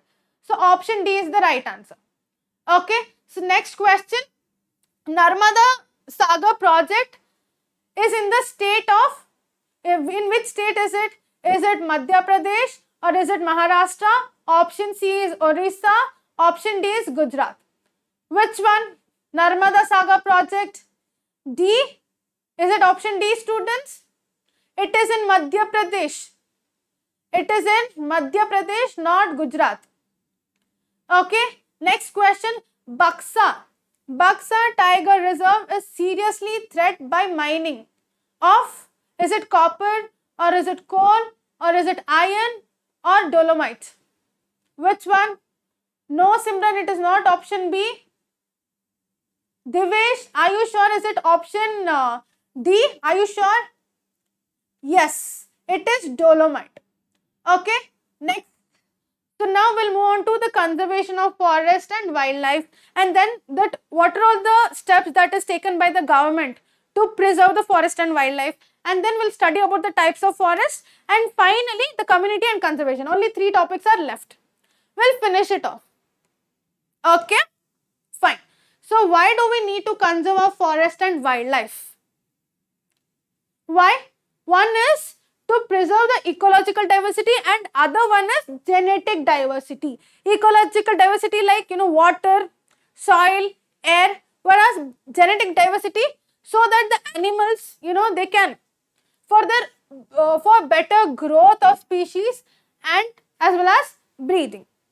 Okay, and then the government also took certain steps to prevent the extinction of wildlife as well as certain plant species as well. How? By implementing acts, by establishing national parks, and also by implementing certain acts like this, right, and also by passing certain projects. Okay, so now here the Indian Wildlife Protection Act, this was implemented by the government in 1972. Okay, what was the objective of this act? It was to preserve the existing endangered species. Existing endangered species, how? By protecting their habitat, by banning hunting and giving legal protection to their habitat, right? And also by restricting the trade in the wildlife. I told people they hunt animals. Why? Because they want to sell that, if they sell the teeth, horns, skin of those animals, it is, if you sell them, they get good amount. So they kill the animal, they hunt the animal, right, which is very bad for trading purpose. That has to be banned. So this act was implemented to protect the existing endangered species. How? By following these steps. Okay, and then there are certain species which has fallen into threatened list as well, which are mentioned in threatened list as well. Okay, so here an all India list of protection species was also published. That was also published. Hi Hero, how are you after a long time? Okay, so what are all those species which are present in threatened list? It is tiger, one-horned rhinoceros, okay, and then Kashmir stag, and then 3 types of crocodile, that is freshwater, saltwater crocodile, and gharials, also Asiatic lion, Indian elephants, black buck, and also Godawan and snow leopard. These are some of the species which are present in the threatened list. Okay, this was also published by Indian Wildlife Protection Act. Okay, and also the government also passed Tiger Project, Project Tiger, which is very important, and this led to launch so many national park, tiger reserves in our nation. And you will have to remember these tiger reserve like the Corbett National Park, which is present in Uttarakhand, and then Sundarban National Park in West Bengal, also Bandhavgarh National Park in Madhya Pradesh, Sariska Wildlife Sanctuary in Rajasthan, Manas Tiger Reserve in Assam, Periyar Tiger Reserve in Kerala. You must remember these national parks. You might get an MCQ. Okay, fine. So they started recognizing animal species which was getting extinct, right, in 1972, and somewhere in 1980s they started considering insects, other species as well, like butterfly, moths, beetles, one dragonfly and all that. Okay, and in 1991 they started considering plant species as well, to preserve the plant species as well. So when was this started? It was in 1970. The first one was Indian Wildlife Protection Act, which aimed at preserving the existing species, existing endangered species. And then in 1980s, it focused on animals as well. It has increased to, yes, according to the recent census, yes, 2022. Yes, true. Initially, it was in threat. Nowadays, now the last year, it has increased. Yes. And then, in 1991, they started considering plant species as well. See, for the first time, the plant were also added to the list, stating with the 6th species. Okay, fine.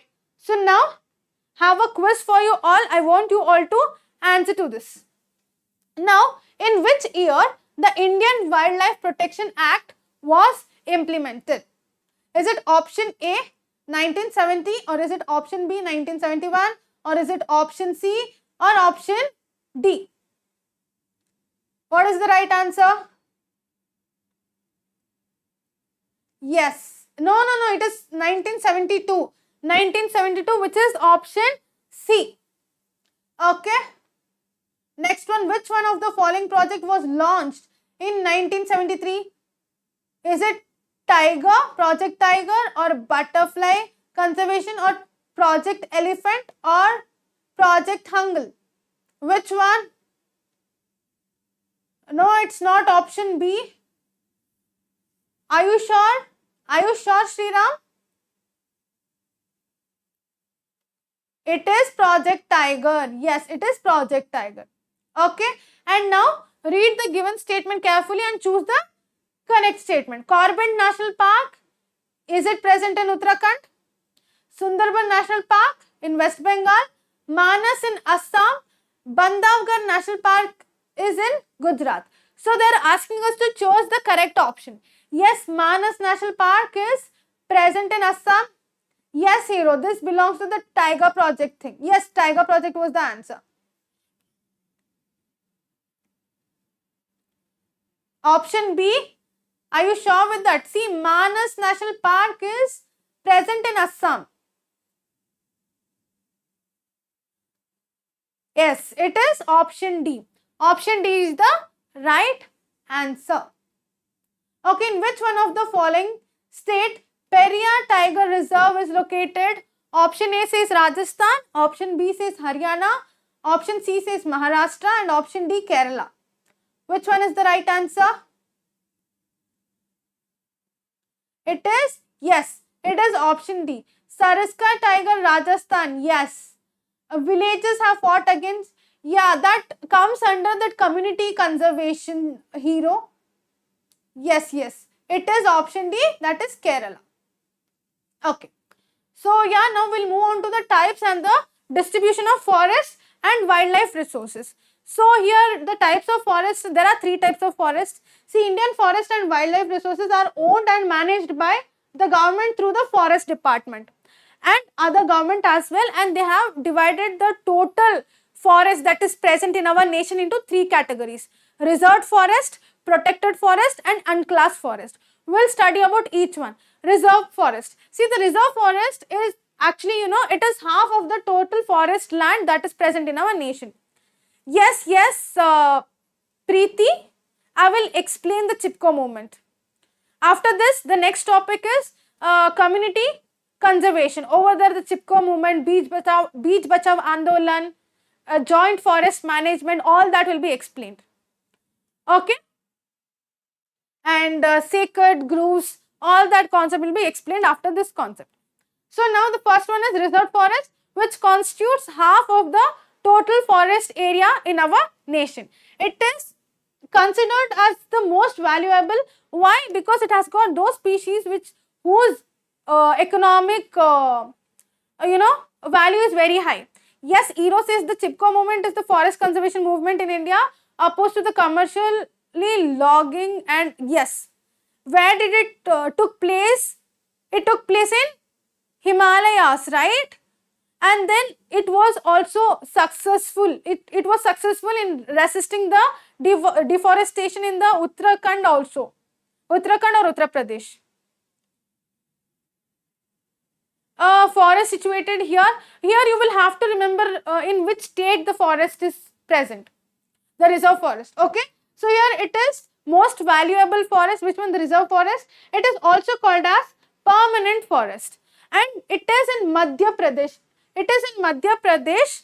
Reserve forest is very much. See, it constitutes 75% of the reserve forest out of total forest area in India. So it is Madhya Pradesh which has got the largest area under the permanent forest, which is 75%. Other than Madhya Pradesh, it is reserve forest is also seen in Jammu Kashmir, Andhra Pradesh, Uttarakhand, Kerala, Tamil Nadu, West Bengal, as well as Maharashtra.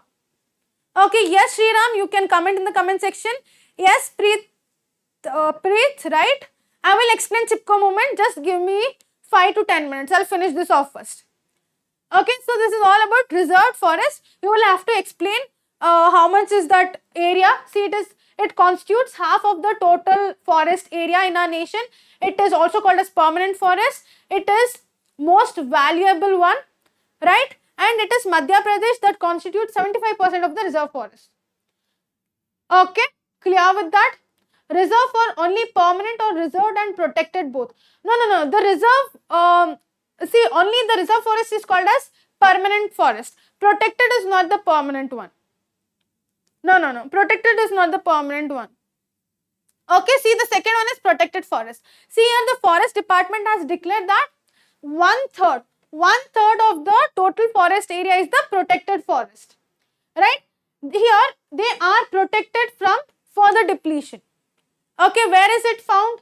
In Bihar, Haryana, Punjab, Himachal Pradesh, Odisha, Rajasthan. They have bulk of underprotected forests. Along with that, third one is, the last type is unclassed forest. Here, see, I told you in India, the total forest area, out of total forest area, half of the forest area is reserved and 1/3 is protected. The remaining forest area and wasteland fall under unclassed forest, which is actually owned by, where is it mostly present? In northeastern state, which is owned by government as well as private individual as well. In reserve forest, the local people are prohibited unless specifically allowed by the forest officer in course of settlement. Yes, hero, right.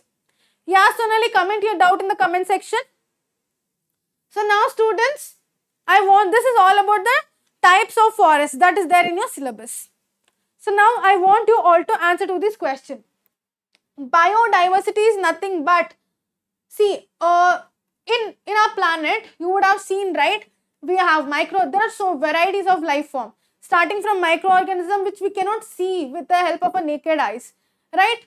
And then there are varieties of microorganisms, there are varieties of plant species, animals. There are so many life forms, and they all are, somehow they are interdependent. So biodiversity is very simple. Bio means life, diversity means variety. There are so many life forms on planet and they all are interdependent. And it is because of that interaction, our planet, it has, in our planet, the ecological balance is maintained. Okay? Clear with that? So now I want you all to answer to this. Yes, Hero has also given the right explanation for biodiversity. Will have protected forest? Yes. Yeah. Yes, Preetham. Okay. So now the first question, which of the following statement has the largest area under permanent forest? Option A, permanent forest. Which one is that? Yes, it is Madhya Pradesh. It is Madhya Pradesh. Okay. Next one, the forest belonging to both government and private individual. Which type of forest is that? Both government and private individual. Which one is that? Is it unclassed? Is it reserved, open or protected? Which one? Yeah, Madhya Pradesh was the right answer for the previous one. So now which one is this? Yes, it is unclassed. Option B is the right answer. Okay, so next question. Approximately how much area of the total forest is declared as protected forest? How much? How much percent? It is? Is it 2/3? Are you sure with that? Are you sure with that? It is 1/3. Option A, yes. It is 1/3. Okay. So, we'll move on to our last topic, community and conservation. Community and conservation is a very simple concept, students. Here we'll talk about some of the local communities who struggled a lot in order to preserve the forest and wildlife. Okay. So, like in some area, first we'll talk about the thing that took place in Rajasthan. See, there are certain local communities, like I told you, they have struggled along with the government. Why? To preserve certain habitat, to conserve certain habitat. Okay. For example, the first example is Saraska Tiger Reserve. Saraska Tiger Reserve, which is present in Rajasthan. It is present in Rajasthan, right? Villages, they fought against mining. See, they fought against mining activity. Why? Because in case, now in order to perform mining activities, they will have to remove the forest. The entire, the forest will have to be removed that is present in that area. When that is removed, it will affect so many animals. It will affect us also, right? So here, see the villages in Rajasthan, they fought against mining. Why? To save this Sariska tiger reserves. See here, the inhabitants of 5 villages in the Halwa district of Rajasthan have declared 1200 hectares of forest as Bairoder Davak sanctuary, right? Declaring their own set of rules and regulation. This is our first example which you will have to remember. Sariska tiger reserve, where in Rajasthan, villages they fought against mining and they also declared 1200 hectares for Bairodev Dakav sanctuary. Okay, declaring their own, they declared their own rules and regulation as well to preserve that, sanctuary. Okay. No, Talapati Vijay, economic is not taught as of now. There is no teacher for economics. Okay, fine. And then community level effort. This is very famous movement, Chipko movement, right? Where in Himalayas, right, they successfully resisted deforestation, right? And also this movement also resulted in community afforestation. What did people do? They, like you can see in the image, the people, they surrounded the tree and they didn't let others to cut the tree, right? I think Rajasthan people should fight for water first. Yeah, yes, true. Okay, and then Beej Bachao Andolan here, see in Teri and Navdayan, they have shown that adequate level of diversified crop production can be performed without using chemicals. Right, during cultivation they use lot of chemicals. The pesticides that they use, fertilizers, they are man-made, nothing but they are made up of chemicals which are harmful for the plant. So this Beej Bachao Andolan which took place in Teri and Navdayan, they proved it that yes, the cultivation is possible without the use of chemical as well. And also the important management, that is Indian Joint Forest Management, which was established in 1988. This program, it furnished a good example for involving local community in the management. Why? In order to restore the degraded forest. In order to restore the degraded forest, they included local community in the management. Okay.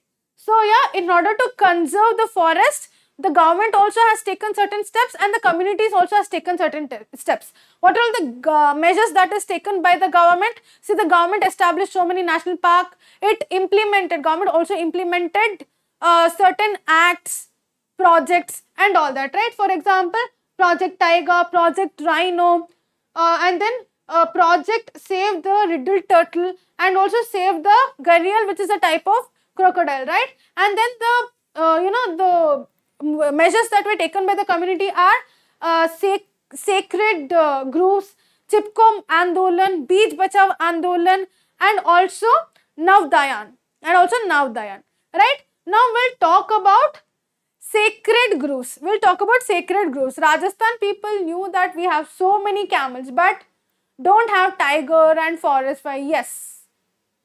Yeah. True, hero. That's true. Yes. Now, what is sacred groves?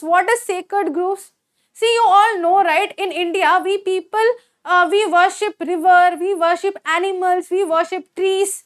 They are considered as god and goddess, right? So, there are so many communities in India who worship certain species, and because of that, those species have been preserved till now. That practice is sacred groves. See, in India, it is believed that everything, living and non-living, everything is created by God, right?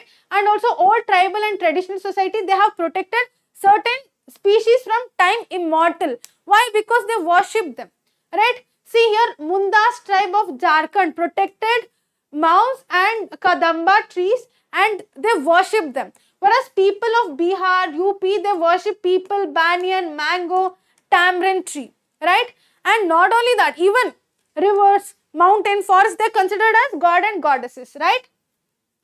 So that's how you will have to mention these two examples. Like in Jharkhand, what do the people, what are all the type of species that is being worshipped, and also in Bihar, UP, what do they worship? Which type of species have been worshipped? You will have to give example for this sacred group. Okay, fine. So we are almost done with this session. Now I have a quiz for you all, and I want you all to comment your answers in the comment section. So, which of the following conservation strategies do not directly involve community participation? Is it for joint forest management, or is it beach bachao andolan, or is it Chipko movement, or is it demarcation of wildlife sanctuary? Do not directly involve community participation. Are you sure with that? It is demarcation of wildlife sanctuary. See, in joint forest management, the local peoples were involved into the management. Okay, in order to tackle the problem of degraded forest. It is option D. Now, when did the joint forest management come into existence? When? In which year was this established? Yes, it is option D. 1988. Yes. Now, which one of the following is great achievement of Chipko movement? It successfully resisted afforestation, development in the Himalayan range, successfully resisted deforestation, or soil erosion declined. Which one? What is the right answer for this? What is the right answer for this?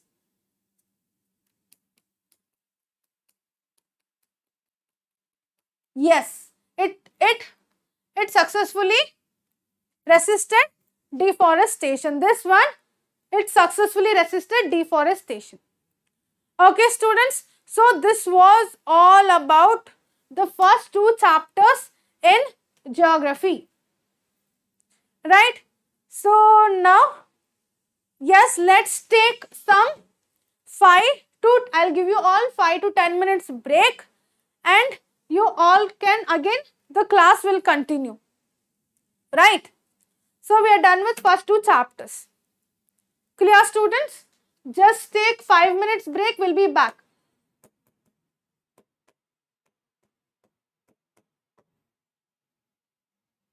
Okay. No, Sriram, probably Baswaraj sir or Ankita ma'am will continue now.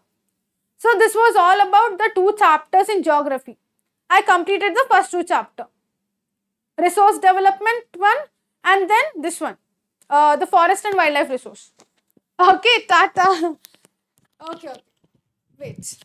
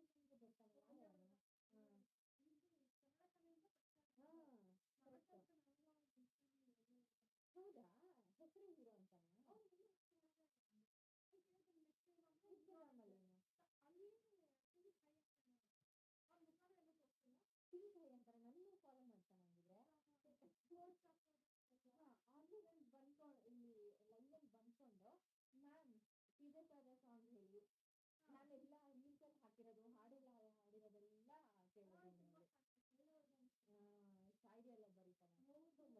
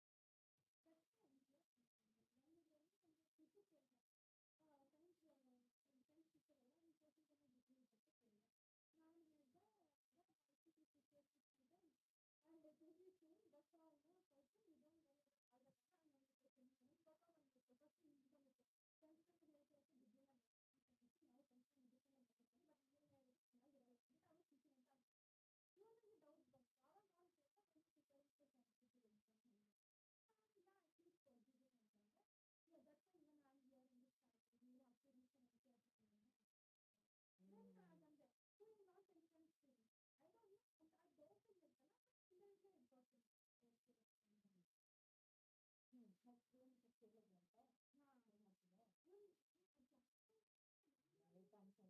ಅವ್ರಿಗೆಲ್ಲ ಬೇರೆ ಕೆಲಸ ಇಲ್ಲ ಅಂತ ಅನ್ಕೊಂಡಿದ್ದೆ ಮಾಡಕ್ಕೆ, ಬರೀ ಸುತ್ತಾಡ್ತಿರ್ತಾರೆ.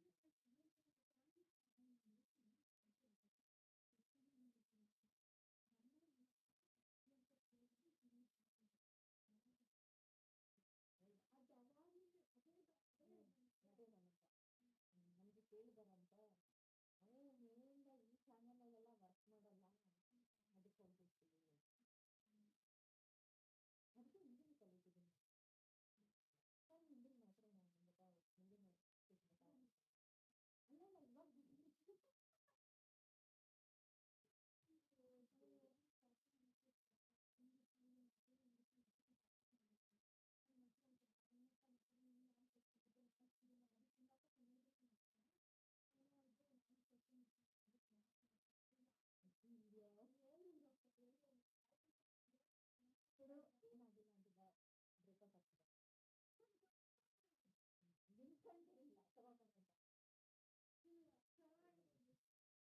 ಇಲ್ಲ ತಗೋಬೇಕಂತ ತುಂಬ ಚೆನ್ನಾಗಿದೆ ಇಲ್ಲ ಅಂತಲ್ಲ, ಬಟ್ ಇದಾಗ್ಬಿಟ್ಟಿದೆ. ಬ್ರೇಕಪ್ ಆಗ್ತದೆ ಜಾಸ್ತಿ ಆಯಿತು ಬರ್ನ್ ಆದಂಗೆ.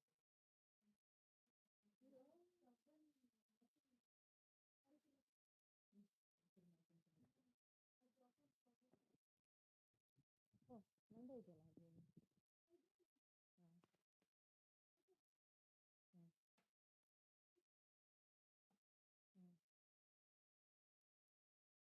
ಇದರಿಂದ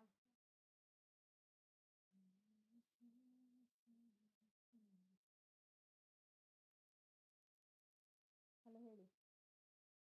ಹಾಂ ಹೇಳಿ, ಯಾವ ವಿಡಿಯೋ, ಯಾವ ಇನ್ಸೈಟಿ? ಇಲ್ಲ ನಾನು ಚೆಕ್ ಮಾಡಿಲ್ಲ, ನಾನು ಸ್ಟುಡಿಯೋದಲ್ಲಿದ್ದೀನಿ. ಹಾಂ ಪಾಠ ಮಾಡಬೇಕು, ನಾನು ಚೆಕ್ ಮಾಡಿ ಒಂಥರ ರಿಪ್ಲೇಸ್ಮೆಂಟ್ ಇವಾಗ ಫ್ಲೈಯಿಂಗ್ ಸತ್ತನ್ನ ಥರ ಆಗ್ಬಿಟ್ಟಿದೆ ಇವಾಗ. ಸ್ಟಾಪ್ ಮಾಡು, ಅದು ಮಾಡು, ಇದು ಮಾಡು, I don't give a fuck bro.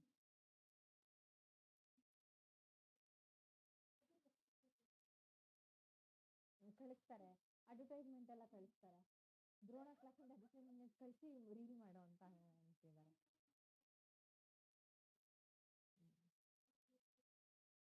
ನಮ್ಮದು ಇದೆ. ನಾನು ಇವತ್ತು ಮುಗಿಸಿ ಹೋಗ್ತೀನಿ. ನಾನು ಬಸವರಾಜ್ ಸರ್ ಬರೋಕ್ಕಂತ ನಿಮಗೆ ಮ್ಯಾನೇಜ್ ಮಾಡ್ತೀನಿ. ನಾನು ನಿಮಗೆ ಬಾಯ್ ಬಾಯ್. ಟುಮಾರೋ. ಇವತ್ತು 2K ಆಗುತ್ತೆ. ನಾಳೆ ಸೆಲೆಬ್ರೇಟ್ ಮಾಡ್ಬೋದಿತ್ತು. ಆಗುತ್ತೆ ಅಕ್ಟೋಬರ್, ಏನಾಗಲ್ಲ. ಬೇಗ ಬಾ ನಾಳೆ, ಬೇಗ ಬಂದರೆ ಬೇಗ ಮುಗಿಸಿ ಹೋಗ್ಬಿಡ್ಬೋದು.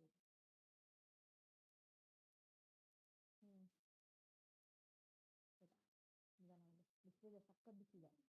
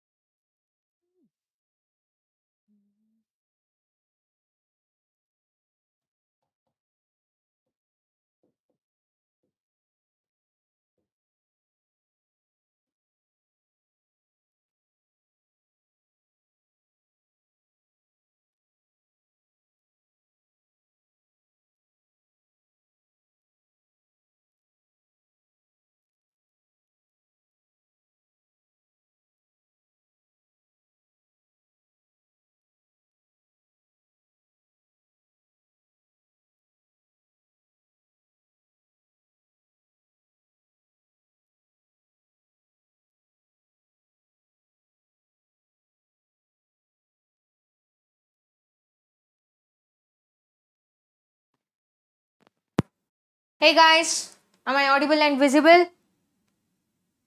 Is the screen visible here? Could you please let me know in the live chat? Yes? Yes or no? So did all of you have your lunch? Sleepy? What's happening? Hi, very good afternoon. Yeah, very good afternoon. Let's get started. Okay, so we'll try to revise this chapter. This is a pretty big chapter, but let's try to revise everything very quickly. So till Basavaraj sir comes, so we'll be discussing that. Okay. Very good afternoon. I'm audible, right? I'm properly audible. All right. Cool. So when is the week quiz? We'll try to conduct the week quiz today, Sriram, because the studios are not available today. Okay. All right. Yeah. So I had my brunch. I didn't have my breakfast. So I had my brunch at around 12:15 after I finished the class here. The second chapter, federalism. After that. Okay. So let's get started. Gender, religion, and caste. This is a chapter that we are going to discuss now. Okay. It's not working. All right. Just give me a second, guys.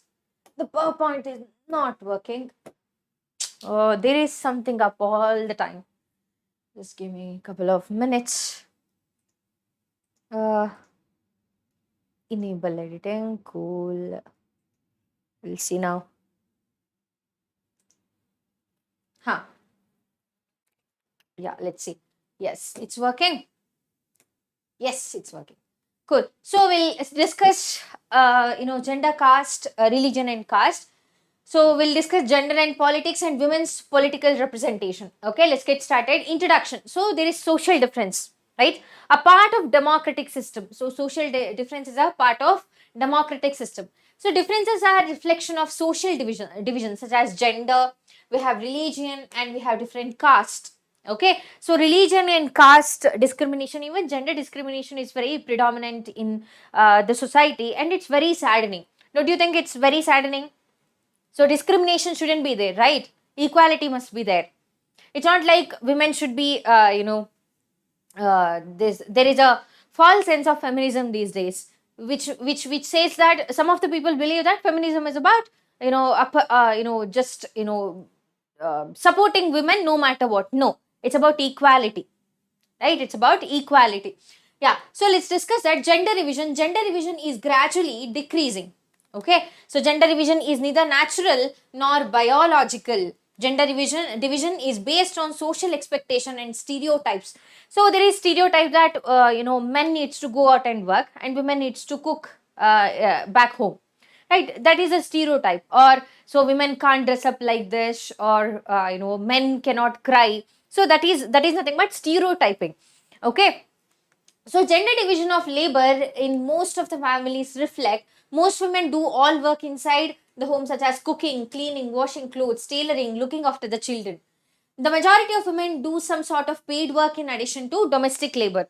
Okay, so along with this, women also go out and work these days, right? It's been sir is going to teach geography, Sonali. All right. Okay, just give me a second. Let me check. Yeah, he'll be teaching geography itself. Cool. So we are gonna reach 2K today, and I'm just feeling super happy. We'll be celebrating tomorrow. So it's 2K. We are gonna reach 2K. Yay! Yeah, our hard work, the hard work of the team is paying off. Yeah, so most men do all the work outside the home. Most men think that housework is for women, but that is not true, right? Cooking is a life skill, it's not a gender skill, right? Cooking is a life skill. So, irrespective of the gender, one needs to know how to cook, even it's a girl or a boy. So, there are so many boys watching this, live, right? You need to know how to cook because it is not a gender skill, but it is a life skill. Okay. Hi, Preet ki dunya. Hi, good afternoon. Good afternoon. So when domestic work are paid for, men are ready to take up these works. So when domestic work, for example, cooking, when cooking is cooking, the work is paid for, men are ready to take the work. But are women getting paid for the household work? No, not really. So most of them are not getting paid for the household work, and that is very, very disappointing and saddening. Right? Thank you, Kamli. It means a lot. Thank you. Yes. So gender division of labor, a system in which all work inside the home is either done by the women of the family or organized by them through the domestic helpers. So it should be, it is believed that it is stereotype that women need to, need to do all the things at home. Okay. So yeah, there are women who go out and work, and they have to come back, from outside to home and do everything back home. But times are changing now. We have great, we have, men these days who, help in household work equally. Okay. That should be the thing. That should be the case with everybody. So public or private division, rural areas, most women are responsible for fetching water, collecting fuel, so work in the fields. And urban areas, poor women work as domestic helper in middle class homes, middle class women work in offices. So this is a cycle. So what's happening? Poor women work as domestic helper, maybe maids, cooks, like that, and middle class women, work in offices. So the result of division of labor, votes for women, there was no votes for women. We were not supposed to vote earlier, not now, earlier. Yeah. So women's role in public life, especially politics, is minimal in most societies. Even though there is reservation for women in every aspect of our society, the worst part is, so it's just under their name, but their husbands or their brothers take care of all the business. Okay, so it's just for the signature. For example, I stand in the election. Okay, I win. There is reservation. Okay, 1/3 of the seats should be reserved for women. I win, but the worst part is, so I'm just giving an example. A man in my life is going to take care of all the office work. The signature is mine. That's been happening these days. Okay, especially in Gram Panchayats. Hi, Hero. Yeah, we were talking about you. Yeah, with Navya ma'am, we were talking about you. You deleted some of the messages. That's why. Yeah, no problem. Moving on. Earlier, only men were allowed to participate in public affairs to vote and to contest for public offices. Gradually, women in different parts of the world organized and agitated for equal rights and voting rights to women. Why not? Right? So can you imagine a single day without your mom? As in, so if she's, God forbid, if she's sick or if she is not in the mood to work, they are never not in the mood to work. They're always working, very hardworking mothers. But if she doesn't want to work a single day, or if she is not able to cook for a day, can you imagine your, day going that easily? No, right? It's very difficult. But why weren't they given, why weren't we as in women given equal rights in voting? Why not? So there was protest all over the world, enhancement of the political and legal status of women, improvement of women education and career opportunities, and equality in personal and family life. These women say called feminist movements. Feminism doesn't mean that so women should be supported no matter what. No, it's just about the equality. It's just about the equality. Okay. So what is a form of hierarchical social division seen everywhere? Gender division, fashion division. They're asking social division. Yes, fashion division is there, but is that a social division? Option A is the right answer. It's gender division. Okay, it is gender division. So moving on, find the mistake. Gender division of division tends to be understood as natural and reversible. Is that true? Is that natural division? Is that natural? Is it? Come on, give me the answer. Yes. Is it natural? Natural and biological. Okay, natural and biological. So reversible, not reversible, it is biological. How there is, what is the biological difference between men and women? Physically, men are strong. So we might say that, oh, we are strong. Yeah, we are strong, but physically, men are strong. Okay. Yeah. So understood as natural and biological. When we speak of gender divisions, we usually refer to biological difference between men and women, unequal roles assigned by the society to men and women, unequal childbirth death ratio, absence of voting rights for women in democracies. So what do we refer to when we say gender division?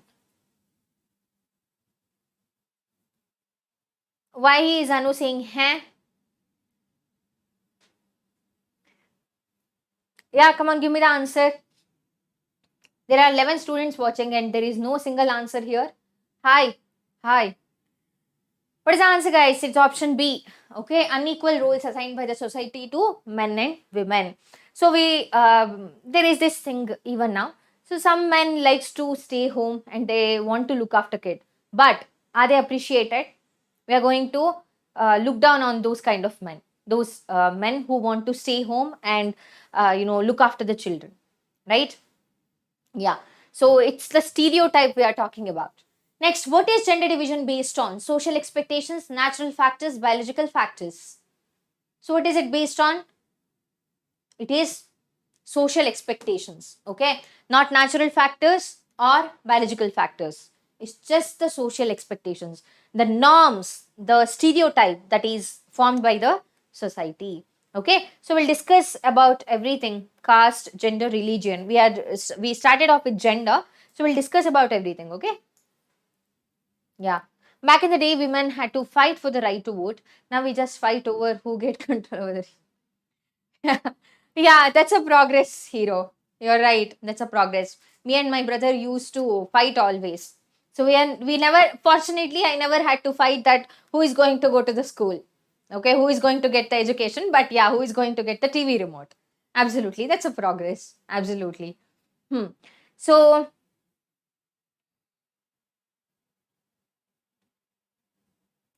Ma'am आज सुबह कैसे निकल आया? सुबह कैसे? I don't understand. Okay, anyway. Huh. So option C is the right answer. Very good. Which of the following statement is true? The domestic work done by women are valued more than the work done by men. The domestic work done by women gets more recognition than the work done by men. The domestic work done by women is not valued and does not get recognition. The work done by men are valued less and does not get recognition. What is the answer? Yes. Ah, I got it now. You are referring me as Chand. Is that right? Okay. Yeah, tell me the answer. Anu, what am I ignoring? What do you have? So what's your question? I don't understand. I'm not ignoring anything. Yeah, give me the answer. Come on, guys. Quickly, quickly. Which of the following statement is true? Option C. The domestic work done by women is not valued and does not get recognition. The housemakers do not get paid. The housemakers do not get recognition. Okay. So there are people who ask, housemakers, what did you do all day? The house will be fully cleaned. Okay. The food will be ready.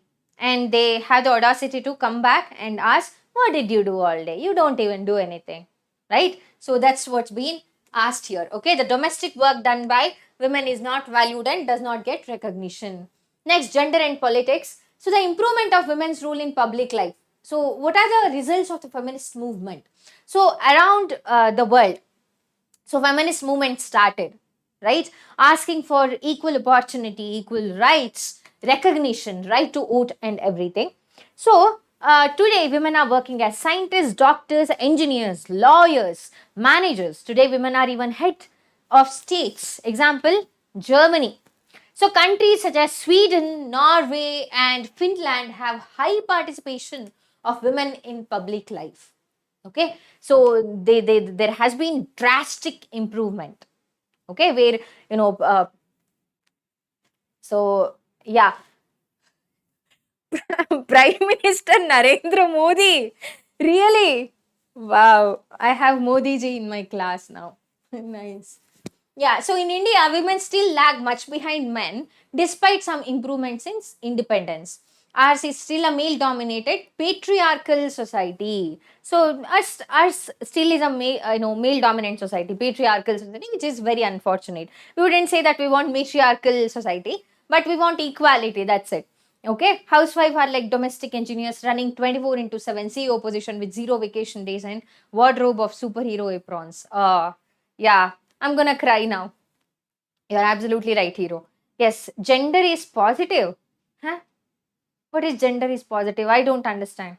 So gender means men and women. Okay, there are many genders. I don't know about that, LGBTQ and everything. So I don't know about that. Don't ask me. I know two genders, men and women. Okay, yeah. So see here, there are so many hurdles for women to to succeed in life. For example, domestic work. They need to look after the house and then go to the office. They have to look after the children, get them ready to the school and go to the office. But not all men do that in India. Let's be honest about that. There are few men so who takes responsibility, equal responsibility of their kids. Okay, even if they are one of the parents, yeah, that's bare minimum. They do it. But yeah, so there are so many hurdles for women to succeed in life, to become CEOs of a company. There are so many responsibilities, right? So ours is still a male dominated patriarchal society. Ma'am, use of gender in politics is good or not? Of course it is good. Okay, use of gender as in, so equal participation of men and women, it's extremely important. Okay, yeah. So moving forward, discrimination of women. The literacy rate among women is only 54%. 54 in 100 women are educated, but 76 among 76 men among 100 men are educated. Okay, so we don't be saying that so men shouldn't study, but women should study more. Women should be sent to schools more. Okay, there is this saying in Kannada, I don't know how to translate it to English. So ಹೆಣ್ಣೊಂದು ಕಲಿತರೆ ಶಾಲೆಯೊಂದು ತೆರೆದಂತೆ. Okay, which means that if a girl child studies, it means that the whole school is going to be enlightened. Okay, so gender is confusing nowadays. Yeah, that's there, yeah, let's not talk about that. It's very controversial, so let's not get into that. Yeah, only a small proportion of girl students go for higher studies. Many girl students drop out because parents prefer to spend the resources for their boys education. You have a brother, so he should study. What are you going to do? We are going to send you off to somebody else's place. You are going to get married. That's how they are going to say to girls, right? The proportion of women among the highly paid and valued jobs is still very small. So like CEOs of the company, MDs, the proportion is very small. Okay, and on an average, an Indian woman works more than average man, yet her work is not paid and not valued. Oh, this is very sad. This is very sad.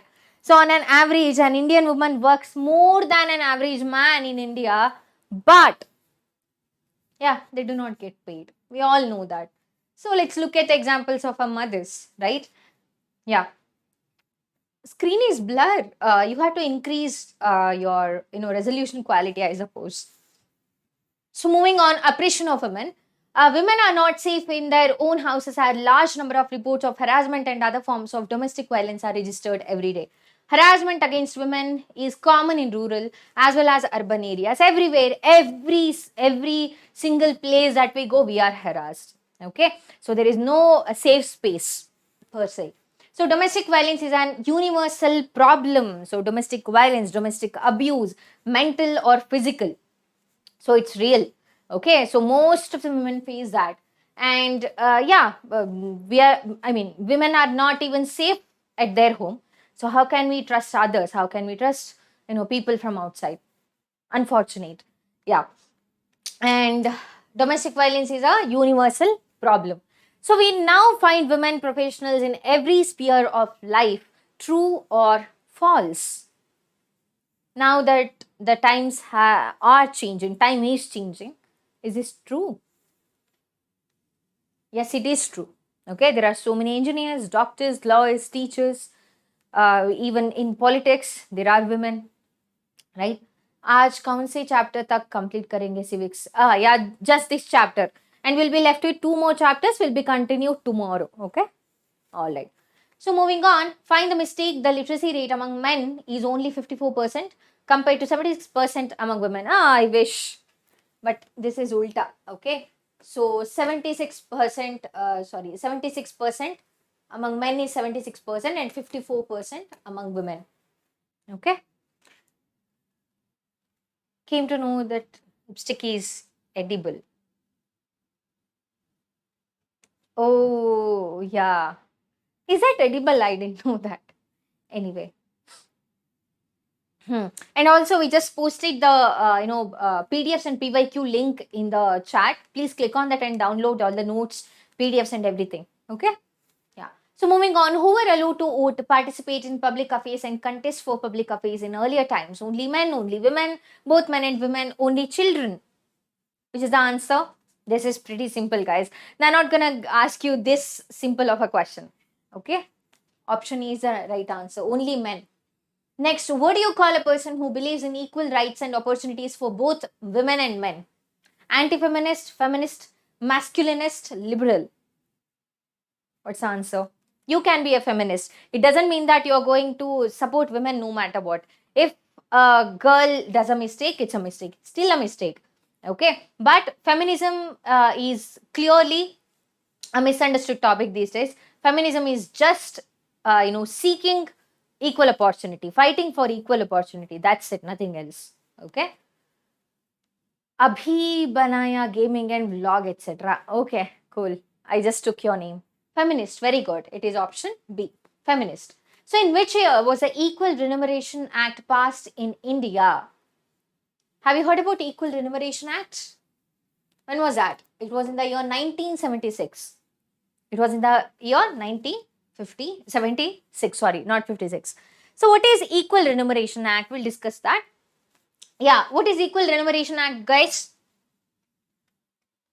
This is an English channel. I cannot be speaking in Hindi. I'm really sorry. What is Equal Remuneration Act?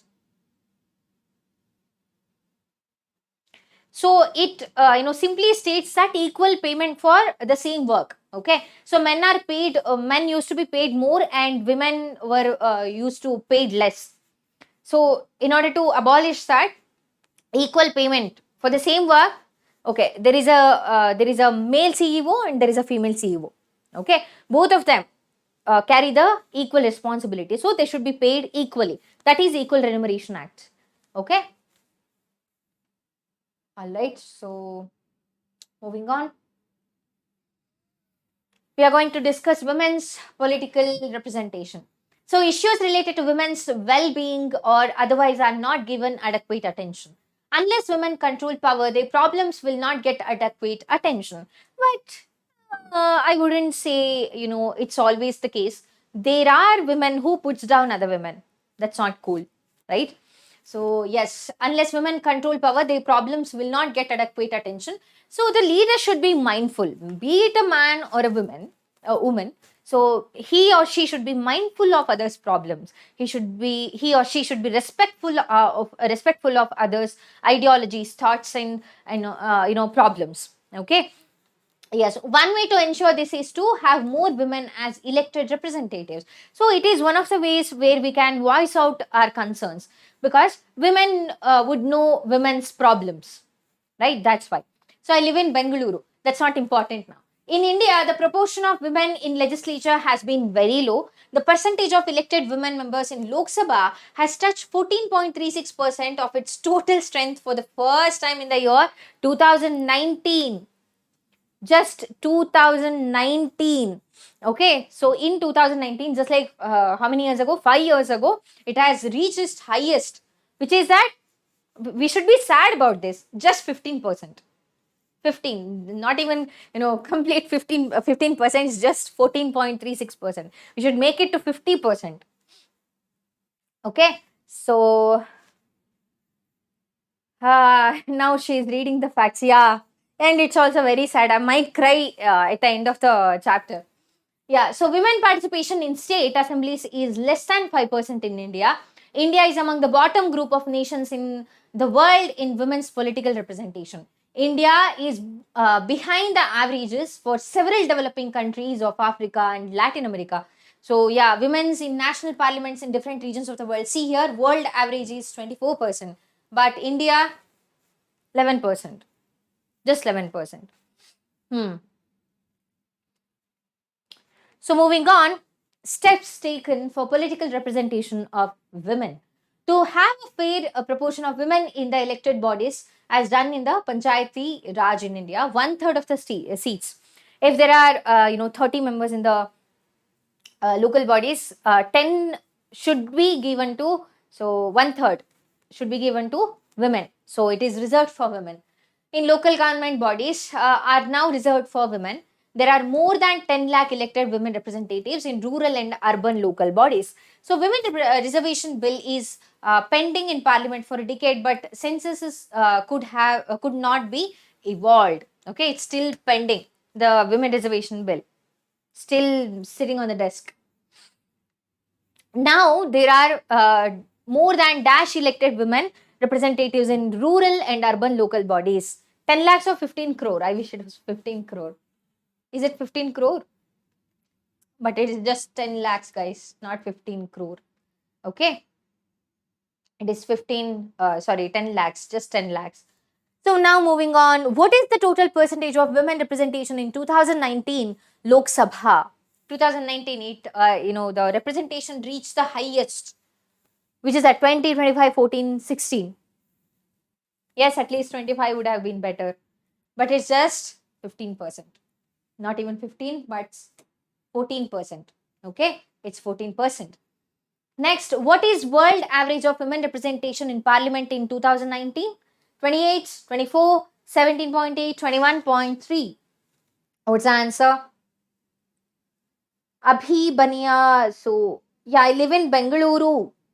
I told you already. The office is in Bengaluru, in Karnataka. 14.36. Very good. Sudhesh, Tarun, very good. Hi, Krishu.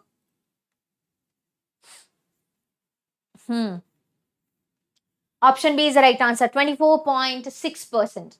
Next, dash of seats in local government bodies are now reserved for women. 2/5, 1/3, 2/3, 1/4.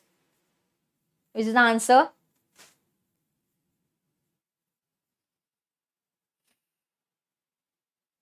No, I don't live in Elhanka. It is HSR. Sir is here. So I just started it like 20 minutes ago. Yeah. 4. We'll finish it by 4. So I'll start at 4. Okay. Yeah, we do. All right. So option B is the right answer. 1/3. Absolutely right. Very good, guys. Option B is the right answer. So now let's summarize. Social differences are reflection of social division on the basis of gender, religion, and caste. Gender division is based on social expectations and stereotypes. Majority of women do some sort of paid work in addition to domestic labor, but their work is not valued and does not get recognition. Women agitations demanded enhancing the political, legal, and educational status of women. The Equal Remuneration Act 1976 provides that equal wages should be paid to men and women for their equal work. This is super important. Okay, so Equal Remuneration Act, which was passed in the year 1976. India is among the bottom group of nations in the world in women's political representation. This is very sad. Okay. Then the percentage of elected women members in Lok Sabha has touched 14.36% of its total strength for the first time in the year 2019. So, though through Panchayat Raj, 1/3 of seats in local government bodies in panchayats and municipalities are now reserved for women. Okay. I don't live in Joke Falls. I live nearby. My hometown is near to Joke Falls. It's like 15 kilometers away. Ma'am, print culture. So tomorrow, Neha ma'am will be discussing that, okay? We'll be handling civics, so please don't ask me history and geography, please. Ha, ma'am, what caste are you? Human. Human. Yeah. So next, social division based on religion, communalism, and then we'll study about secular state. Social division based on religion. Oh, this is one of the biggest problems in India, and I hate it. Okay. So living in your imagination. Huh. Okay. Hmm. You are very minded. I don't understand. How do you define, what is that? I don't know. Okay. So based on religious differences between two different religions. So social divisions is based on, so religious differences based on different practices in the same religion. Example, Ireland. Unlike gender differences, the religion differences are often expressed in politics. Okay. So gender differences is not spoken about that much, as much as religion issues. Okay. Religious differences. So Gandhiji used to say that religion can never be separated from politics, which is actually true. There is vote bank also. So yeah, evidently. By religion, he meant moral values that inform all religions. He believed that politics must be guided by ethics drawn from the religion. So we need to,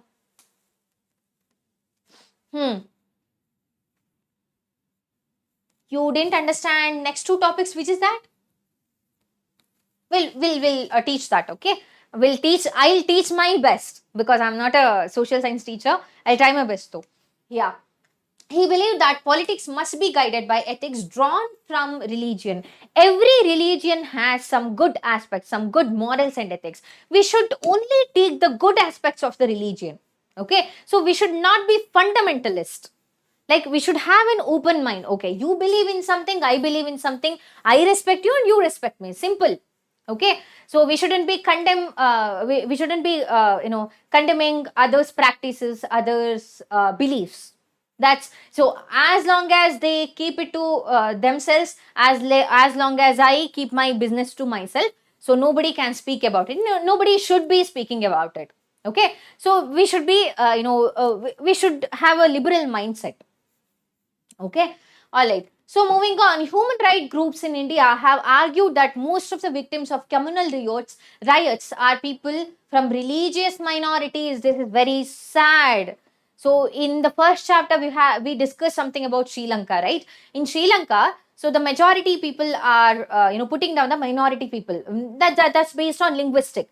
But here, so religious minorities, because they are small in number, what's happening here? So the communal riots, so who are the victims of the communal riots? The people from religious minority. Okay, religious minority. All right.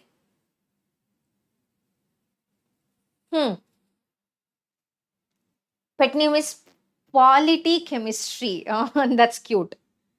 Yeah.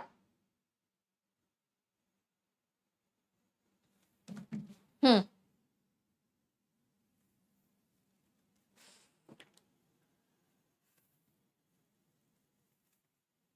So now, moving on, women's movement has argued that family laws of all religions discriminate against women. Yeah, this is actually true. Okay, family laws. It's quite controversial. So family laws have discriminated against women. Okay, and they have demanded that government should change these laws to make them more equitable. So a law should be equal, right? So the government cannot be passing a separate law to a group set of people, another separate laws to another set of people, right? Yeah. So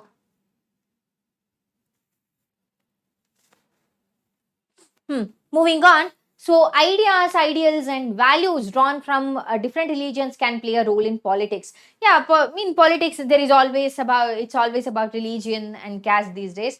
Let's not dive into that. It's very disappointing. So people should be able to express in politics their needs, interests, and demands as a member of a religious community. It is very, very important that we represent our community, or represent our ideologies, or the difficulties that a community or a religion is facing.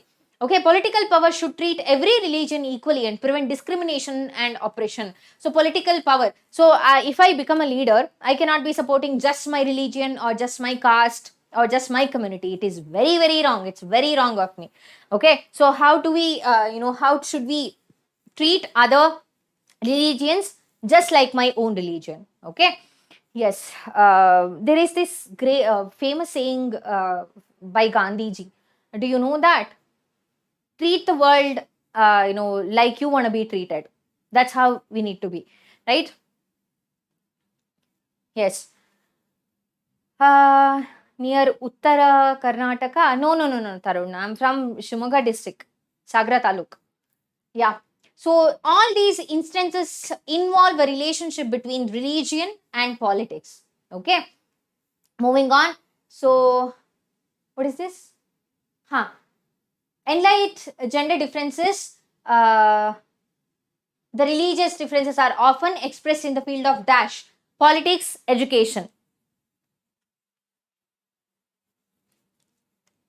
Yes.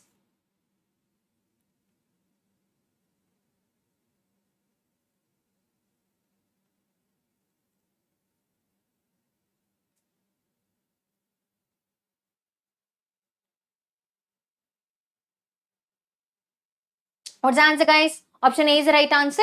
Tarun is saying option A. So politics and religion are like choosing toppings for pizza. Everyone thinks their combination is the best. Arguments get heated, and at the end, we all just want a peaceful dinner without debate. Yeah, that's there.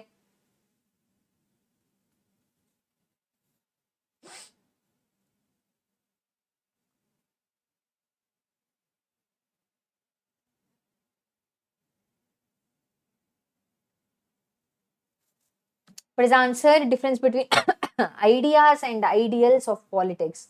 I have no idea, Sudesh. So ideology means it's the basic fundamental human what is it, human nature as how we see the world. Okay.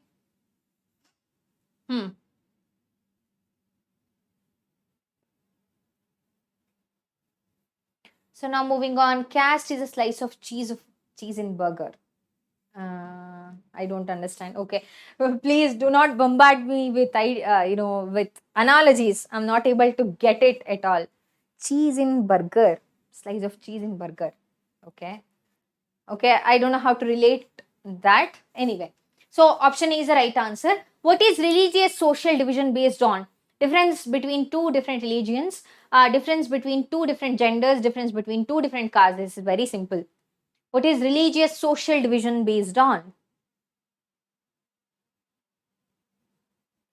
My life story on education, as in, see, you are not able to change your username to Krish, right? So whenever I see that, I'm tending to call Ratna itself. I'm really sorry about that. Yeah, I don't understand. What is it, Krishu? Tell me again. Life story on education. My life story on education. I don't understand.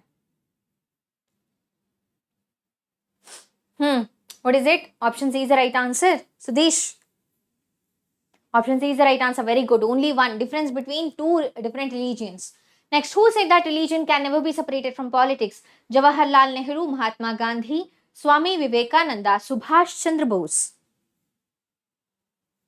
Yes, what is the answer? Hero is coming every now and then and saying, hey, hey. Why he changed his name to Ratna to, to mock Suhas sir. Yeah. These are inside jokes of, Diksha Vedantu English channel. Only if you have been here for some time, you would understand these inside jokes. Yeah, option B is the right answer. Absolutely right. Mahatma Gandhi ji. So according to women's movement, which laws of all religions discriminate against women? Family laws, criminal laws, corporate laws, education laws. Which is that?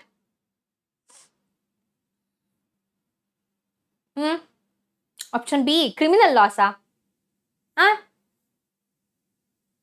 Is it? It's not criminal laws, guys. No. Option A is the right answer. Family laws. Don't get confused. According to women's movement, which laws of all religious discriminate against women? It is family laws. It is family laws, option A. Okay. So moving on. Next, communalism. Let's discuss that. So using religion in politics is communal politics, and it begins when religion is seen as the basis of the nation. No, our nation is not based on the religion. We have created religion, okay, because of I don't know why we have created religion. It's okay, I cannot be using those languages. So yes, it's unnecessary, I would say. So when one religion and its followers are pitted against another religion, when beliefs of one religion are presented as superior to those of other religions, so we have the tendency to say things like, okay, our caste is great, our religion is great. Why? Everybody has a religion, right? You respect others' religion and let them respect yours. Simple, as simple as that. When we have this mindset, it's gonna be good for the society. Okay, there won't be communal clash. There wouldn't be deaths because of riots.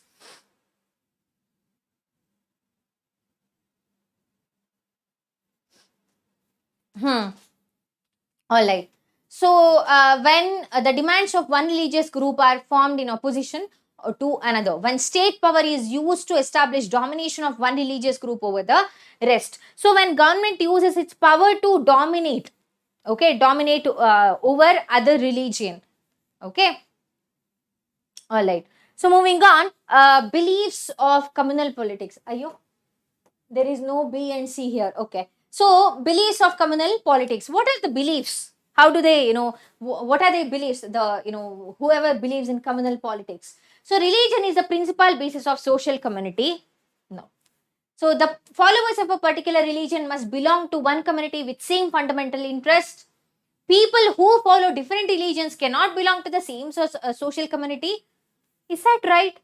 So India is the people in India are diversified with respect to religion, caste, culture, practices, beliefs, languages. But we should be, ultimately we are Indians. That's how we should think, right? But this is very disappointing. Yes, people who follow different religions cannot belong to the same social community. How is that fair? And people belonging to different religions cannot live as equal citizens within one nation. Everybody is equal. Okay. All right. So next, either one of the religious community has to dominate the rest, or they have to form different nations. The followers of different religion having some commonalities are superficial and immaterial, and their interests are bound to be different and involve a conflict. So people who follow different religions, they tend to have some different religion have some common things to share, to talk about, and these are superficial. It's not actually what they believe. Okay, they just say say it for the sake of saying it, and immaterial, and their interests are bound to be different and involve a conflict. Their ulterior motive will be different. Okay, moving on. So forms of communal politics. The most common form of communalism is in everyday beliefs which involve religious prejudices. There are so many prejudices that we have. And it involves religious prejudices, stereotypes of religious communities, and belief in the superiority of one's religion over other religion. The superiority complex is very bad. Inferiority complex is also equally bad. Okay, so one shouldn't be feeling superior over the other, with respect to religion, caste, social status, or anything. One needs to be humble, grounded, and respectful of others, thoughts and their interest. A communal mind often leads to a quest for political dominance of one's own religious community. So they, people with this mindset have this tendency to be superior. They need to always have an upper hand. Okay. So for minority community, it can take the form of a desire to form a separate political unit, and for majority community, this takes the form of majoritarian dominance. Okay, of course, when there is somebody who is trying to put you down, the minority people will be offended, right? They would want to take a, they will have the desire to form separate political unit because their concerns are not addressed, their problems are not addressed. Okay.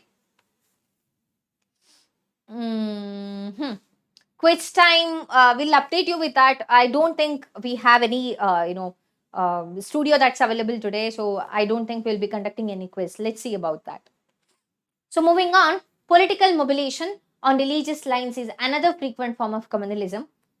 And this involves the use of sacred symbols, religious leaders, emotional appeal followers of one religion together in the political arena. So they try to manipulate the people. Okay. And communalism takes its most ugly form of communal violence, riots, and massacre. So people start burning things. People start, beating up people, killing people, stabbing people, which is really, really bad, and it leads to violence most of the time. And India and Pakistan suffered some of the worst communal riots at the time of partition, and also in post-independence period, we had wars because of this, right? So communal division is based upon gender division, religion. What is it? Religious prejudice. Prejudice means having, biased thoughts, Kamli. For example, so everybody has some biased thoughts. Okay, for example, I am a vegetarian, and when somebody says that they are a non-vegetarian, I will be like, why do you want to kill animals? I say that I'm prejudiced. Okay, so I'm learning how to respect people who I do respect. I have a lot of friends, but this is a prejudice of mine. Like that, there are so many prejudices. We will be thinking something, we'll have our own ideologies, and we will try to put that on others.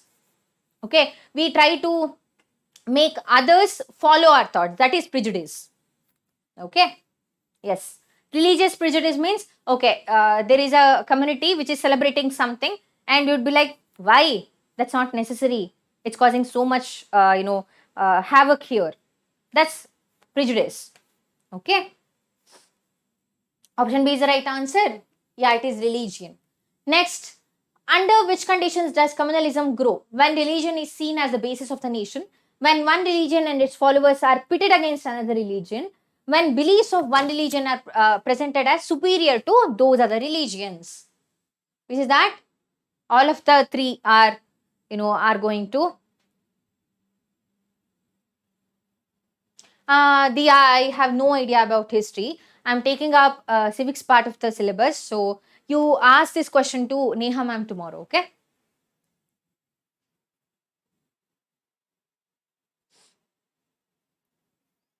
Yeah, so option D is the right answer. Okay, all of these. What does communal politics believe in? Dominance of one religion over another, one nation, one religion. Social community means religious groups.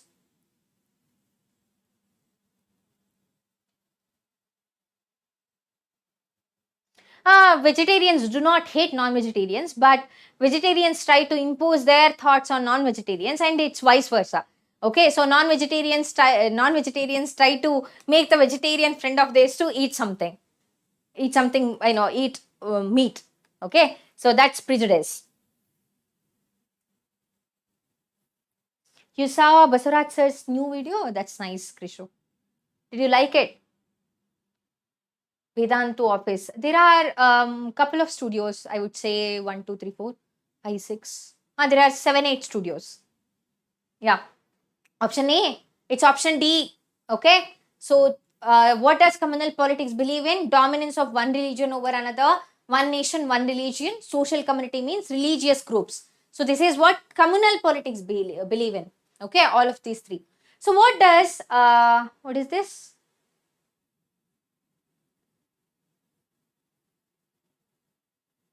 Majoritarian dominance referred to in communal politics. What is it? Majoritarian. Oh, you saw Basuraj sir 2 weeks ago. Where? In Bangalore. Yeah. So major religion should be privileged. Superiority of minority religion. Religious stereotypes to be avoided. Religion of its majority is superior. It's majority. What is it? Majoritarian dominance, which means that religion of majority is superior. They have the tendency to, believe that they are superior over others. Okay, option D is the right answer. Very good. Yes, option D is the right answer. Okay, so communal politics. Next, Kamali also very good. Next, secular state. So what is a secular state? India is a secular state. India is a secular state. At least that's what we claim. It's not the case. There are communal riots even in India all the time. Not even once in a while. All the time. At some part of the country, there will be communal riots. Okay. So there is no official religion for the Indian state.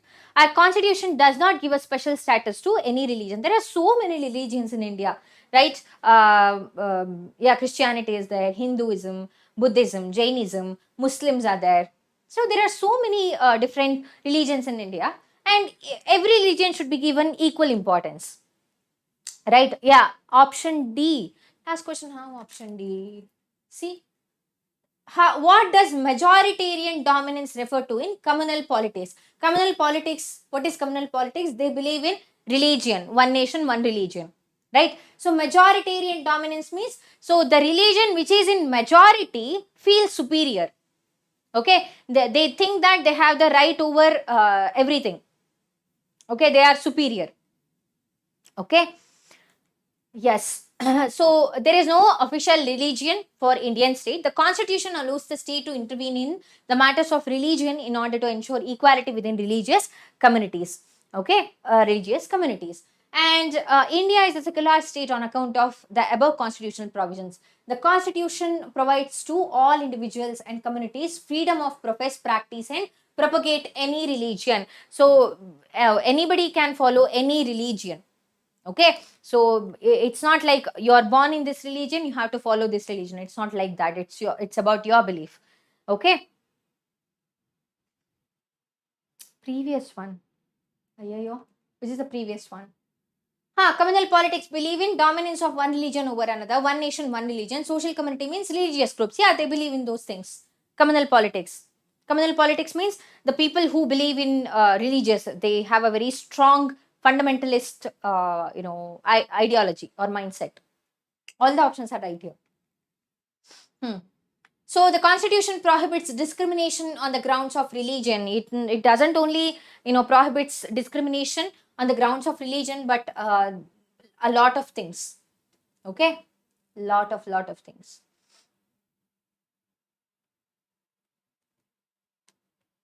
Now moving on. Secularism. Secularism is not just an ideology of some parties or persons. This idea constitutes one of the foundations of our country. So this is one of the founding, pillars of our country. Okay, secularism. A secular constitution like ours is necessary but not sufficient to combat communalism. Communal prejudices and propaganda need to be countered in everyday life, and religion-based mobilization needs to be countered in the arena of politics. First, our leaders should be mindful. Okay, first our leaders should be mindful of what they say, what they do, how they treat other people, or people from other communities or religion. That should be there. Okay, so yes, what was and still continues to be one of the major challenges to democracy in our country? Secularism, communalism. Challenges. So this is a pillar, one of the pillars of the foundation of our nation, India. What is it? Option B is the right answer. Communalism. Okay, challenges. Next, which provisions of the Indian Constitution makes India a secular state? The provision of not giving a special status to any religion, the provision of ensuring equality within religion communities, the provision of giving freedom to profess, practice and propagate any religion. Which is that? Option B. Option D is the right answer, guys. All of these. Okay. So what makes India a secular state? If they ask you this question, this is one of the most important questions. So you have to write this. The provision of not giving special status to any religion. All religions are equal. They're same. Okay. Next, the provisions of ensuring equality within religious community. Equality must be there. The provision of giving freedom to profess. So people should be, should be independent of following any religion or beliefs. Okay, Yeah. Moving on, what is official religion of India? Hinduism, Islam, Christianity. No official religion. Do we have an official religion? No, we don't. Okay. Option D is the right answer. No official religion. Next, which of the following negates the concept of secular state? Absence of official religion, preference to any particular religion, freedom to practice any religion, equality of all religions. Negates means, so it is, how do we say that? Negates the concept of secular state. Is it option D?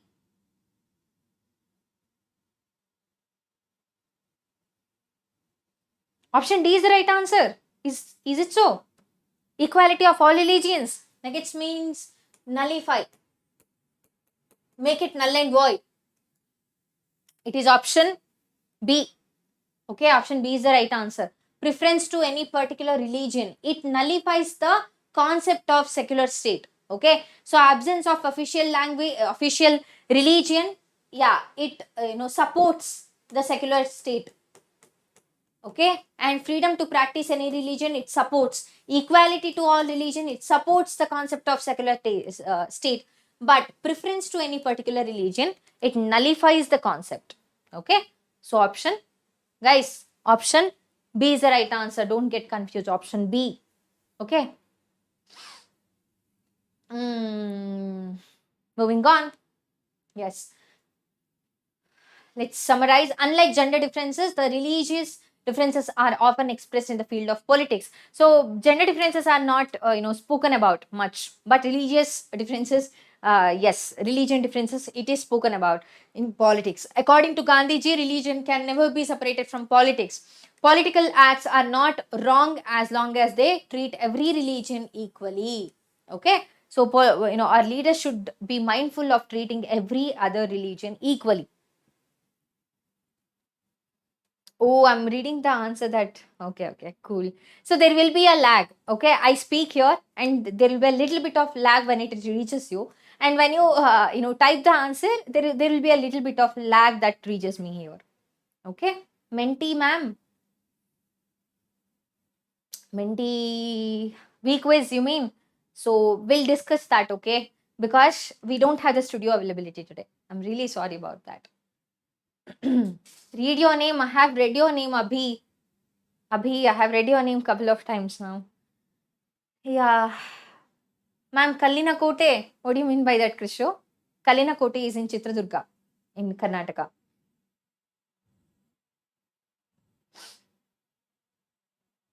The attempts at forced integration often sow the seeds of disintegration. Justify the statement with respect to communalism. Okay. Forced integration. Integration means joining, unity. Okay. So we cannot be forcing people to have unity. They have to be mindful on their own to have unity. They have to look at the bigger picture. Okay. So when we force people to unify, it is only going to make them, get even more distant. That's about the statement there. How can we believe this is PYQ? I don't understand. You have to refer to Krisho. You have to refer to. You're not Krisho. Then is it Lalit?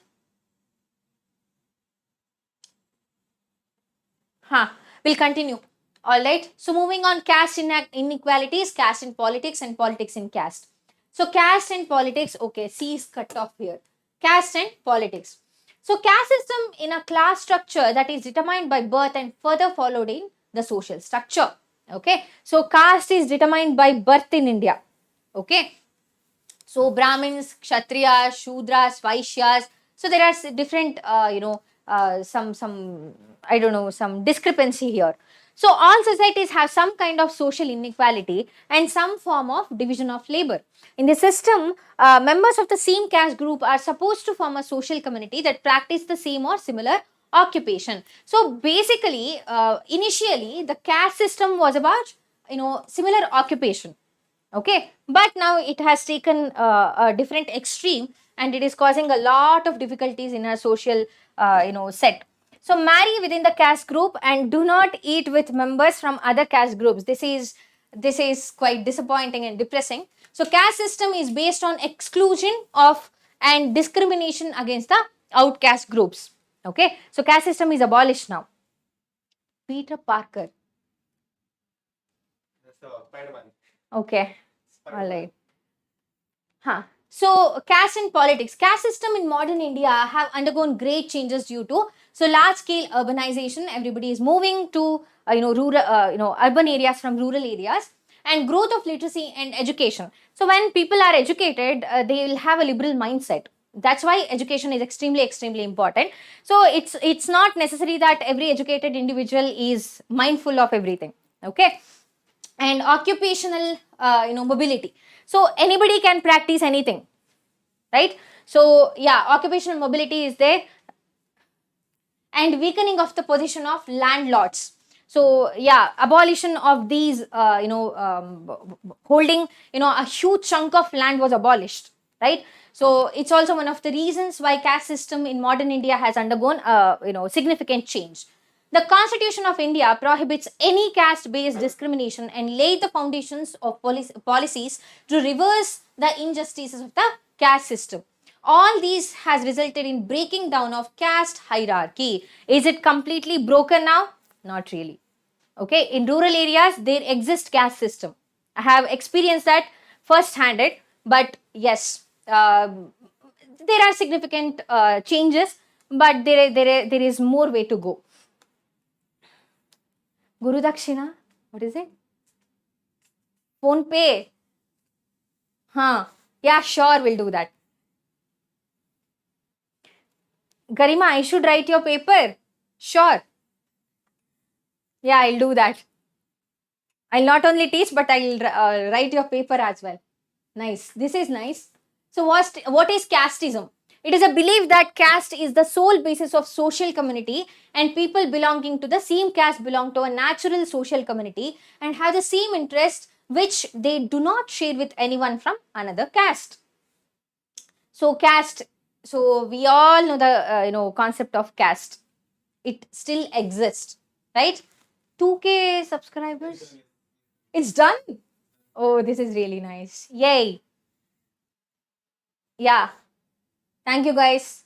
Thank you for supporting us. Keep supporting us. Yeah, let's discuss casteism.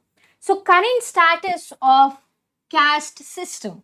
Caste continues till date and has not disappeared from contemporary India. As I told you, yes, there is significant change, but it still continues.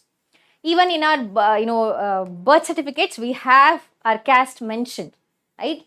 So even now, most people marry within their own caste or tribe. There is honor killing, guys. There is honor killing.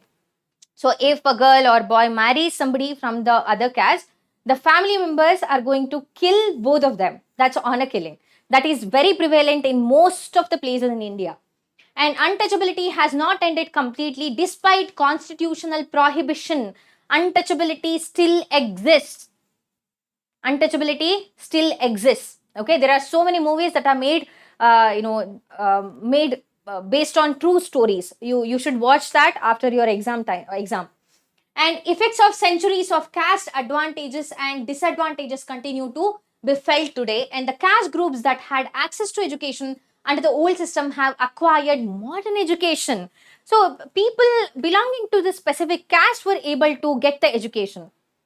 Others weren't able to get the education. So the people who belong to certain caste have really good modern education and others don't. So there is disparity, there is discrimination, there is a huge gap. Groups having no access or prohibited to acquiring education have naturally lagged behind.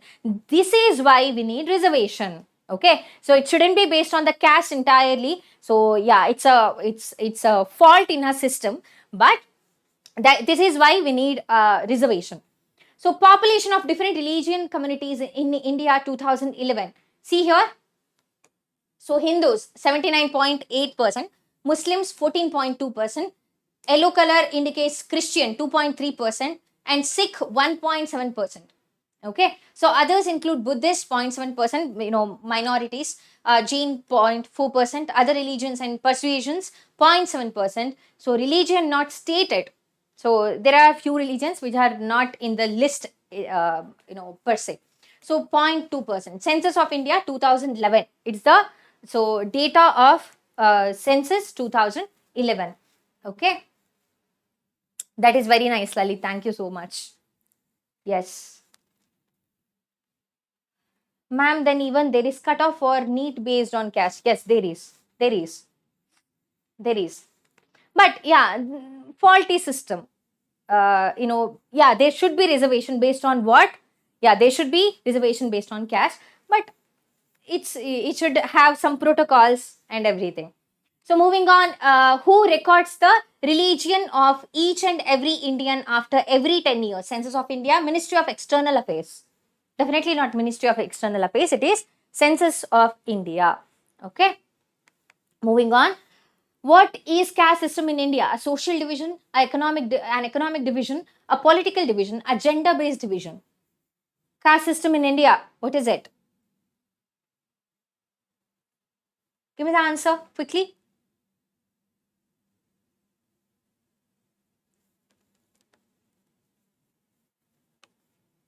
Yes?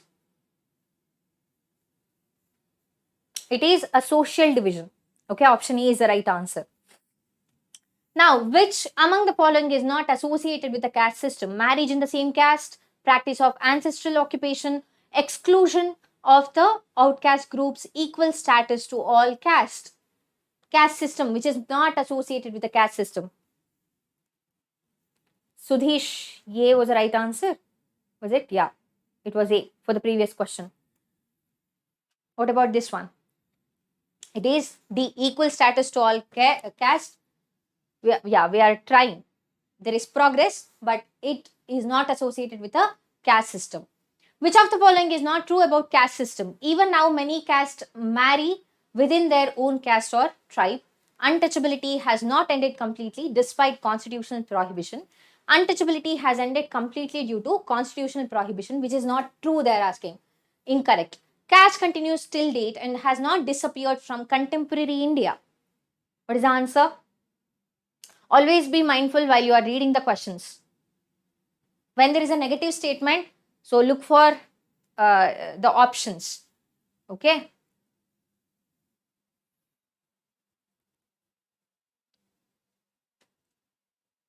What is it? Option A or D? What is it?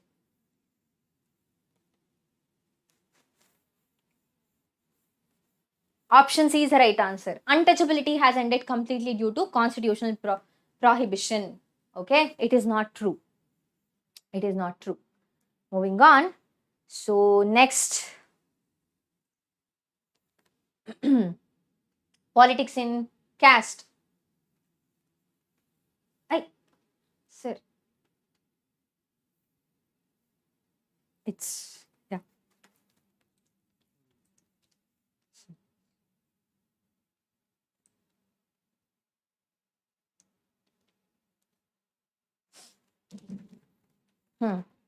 So moving on, caste in politics. So when parties choose candidates in elections, they keep in mind the caste composition of the electorate and nominate candidates to muster support to win elections. This is vote bank. Okay, so this is vote bank.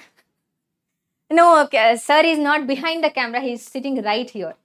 Okay, so when governments are formed, political parties usually take care that representatives of different castes and tribes find a place in it. So political parties and candidates in elections make appeals to caste sentiment to muster support. So we are going to support this caste, we are going to promote this caste, they are going to use this. And some political parties are known to favor some caste and are seen as their representatives. So this is pretty common. So let's not go in detail about these things, but this is pretty common. So universal adult franchise and the principle of one person, one vote compelled political leaders to mobilize and secure political support. Okay, so everybody above 18 needs to vote. All right. See the reflection, the chair is moving. Yeah, that's Basavaraj sir. This brought new consciousness among the people of caste that were hitherto treated as inferior and low. So it has brought some consciousness in people. So per se, who belong to the lower caste or minorities, they have some consciousness now. Okay. So moving on, caste is an important source of economic inequality because it regulates access to resources of various kinds, and untouchable castes were denied the right to own land while only the twice born castes had the right to education. Okay.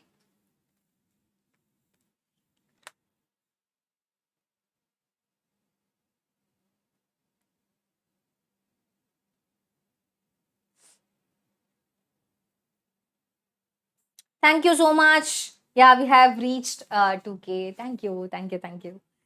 Yeah.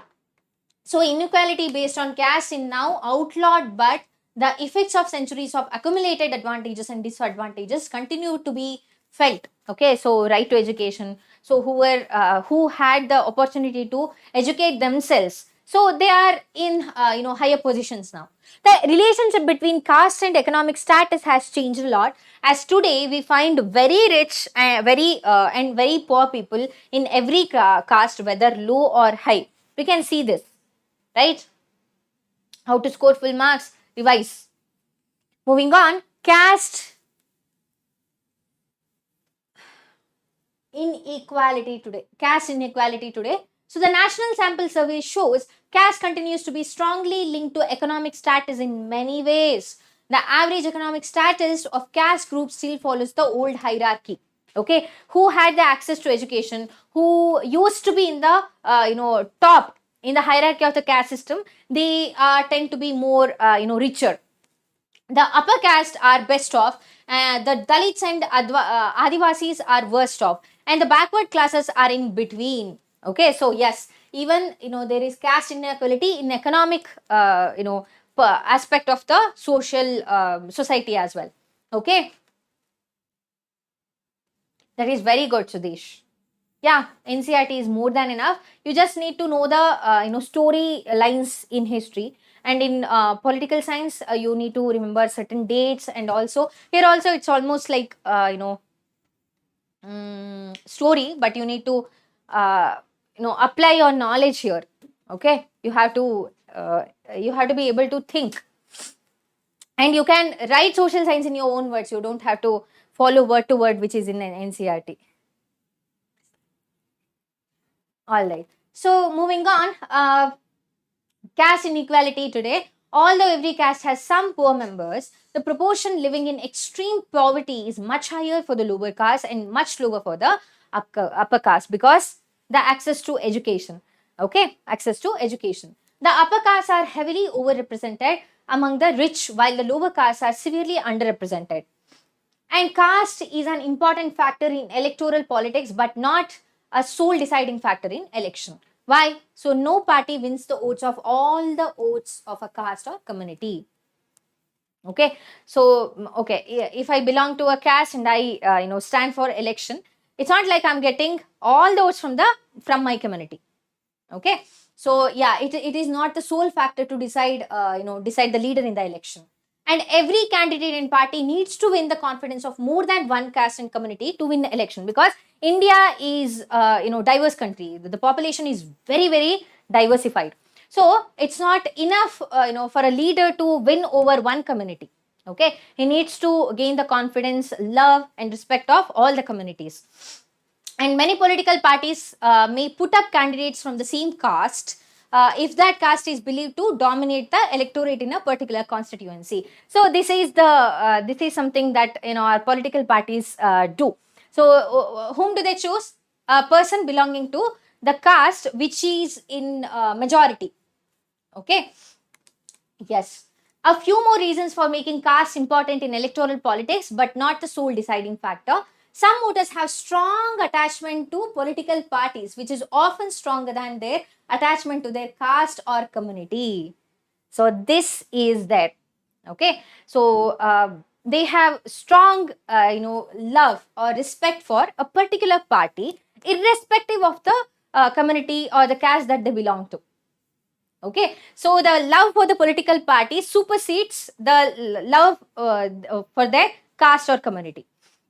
And rich and poor or men and women from the same caste often vote differently. So women and men think differently, so we vote differently. And some voters have more than one candidate from their caste, while many voters have no candidate from their caste. So many there are so many communities or caste where there is not even a single political leader from their caste or community. So who is going to voice out their concerns? Who is going to voice out their problems? Okay. Yes. So people's assessment of the performance of the government and the popularity rating of the leaders matter and are often decisive in elections. So there are so many factors which decides the win of a leader in the election, not just the caste, but yeah, it plays a major role. And casteism is rooted in the belief that caste is the sole basis of dash social community income inequality. Huh? What is 50-50? What are the two options? 50-50? 50 options. Yeah, actually. Caste is the sole basis of social community. Okay, not income inequality, but social community. Yeah, there is discrepancy in income as well. So as we discussed already, so people belonging to higher caste, supposedly higher caste, they are well off, and people belonging to Dalits, the community Dalits and backward classes, they are not so well off because of their access in they couldn't access the education. That's why. And which of the following is a reflection of casteism in politics? Caste representation in government formation, election candidate on caste basis, demand for caste-based reservation. Which is the right answer? Reflection of casteism in politics.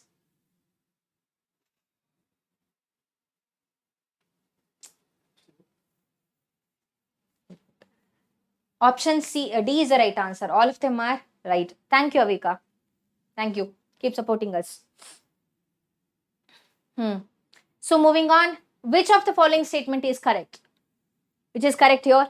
The average economic status shows the Dalits and Adivasis are best off, while the upper caste are worst off. No, this is not correct. This is incorrect. This is incorrect. The proportion of people living in extreme poverty is higher for the upper caste than lower caste. The average economic status shows the upper caste are best off, while Dalits and Adivasis are worst off. The upper caste are severely underrepresented. Option C is the right answer. This is the correct statement. Okay.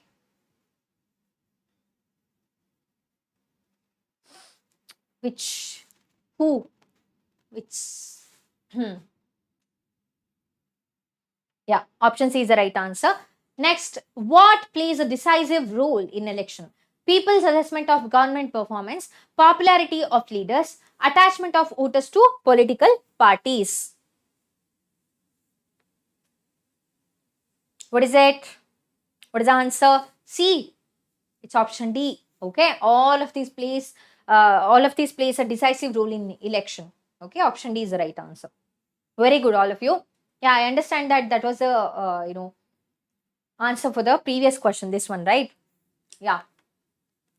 So next question, D. Okay, Sudesh, Sonali, yeah, Avika, Surendra, all of you, very good. Moving on. Last, guys, politics in caste. So political, what is that? So political action of caste. So it is not politics that gets caste ridden. It is caste that gets politicized. Okay. Yeah. So when we indulge caste in politics, so the caste gets politicized. This takes severe forms such as each caste group tries to become bigger by incorporating within it subcastes which were earlier excluded from it. So various caste groups are required to enter into a coalition with other castes and thus enter into a dialogue and negotiation. So what is coalition? Alliance. Okay, clubbing of different things. New kinds of caste groups have come up in the political arena like backward and forward caste groups. Okay, so these are the repercussions of indulging caste in politics. Next, caste differences in politics helped people from Dalits and OBC caste to gain better access to decision making, because from these communities or these castes, we have representatives now who can voice out their concerns. And several political and non-political organizations have been demanding and agitating for an end to discrimination against particular caste. Okay, untouchability is there, so discrimination against different caste. And politics based on caste identity alone is not healthy in a democracy. Okay, it can divert attention from other pressing issues like poverty, development, and corruption. We have more pressing concerns in our society, right? So poverty, development, corruption, gender discrimination is also there. We discussed that just now. So there are more pressing concerns rather focusing on caste, religion. So we should focus more on these things so that we can uplift ourselves and our society. And in some cases, caste division leads to tensions, conflicts, and even violence. Yeah, people start killing each other, beating up each other, all of those things. And what also influences the caste system? Foreign investment, politics. Does foreign investment affects caste system?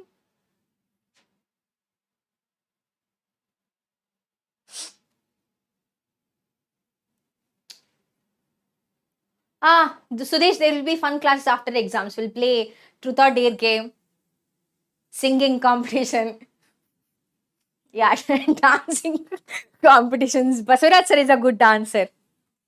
So yeah, we'll be playing all of those things. Stay tuned for that. Get done with your exams as soon as possible and we'll start doing that. Election Commission will discuss in the next class, Surendra. Okay? Sir is already waiting. Option B is the right answer, politics.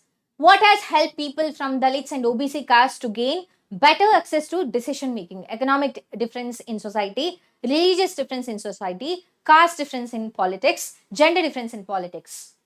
What has helped from Dalits, people from Dalits and OBC castes to gain better access to decision making? It is option C, caste difference in politics. Okay. Nishant. Okay, we are glad that we could be of some help. So what does caste division lead to? Peace and harmony, conflict and violence, unity, integrity.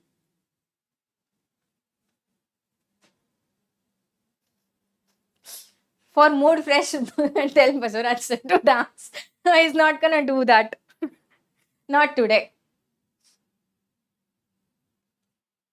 C. Is it C? It's B. Conflict and violence. What does caste division lead to? Conflict and violence. It's never peace and harmony. Okay, no unity, no integrity, nothing. So discrimination only leads to conflicts and violence. People start hating each other. Option B, Kamali, Surendra. Yeah, option B is the right answer. Very good, very good. Next, politics based on caste alone is very dash in a democracy. Healthy, unhealthy, fruitful, beneficial. This is very simple, guys. What is feminist? Who is a feminist? Sing a song? Yeah, sure. We'll sing a song. Who is a feminist, guys? Who fights for equal opportunities for both women and men? Okay, they are feminist. There is a different definition for feminist, feminism and feminist. That's not the actual definition. So whatever women does, they should be uplifted, they should be supported. No, that's not feminism. Equal opportunity for men and women. Recognition for men and women. Equal recognition. That is feminism. Okay. Option B for Basuraj sir. Okay, it is unhealthy. Option B is the right answer. Next, summary. So this is the last part of this chapter. Caste is an important source of economic inequality because it regulates access to resources of various kinds. Inequality based on caste is now outlawed. The effects of centuries of accumulated advantages and disadvantages continue to be felt. So there is still untouchability. So there is so many disparities. Although every caste has some poor members, the proportion living in extreme poverty is much higher for the lower caste and much lower for the upper caste because of inaccess, they couldn't access education. And universal adult franchise and the principle of one person, one vote has brought new consciousness among the people of caste that were treated as inferior and low. Everybody, irrespective of gender, irrespective of caste, religion, has the right to vote and has the right to educate themselves. There is free education in India, right? Until up 14 years of age. So yes, universal adult franchise is nothing but free education. Okay. Next, no parliamentary constituency in the country has a clear majority of one single caste. So yeah, India is not based on one caste or one religion. Okay. Next, so every candidate and party needs to win the confidence of more than one caste and community to win elections. So it is not politics that gets caste ridden, but it's a caste that gets politicized. Caste politics has helped people from Dalits and OBC caste to gain better access to decision making because they have representatives. Representatives means people, leaders, okay, which are elected by people. Politics based on caste identity alone is not very healthy in a democracy. So caste division leads to tensions, conflicts, and even violence, imbalance. Okay. If they fight for both men and women, then why are they named as feminist? Why not?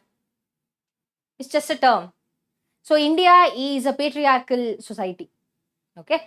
So yeah, who fight for equal opportunity, equal representation, they are called feminist.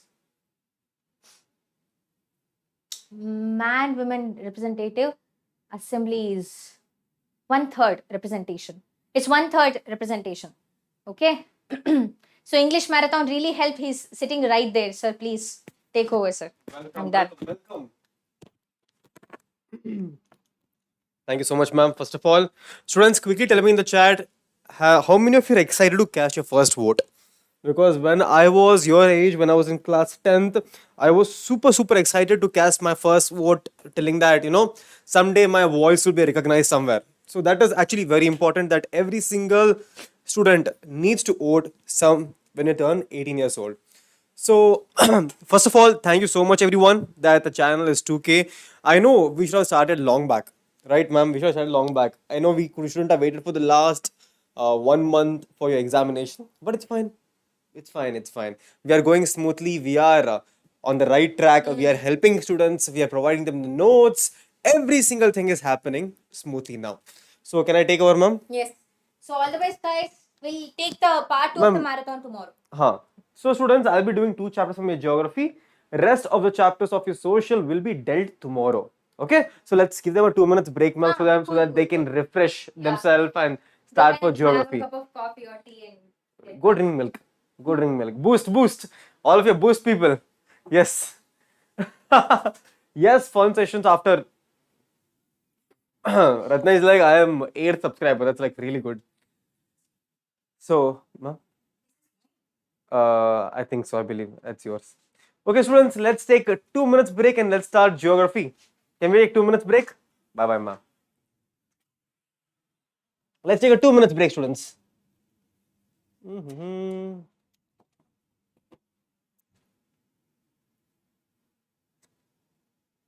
Let's take 2 minutes break and then we'll start with the geography. Okay? Hello, yes, Diksha Vedantu. So let's wait for 2 minutes and then we will start with the geography. Let me upload the presentation by then. Okay? So take 2 minutes break, drink some water and drink some milk, drink some boost, everything you want to drink and come. By then I'll wait here. Okay? Amazing. Too much of light, no? Too much of light here, no? This, what to do? Wait. Yes, no dance. I forgotten how to dance. Last time I danced was when I was in class 10th. After 10th standard, I never danced. So, no dance now. How many of you know Kendriya Vidyalaya? Honestly, just asking. How many of you know what is Kendriya Vidyalaya? Because I studied in Kendriya Vidyalaya. I'm a KV student till 12th standard. 1 second, students. Let me download my presentation. Oh, my password. 1 second. I forgot my password.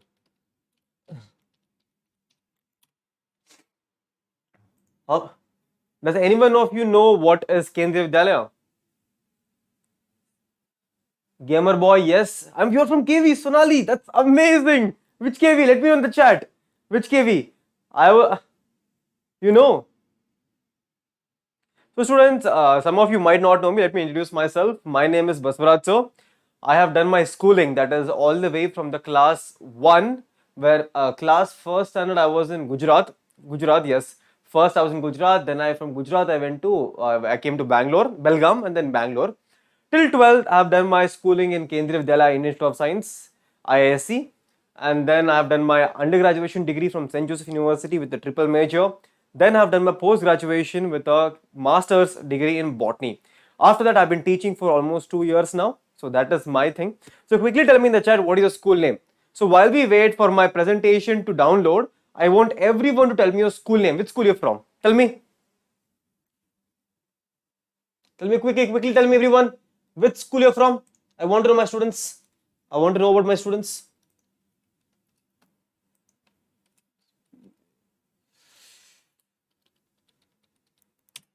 Quickly tell me your school. Dun, dun, dun, dun, dun. Thanks.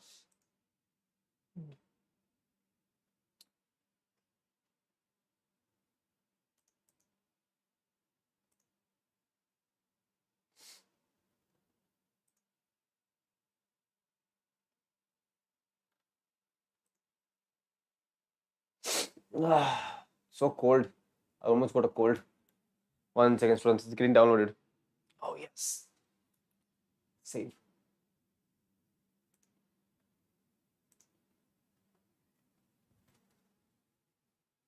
Enable editing.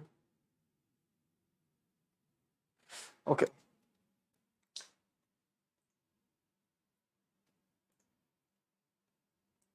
Nice. Nice.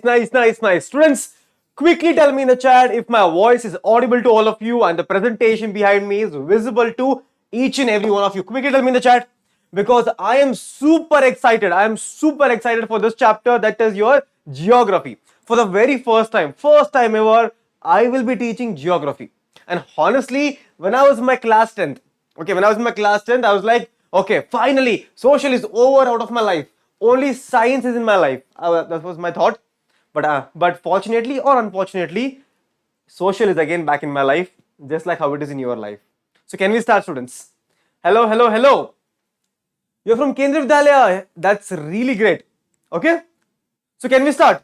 Can we start with the minerals and energy resources? Can we start? A quick thumbs up in the chat, or fire, or hearts, or everything in the chat. It was 9.6 CGPA, right? Not marks, right? So minerals and energy resources. Okay, so can we start? Everyone, show some hearts, fire in the chat, because I will know all of you are ready, refreshed. Okay. Oops. Ready. Okay. First of all, let me tell you the first point here. What is a mineral? Can anyone tell me in the chat what is a mineral? Can anyone tell me, Sonali, Raghu, Tarun, can anyone tell me what is a mineral? Anyone? Sir, I am from Kendriya Vidyalaya, Kolhapur, Odisha. That's amazing, Sonali. Welcome to, we are here from Bangalore. Tell me in the chat, what is a mineral? Anyone? You might have heard about mineral is this, mineral in the salt, mineral is there in the food, mineral is present everywhere. Then what is mineral?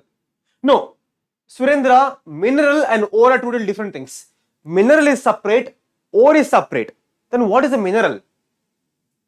Natural ore? Yes, it is a type of natural ore. But in the examination, if you get a 1 mark question, what is a mineral? What will you write? Raghu is saying a homogeneous mixture. That is one of the definition. So for a mineral, students, listen to me very carefully. A mineral has 3 important points. The first one is, it is a homogeneous in nature. The meaning of homogeneous means it is same, it is uniform. Like how you school uniform, you have no school uniform, everyone has the same uniform. So mineral will also be uniform in nature, it is homogeneous. The second point here is, a mineral is natural occurring. Now what is the meaning of natural? The meaning of natural is that it is present on earth naturally because of Mother Earth. We are not creating minerals. Humans are not creating minerals. That is, minerals are natural in nature. Second point. First point was what? It is homogeneous in nature. It is natural. Second point. The third point. The third point here is about mineral is we can study the internal structure of a mineral. We can study the internal structure of a mineral. Exactly, Tarun Reddy. That is, mineral is what? Mineral can be defined as a homogeneous in nature, naturally occurring substance with a definable internal structure. With a definable internal structure. Clear? All of you know what is a mineral now? Clear? Now, students, listen to me. Students, are you able to see the board? Tell me in the chat, are you able to see the board? Is everything clear to you? Or should I reduce the brightness? Tell me in the chat, should I reduce the brightness? Is it properly visible? Tell me, everyone. Because once I start in the flow now, once we go in the flow, we'll start. Okay? It is a mineral, it is a homogeneous, natural. It is a homogeneous, natural occurring substance with a definable internal structure. That is, the meaning of homo means same. Meaning of homo means same. Okay, genus means composition. Same composition. Okay, homogeneous means same composition. Now, students, minerals are found in varied forms in nature, ranging from the hardest diamond, all the way from the hardest diamond to the softest talc. Now, can anyone tell me where do you use the talc? Oh. I'm not able to write here. 1 second, students. I'm not able to write.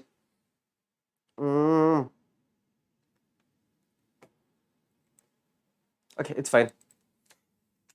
Yes, I know. I'll already reduce the brightness. 1 second, students. 1 second. It's too bright for its own good.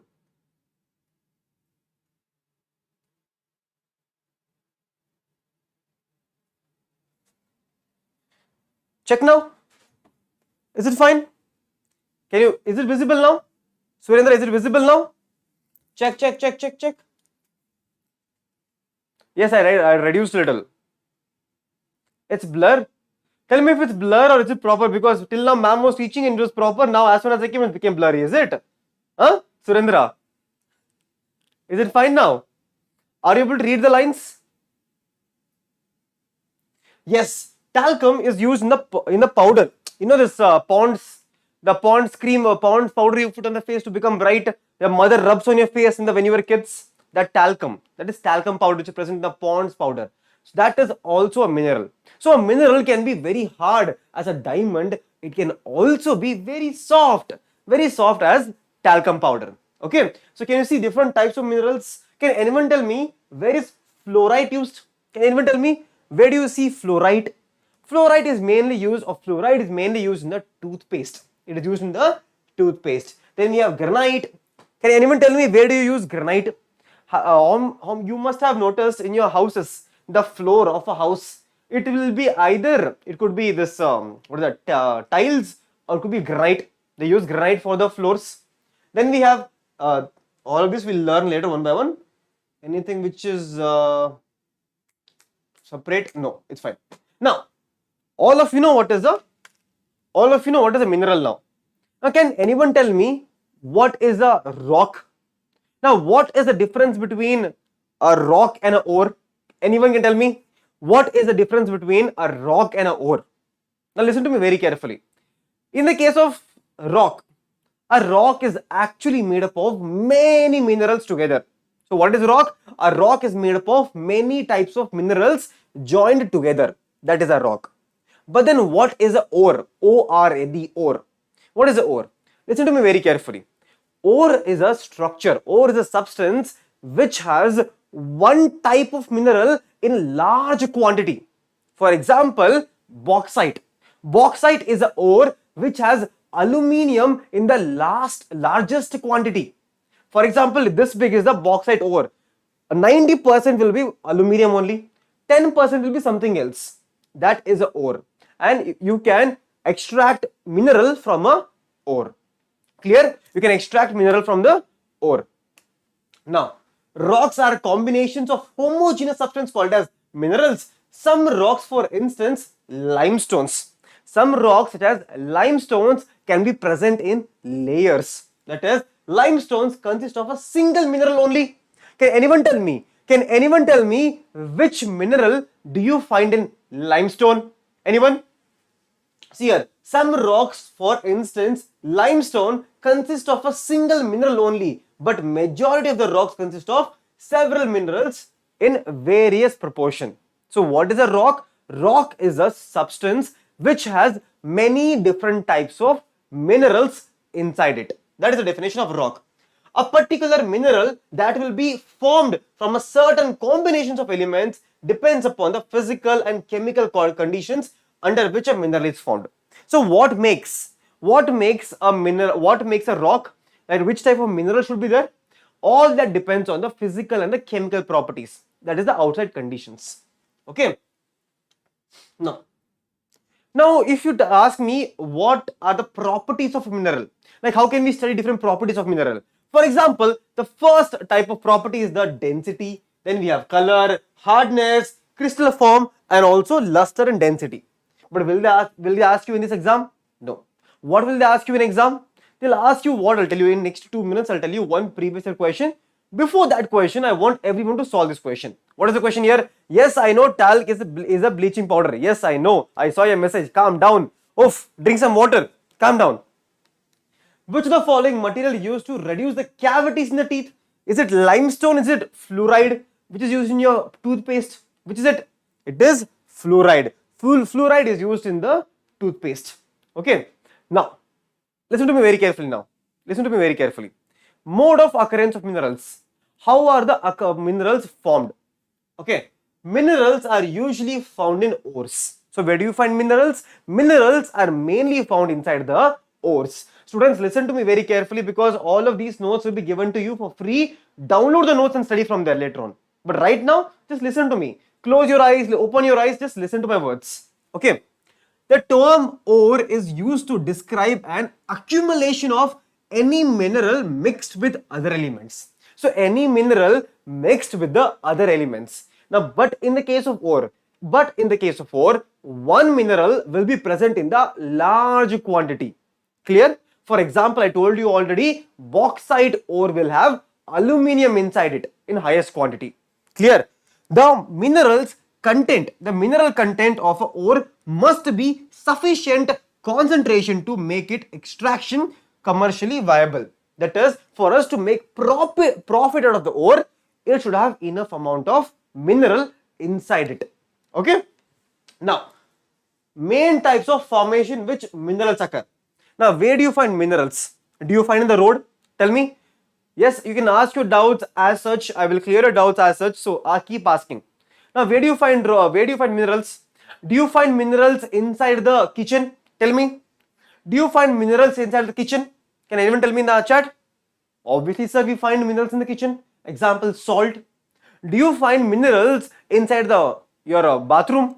Yes, the cleaning bleaching powder. Yes, we find there also. Do you find minerals on the roadside? Yes, even on the roadside you find minerals. Even on the roadside, that is corner of the road, you find minerals.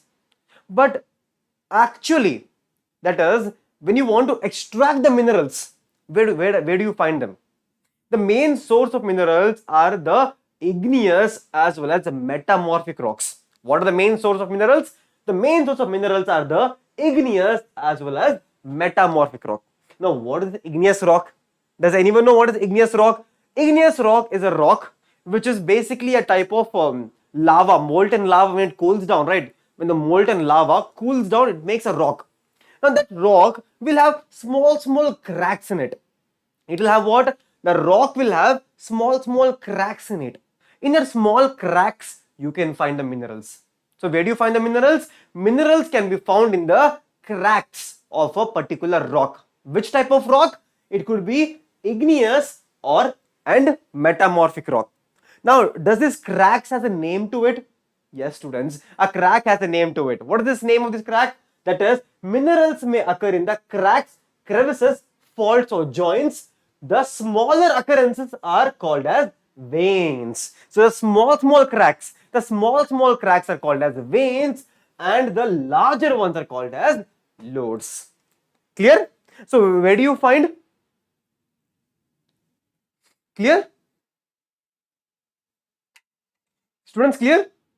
So where do you find minerals? Minerals can be found inside the cracks, it can be found inside the veins, or it can be found inside the lodes. So in the most cases they are formed when the minerals in the liquid molten and gaseous forms are forced upwards through the cavities towards the earth surface. Now what is the meaning of that line? The meaning of that is very simple. This is the earth surface. When the molten lava is coming out, it will cool after some time. When it cools down, in the cracks, minerals are deposited there. Okay, minerals are deposited there. They cool and solidify as they raise. Major metallic minerals like tin, copper, zinc and lead etc. are obtained from veins and lodes. Clear all of you? Clear? Clear all of you? Amazing. Now that was first one, which what? That was your igneous as well as metamorphic rock. Now students, what you need to remember here is, in case of igneous and metamorphic rocks, we obtain copper, zinc and lead and tin. Clear? So what do you obtain? In the case of igneous and metamorphic rocks, you obtain tin, copper, zinc and lead. The next type is sedimentary rock. The next type is what, students? Repeat after me, students. Repeat after me. The next one is sedimentary rock. Okay. Now, in a number of minerals occur in the beds or layers. Now, what is beds or layers? You might have noticed in the case. I have a diagram. Wait, let me show you. See this. Can you see this different layers here? One white color layer, one red. One white color layer, one red color layer, white layer, red layer.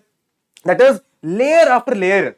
Layer after layer. In between those layers, we can find minerals. That is, a large number of minerals occur in the beds or layers. They have been formed as a result of deposition. Now, what is deposition? Deposition means storing there. Deposition, accumulation, and concentration in the horizontal strata. This is called as bed or horizontal strata. When multiple rocks align in multiple layers in the horizontal strata, that is called as sedimentary rocks. Now, which mineral do you find?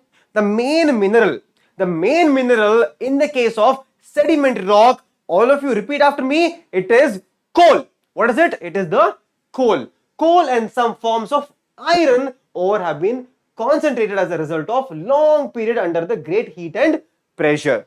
So, in the case of sedimentary rock, students repeat after me, in the case of sedimentary rock, we obtained coal as well as iron ore. Clear? Another group of sedimentary minerals include gypsum, potash salt as well as sodium salt. Students, in the case of sedimentary rock, we obtain coal, we obtain iron, we obtain potash, and then we obtain gypsum. We also obtain sodium salts. Okay, we obtain what? Also sodium salts. All of you are amazing. You are learning one by one. Students, remember all of this. This can be asked as a 1 mark question. They can ask you. So please be prepared for all of these questions. Okay. Now, we learned all this. See, coal, iron ore, gypsum, and sodium salt. Clear? Yes, exam. So potash is a type of very soft mineral which usually in India we don't have. We have to export it. Okay. Potash is also a type of mineral. I think I don't have an image right now. You can Google the image. Okay. Sundara, please Google the image. Now, next one is, first one is what? The first one was igneous as well as sedimentary rock. Igneous rock as well as metamorphic rock. The second one was your sedimentary rock. The third type of formation is the depositions of surface rocks and the removal of soluble constituents. Forget, I'll explain. Listen to this. If this is an ore, in that ore, there will be small gaps. Can you see this? In this ore, there are small gaps. In that small gaps, because of the bacteria or because of the weathering, water or lichens, any kind of biotic or abiotic factors, there could be weathering. As a rock can undergo weathering. When the rock undergoes weathering, it will form small holes. listen to me very carefully. When a rock undergoes weathering, it will create small pockets or holes. Now, inside these pockets and holes, minerals will be added. Minerals will be added in the small pockets or holes, leaving a residual mass of weathered material containing ore. Bauxite is formed this way. So, how is bauxite formed? Is there a problem with my voice? Check.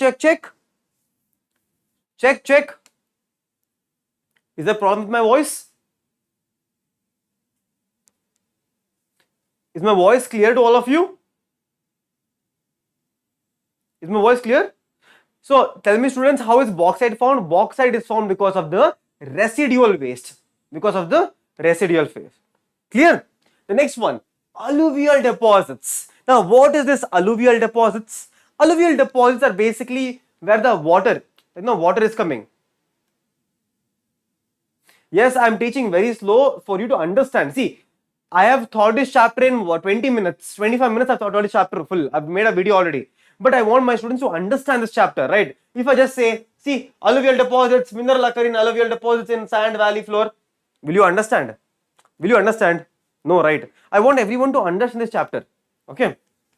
So what is alluvial deposits? Minerals also occur in alluvial deposits in the sands of valley floors.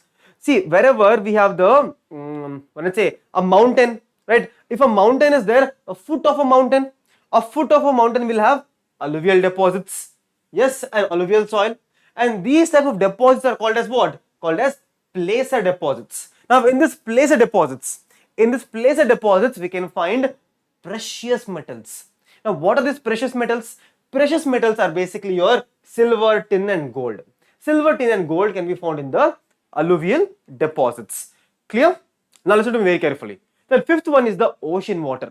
Now inside the ocean water, the main type of mineral which you find is the salt. Okay. Now, do you find other minerals other than salt? Answer is yes, you find other minerals. But is it easy to find?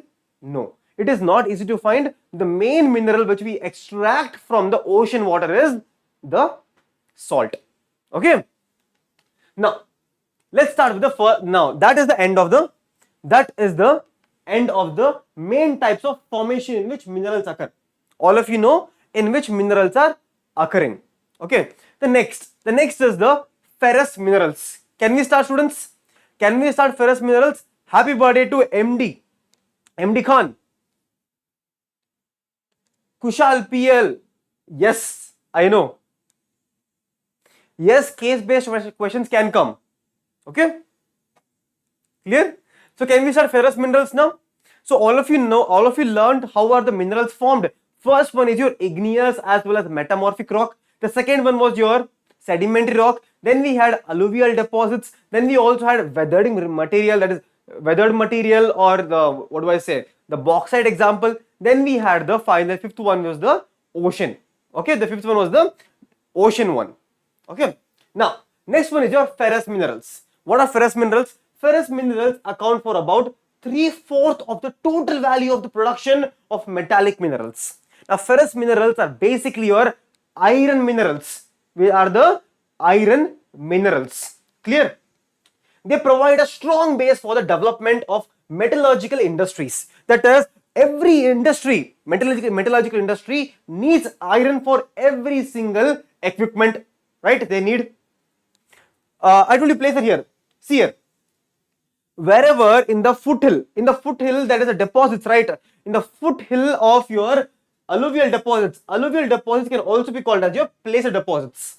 Okay. Also can also be called as your placer deposits. Clear? Now, India exports substantial means a lot, a large quantity of export of minerals, ferrous minerals is done by our own mother India.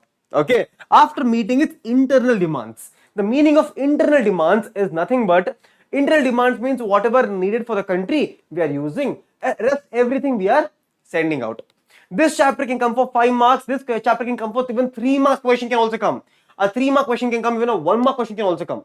And I will tell you exactly a 5 mark question will come. Okay. Next one. First one of you, I'm not able to write, students. I don't know why. I'm not able to write. Okay, it's fine.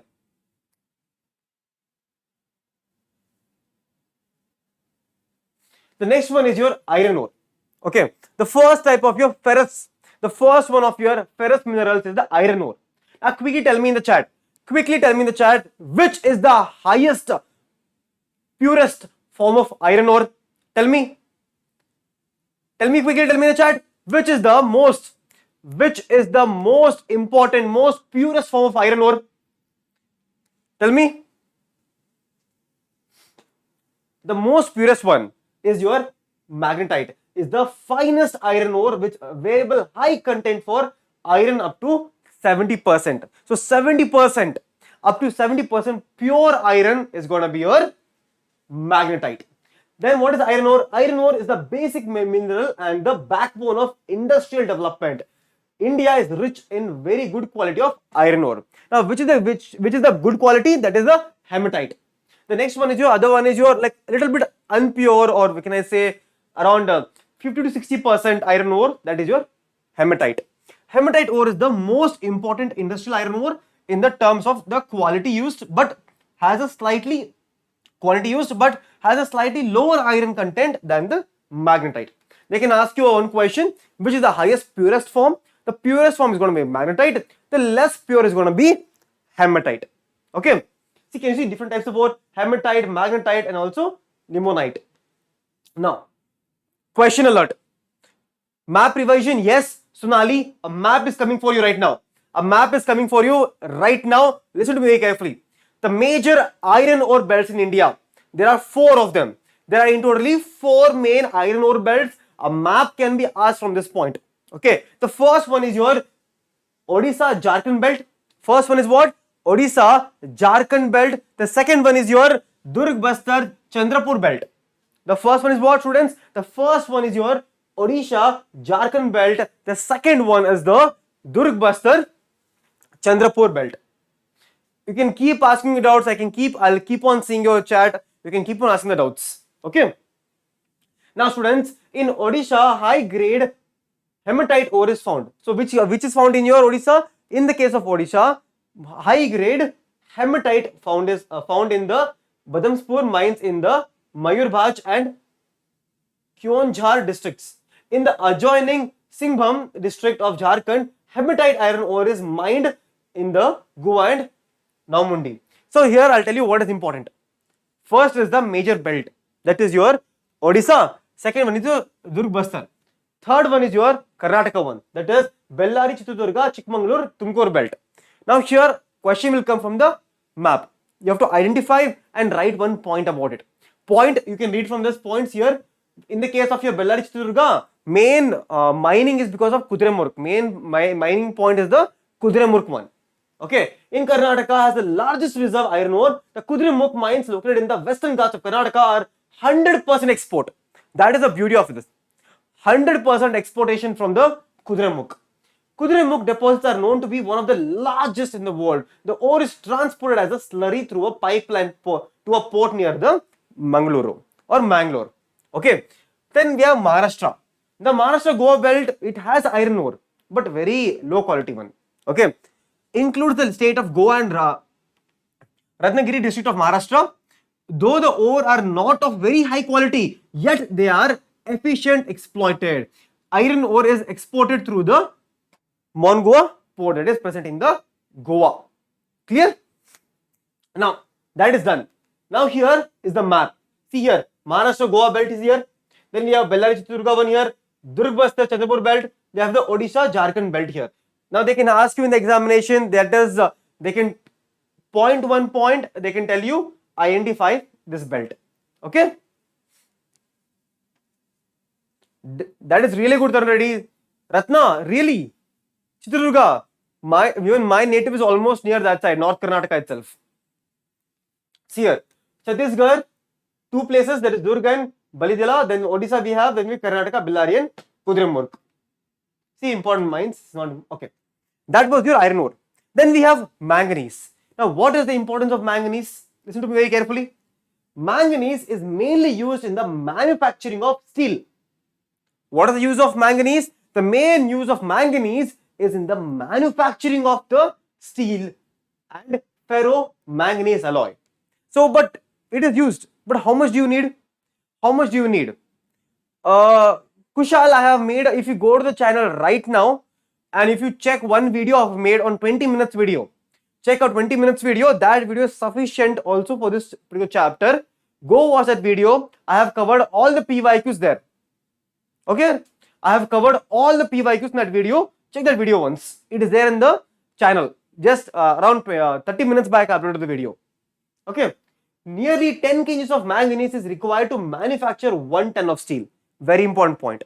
Nearly 10 kgs of manganese is required for just 1 kg of steel. I have taken MCQs, everything is included there, don't worry. See, this is pure teaching. Then I will make you solve some questions later on. Case-based study, everything is going to be there, don't worry. And if you ask me, which is the highest production of manganese is happening in which state? Can anyone tell me? Look at this graph and tell me which is the state which is producing the highest manganese. That is going to be MP. That is, Madhya Pradesh is producing the highest quantity of manganese. Now, see, before it was Odisha. Now it is Madhya Pradesh is the largest producer of manganese. Clear?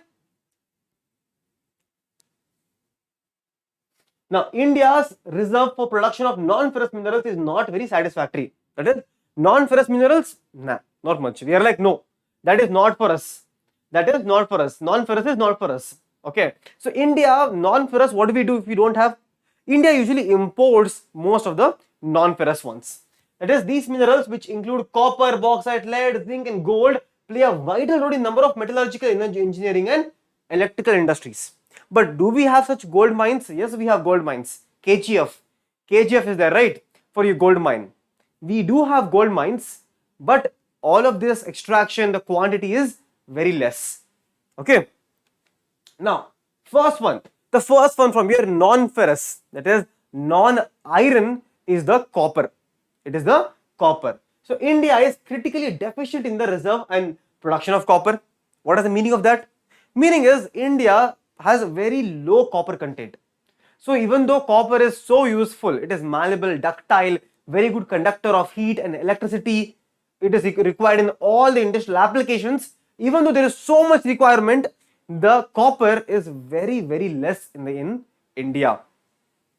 Right?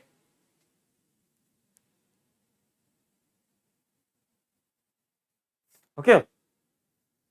That is, being malleable, ductile, and good conductor, copper is mainly used in the electrical cables, electronics, and chemical industry. Now, here I have highlighted points here. That is, Balghat in mines in Madhya Pradesh, that is, Khetri mines in Rajasthan, and Singham district of Jharkhand are leading producer of copper. See here, this is the map, copper and bauxite. Now, finally we come to the bauxite. Again, bauxite is the main ore for your aluminium. Okay, G20, yes, I'll talk about G20. Bauxite deposits are formed by the decomposition of wide variety of rocks rich in aluminium silicates. So, there are many rocks which have aluminium silicate, but as bauxite, after the decomposition, we get our aluminium. Sir, how much marks map will come? Map will come. Yes, map is going to come.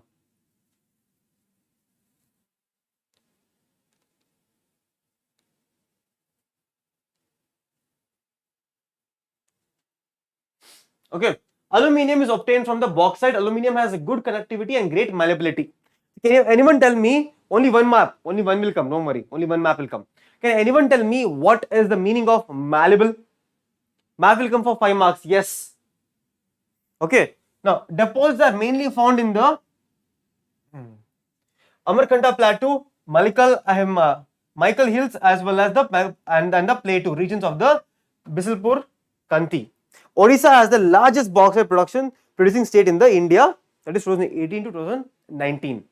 Hello Simran, welcome to the class. Now, that was non-ferrous is done. Now let's look at the non-metallic and rock minerals.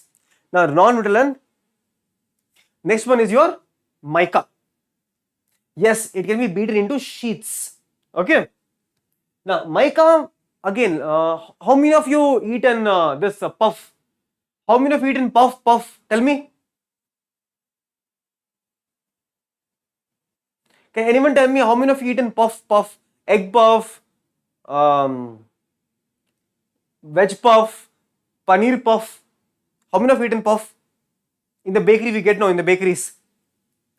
How many of you eaten puff? Tell me quickly. All of you don't like food also now. You have eaten? Okay. Now this puff, have you seen? It is in many layers. Have you seen? It is in, don't eat twice a week. Oh my god, don't eat egg puff. Yes. Have you seen it is in, check. It is in many layers. Can you see that puff will be in many layers? That is how mica will look. That is how mica will look like. It is found in many different layers. But your puff you can eat, mica you can't eat. Okay. So mica is a mineral made up of series of plates or leaves. Just like how puff is made up of many layers or leaves, mica is also made up of many different layers or leaves. Okay. Now, it can be clear, black, green, red, yellow or brown. Mica is the most indispensable mineral used in the electrical and electronic industry. The meaning of indispensable meaning is it cannot be replaced. It is very important. Lunch, no, not done yet. Okay. It has excellent dielectric strength, low power. See, they'll ask you a question. Why? Why is mica important? Why is mica an indispensable unit in electricals? So that time you need to write, this is the answer. Why is mica important? Thrice a week. Eat home food. All of you eat home food. Don't eat outside right now. It is not, first of all, puff, you should not be eating puff only. First of all, you should not be eating puff. Eating puff once in 2 weeks, fine. Okay, and right now students, exam is going on. Do not eat any outside food. Always stick to your home food right now because you cannot afford to be sick. So avoid all types of outside food right now. Only eat home food, that is rice and rasam. Best combination. Okay. It has excellent dielectric strength, low power loss factor, insulating properties and resistance to high voltage. Okay. That is very important. Now listen to me very carefully, all of you. Mica deposits are found in the north edge of the Chota Nagpur. North edge of your Chota Nagpur plateau. Then Kodarma Gaya, that is Hazaribagh belt here, Jharkhand here. This is the belt one. That is Hazaribagh belt of Jharkhand. Ajmer in Rajasthan and Nilor in the Andhra Pradesh. These are the different belts which we can find the different types of your mica. Okay. Next, rock minerals. Now, first one of rock minerals is your limestone. See, everyone, I really want everyone to do really well. See, the reason, see students, all of you know we are not social teachers, right? All of you know we are not social teachers at all. I have studied this chapter after 10-15 years, 10 years. After 10 years, I'm studying this chapter, I'm teaching here. None of us are social teachers. We are making sure that, we can't leave our students in midway. We taught you English, we taught you science, that is our main subject. But we were like, why to leave social? Even though we are not social teachers, we decided, let's learn social and teach our students social. Okay? Now, limestone is, so all the best to all of you. Do really well in your examination, because if we are putting so much of hard work, I want every student who is watching the video to put double the amount of hard work. Okay? Double the amount of hard work from your side. Because if you're taking NEET, if you're preparing for NEET next year, you can always come back to me. I'll be teaching for you. Make sure I'll be teaching you for the next 2 years for your NEET preparation. I'll be teaching you biology. Okay? Yes, I love football. Okay. Limestone is found in the rocks composed of calcium carbonate. One more question here. One more question can come here. Limestone is found in the rocks composition of the calcium carbonate or calcium and magnesium carbonates. Okay. It is basic raw material for the cement industry. So you can ask me a question, sir, which is the raw material for the cement industry? One more question. You should write limestone. You should have limestone. Clear? And essential for some smelting iron ore in the blast furnace. That is the importance of your limestone. Okay. Then we have conservation of minerals. Do we need to conserve minerals? You can ask your doubts then and there. I will clear your doubts right now. Okay. Now, conservation of minerals. Do we need to save minerals? Are minerals important? Do we need to save? So all of you are like almost very young to me. Imagine if my friends, all of us, all the generation which is present in my generation, if we had used all the minerals, would you have any minerals in the young generation? Obviously not, right? So that is the game. That is, all of us need to make sure the minerals are carefully used. Okay, minerals are carefully used. Minerals are non-renewable. Meaning of non-renewable is that once the minerals are used, they are lost forever. They are lost forever. Okay, it takes thousands of years for the formation of concentration of minerals. That is, it takes a lot of time for mineral formation. That is why when you're using minerals, you need to be very careful. Example is your petroleum. What if my generation used all the petroleum? Would you have any petroleum left? No. All of you would have been electric bikes. Okay. Continued extraction of ores led to the depletion of minerals. So it is important to take the necessary steps so that mineral resources can be used in a planned and sustainable manner. And if you want to classify, yes, future will be vanished. Okay. Now students, listen very carefully. Energy resources. In total, there are two types of energy resources. Yes, it's called a sustainable development. There are two types of energy resources. The first one is your conventional sources. Now, what is this conventional sources? Conventional sources is nothing but it includes firewood, cattle dung, coal, petroleum, natural gas and everything. All of them are natural ones. Then we have non-conventional. That is your modern. Non-conventional are the modern types. Like all of you are now modern students.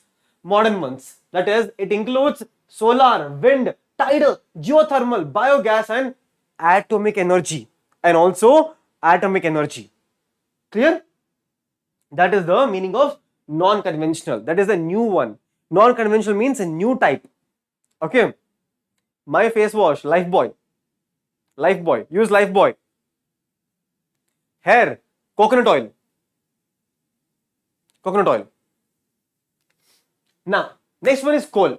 Coal is the most abundantly available fossil fuel. All of you know. Coal is the most abundant available fossil fuel. Yes. It is used for the power generation. The main application of coal was basically back in the days. Remember when the coal train used to be there? Choo choo, and coal train used to go. That is your coal. That is the main power source for your coal. To supply energy to the industry as well as the domestic needs. The domestic needs could be normal general one, right? Domestic needs are the general one where in the olden days coal used to be used for cooking also. Coal, you might have noticed in this, people who do ironing, they use coal for ironing. Yes, coal can be used for ironing. They back in the day they used to use. Now everyone uses electrical one. Sir, what is sustainable? The meaning of sustainable means that to make sure it is available for future generation. That is, use the substance in the limited amount. Okay. Now, we have different qualities of coal. Again, students, this can be asked as a 1 mark question, 3 mark question. What are the different types of coal? Yes. What are the different types of coal? The main, highest, most purest form of coal is your anthrite. Anthracite is the main important coal. Okay, that is highly desirable fuel because of its high heat content and low sulfur content. So, which is the main important one? That is your anthracite. Clear? The next one is your bituminous coal. That is your extensively used as fuel because it is high heat content and large supply, normally has high sulfur content. It has high sulfur content, but it is normally used. Then we have the lignite. That is low heat content. That is very low heat content, low sulfur content, limited supply in the most areas. Clear? The last one is your peat. Peat is mainly made from your bryophytes, basically a sphagnum type of your bryophytes and pteridophytes. Okay, partially decayed plant matter in the swamps and bogs. Okay, then we have the major regions coal in India. Where do you find the coal in India? Okay, that is the principal lignite reserves are in the Neyveli in the Tamil Nadu and the use for generation of electricity. That is the first one. The other one is your, it's not written here, oh, fine. This one is the one. Other one is the tertiary deposits. Tertiary deposits are mainly because of the Assam, Meghalaya, Arunachal Pradesh and Nagaland. The meaning of tertiary reserves are basically the present from the older times. Okay. Then we have the Gondwana deposits. Gondwana deposits are the most old ones. Gondwana deposits are the most old ones. It is 200 million years ago. From the 200 million years ago. Sir, afforestation or deforestation? Can you ask me again? What is the meaning of afforestation and deforestation? Afforestation means the forest is growing. Deforestation means the forest is. Now again, major coal mines in India. Students, a question will definitely come from the maps. Learn the maps very carefully. Then we have petroleum. Petroleum provides fuel for heat. All of you know petroleum. We use in our vehicles and everything. So petroleum fuel provides for the heat and lightning, lubricants for the machinery and raw material for the number of manufacturing industries. So petroleum is actually a raw material for many different types of industries. Okay, that is, petroleum provides fuel for heat and lightning and lubricants for machinery. That is, when the machine is not working properly. Like in the house you have TV, no? What do we do when the TV is not working? When patak you give the TV, no? When the TV starts to work. But in the industry you can't hit the machines. That time, for the better functioning, we add petroleum. Okay. Most of the petroleum occurrence in the India are associated with the anticlines and fault traps in the rock formation of the tertiary age. Now, but where do you find petroleum? Do you find it lying around on the floor in the bathroom? No. Where do you find petroleum? Petroleum is actually found between your non-porous and porous type of rocks. Clear? Petroleum is also found in the fault traps between the porous and non-porous rocks. Then we have the major oil fields. Clear? Major oil fields. For example, in the Assam we have Arabian Sea as well as Gujarat. Students, I will send you this PPT. Please download this PPT. Learn every single map. One question will come. When the exam day is over, I'll be here and you come and tell me, yes sir, a particular map came from this chapter. Okay? Clear? Then we have natural gas. Last one is your natural gas. Clear? Natural gas is an important clean energy source. Now, what is the meaning of clean energy source? The meaning of clean energy source is that it does not produce a lot of soot. Okay, it does not pollute a lot. That is, it is considered as environmental friendly fuel. That is, it doesn't cause a loss of air pollution or any type of water pollution also.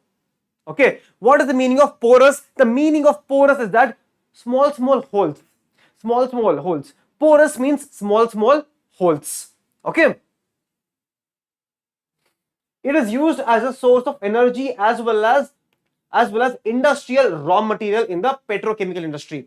The power and fertilizer industry are key users of natural gas. That is, in the case of fertilizer, that is generator, we need that, right, for making generator.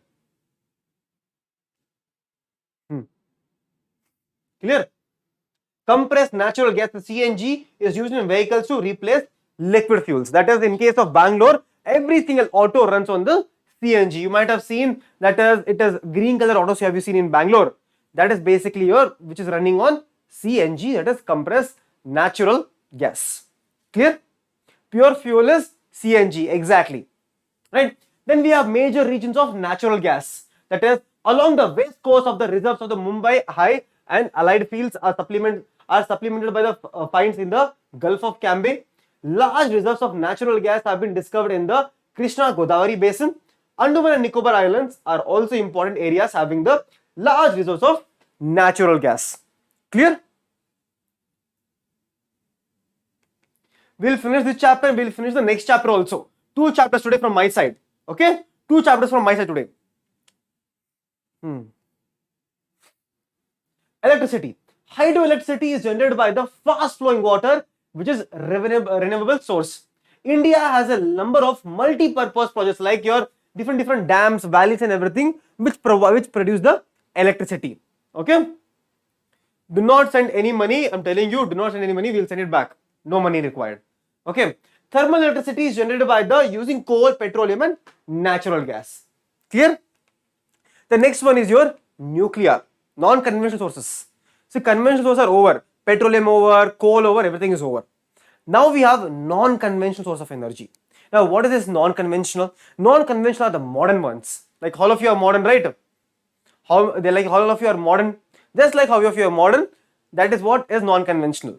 That is in non-conventional we have the solar energy, we have the wind energy, tidal energy, atoms. We are breaking atoms and they are making more energy.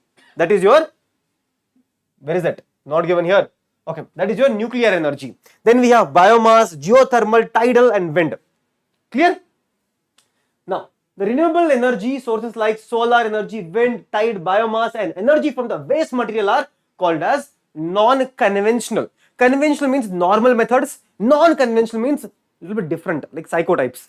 Okay. India is blessed with an abundance of sunlight. Why? Because India is a tropical country. Right? India is a tropical country, so we have a lot of sunlight. If there is a lot of sunlight, can we do a lot of farming of sunlight? Yes, that is the solar energy.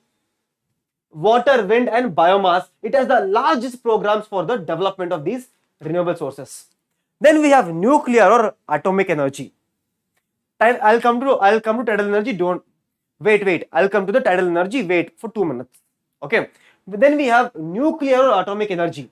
That is, nuclear energy is obtained by altering the structure of atom. That is, take an atom, change its composition. When you change the composition, there would be a reaction. When the reaction is happening, it is producing a lot of heat. Right? We are capturing that heat, converting into energy. Right?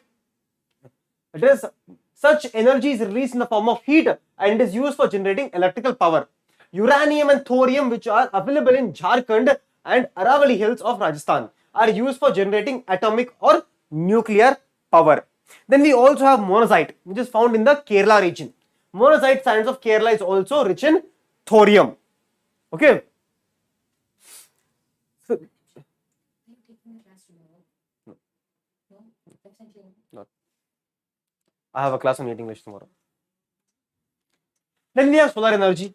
That is, India is a tropical country. I told you, it has enormous possibility of trapping sunlight. So you trap the sunlight, and then you convert it to energy. Some of you also might have, right? Some of you also might have on your solar panels in your house, right? Solar panels in your house. That is basically trapping solar energy, right? Now, one question, simple question. Which type of sand in Kerala is rich in thorium? Is it monazite sand or is it gypsum sand? I'll give you 5 seconds. 5, 4, 3, 2, 1. Time's up. That is monazite sand. Clear? Next, last one. The last topic for this chapter, that is your wind, tidal and geothermal energy. Now, what is wind energy? How many of you have seen this? How many of you have seen this type of structures? That is round and structures. Has anyone seen this? This is basically windmills. This is basically windmills. Whenever the wind is coming or high wind or gust is coming, these particular wind structures will rotate. When they are rotating, energy is being generated. Clear? Energy is being generated. The largest wind farm cluster is located in the Tamil Nadu from the, that is Nagarkoli to the Madurai. Andhra Pradesh, Karnataka, Gujarat, Kerala, Maharashtra and Lakshadweep have important wind farms. Clear? Then what is your biogas? The biogas is obtained from the animal waste. Biogas is obtained from the animal waste. That is, shrubs, farm waste, animal and human waste are used for producing biogas. See, when you go to when you go to this natives in my village, they do it. In my village, they do it. This aunties, okay, they'll sit in the front of the yard. One gobar they'll make gobar ka rotis, round on gobar roti, and they'll stick it on the walls. That is gobar ka roti on the walls they stick. That is basically used for making gobar gas later on. Okay, gobar gas later on. That is decomposition of organic matter yields gas. That is gobar gas plants in the rural India. That is biogas plants are set up at the municipal, cooperative as well as individual levels. Now here starts the tidal energy. What are the meaning of tides? The meaning of tides is basically the flow of water. The flow of water. Can you see this? Whenever there is high tide, this is a dam.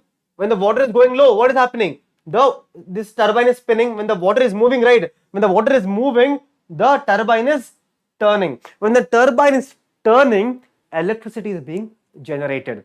Electricity is being generated, right? Tidal energy in the form of hydropower that converts energy obtained from the tides into useful form of power, mainly electricity. That is your tidal energy, right, Simran? Then in India, the Gulf of, that is Khambar, the Gulf of Kutch, everything has the main source of your tidal energy. Next, we have geothermal energy. So all of you know the particular earth is very hot. Yes, when the earth is hot, the earth is releasing heat. Yes, earth is releasing heat. We are trapping that heat and we are converting that heat into electricity. Okay, that is geothermal energy refers to the heat and electricity produced by using the heat from the interior of the earth. That is crust, mantle, core.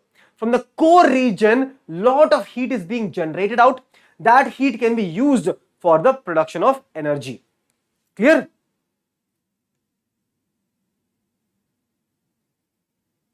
Clear?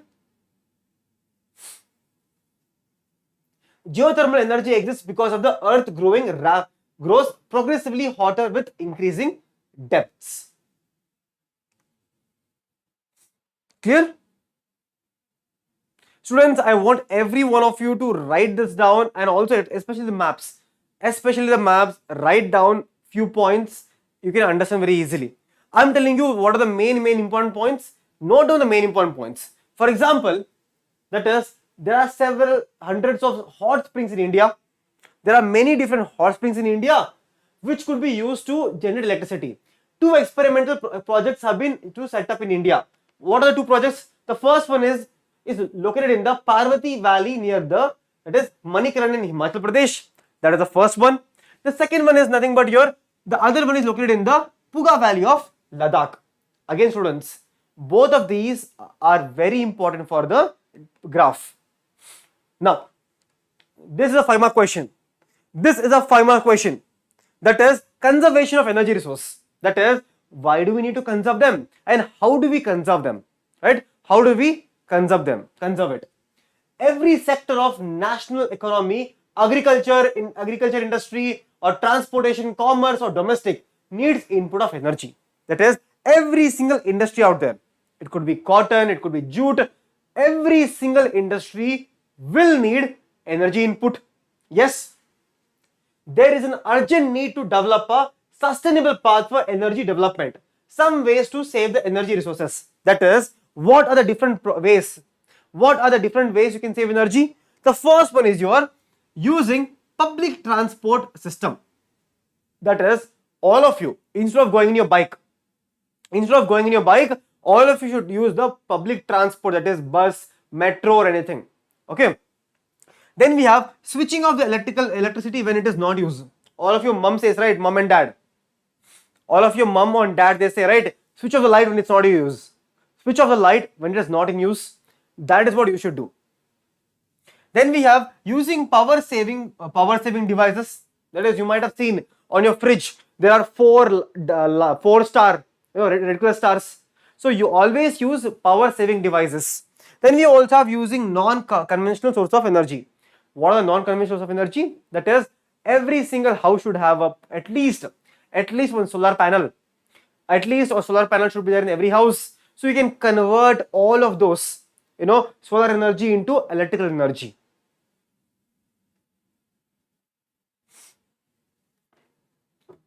That is the end of the chapter. So you told me, I can't finish chapter in. Students, I know I went a little fast because exam is day after tomorrow, right? Exam is day after tomorrow. If I teach all of these points very slowly, it will take at least 1 hour. But I can't take your 1 hour, right? I can't take 1 hour of yours. That is end of this chapter.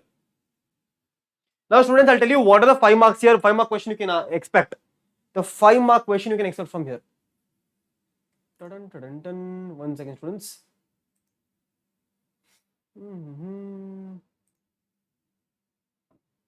I'll tell you what are the 5 mark question you can expect from here.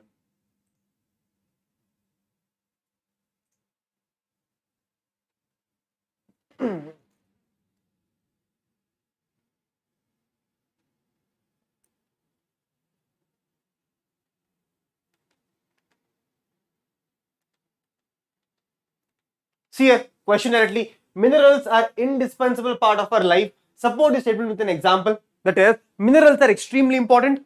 1 second, students. So minerals are extremely important. How are they important? You should tell me. The answer to this question is very simple. That is, infrastructure and construction, technology and electronics, health and medicine, and energy and production. All of these points, if you write, you'll get the marks. Clear? Then you can question like, minerals occur in various forms. Support this statement with an example. Simple question. Yes. What is the answer? That is, veins and lodes, beds and layers, residual mass and weathering material, alluvial deposits, and also minerals from the ocean. 5 mark, 5 points. Easy questions, right? Easy question, easy answer. Then we have questions like, here. How is mining activity hazardous? How is mining activity injurious to the health of the miners? Again, how is it affecting the health of miners? Easy question. What is the answer? That is, it can cause pulmonary diseases. That is, disease for the heart and disease for the lungs. Then we have contaminated water at risk to collapsing of mining floors. That is, mining floor can get damaged. They can get suppressed they can get trapped in the mines. Question again. Then you can get a question on conservation of minerals. Why is conservation of minerals important? How do we conserve them? Answer is here. Answer is here. See, every single question I mentioned here. Again, see, how can solar energy solve the energy problem in some extent in India? How can we solve it? First, you should write India is a tropical country. What are the properties of solar? Also write uses of solar. All marks is yours. All marks is yours. Then we have, why is solar energy fast becoming popular in rural and remote areas of India? Because it is much more cheaper. It is much more cheaper, right? Then question C, energy saved is energy produced. There is a pressing need to use renewable energy sources. That is, because normal resources are getting over. So you should use renewable sources such as solar, wind, water, tidal, geothermal. 5 mark question. Again, 5 mark question. Again, see, the answers are here. The basic requirement as well as the what different methods to conserve energy. What are the different methods to conserve energy? See, can you see maps are also given here? All the maps are given here. Can you see? All the maps are given here. Download this PDF. You will, trust me, if you download this PDF, every single point from this chapter I have summarized in one PDF. So if you want that PDF, I will give you. Do you want it? Do you want the PDF? Do you want the PDF? Tell me. See here. Coal, formation, properties, place found, uses. Can you see? Non-metallic minerals, mica, characteristics, properties, application. Where are they found? Question on mica. See, why is mica considered the most important mineral in the electric and electronic? Again, what is the answer? Answer is going to be your characteristics as well as properties. That is going to be your answer. Simple. Every single thing you can revise. The entire chapter can be revised in a few minutes. So how do you revise it? Go on. I have made a video on the complete chapter, this chapter in 25 minutes. Check it out once. Okay? Yes, Yes, Tarun. Yes, yes, yes. Yes, even I have seen it. Okay. So that is the end of this particular chapter. Now students, tell me in the chat, do you want me to make small clips, 20 minutes chapter, or do you want me to teach the entire chapter in 1 hour? Tell me. Sudesh, if you want, we can take. Tell me in the chat, do you want me to explain the next chapter? That is, I'll tell you.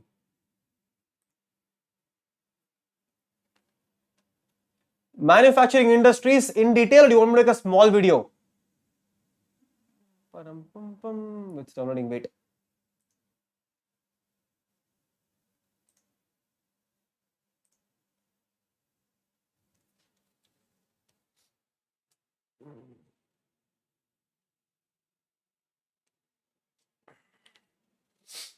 Take a 5 minutes break and then we'll start.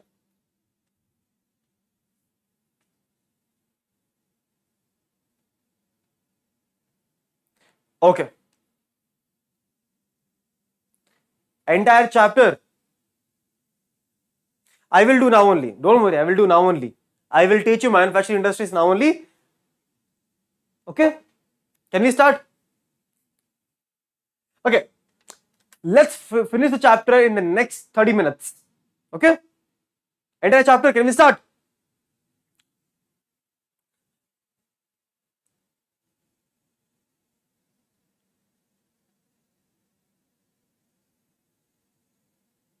My sister. See students, all of you are very young. All of you are like my small brothers and sisters. All of you are my small brothers and sisters. Can we start? We'll take a 5 minutes break.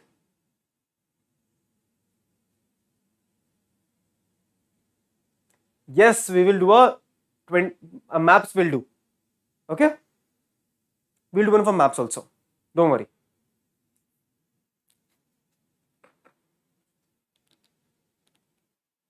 Remember when you were in school, all Indians, my brothers and sisters, when pledge used to come.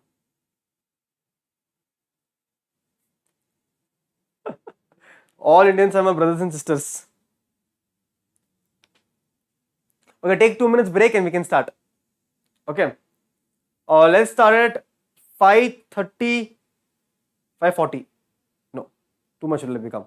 Okay, let's start in 5:40. Okay, 5:40. 5:40 we can start. 5:40 we can start. Clear? 5:40 will start. Take a 5 minutes break. I'll be sitting here aram se. Abba.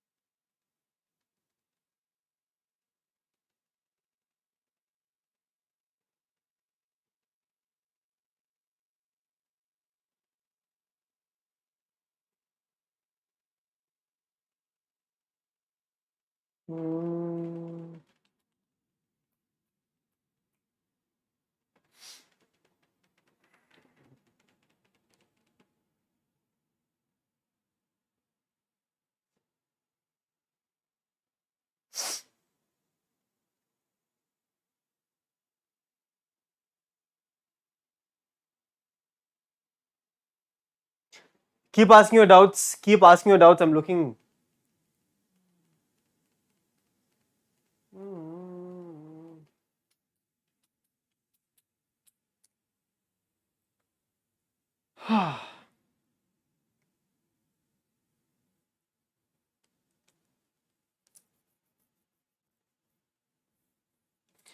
Yes, I know Shimon sir. Why?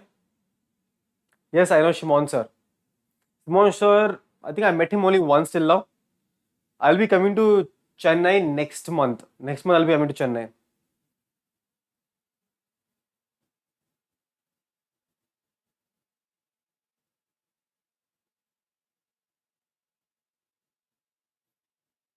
Have an amazing life ahead. Don't worry. Okay?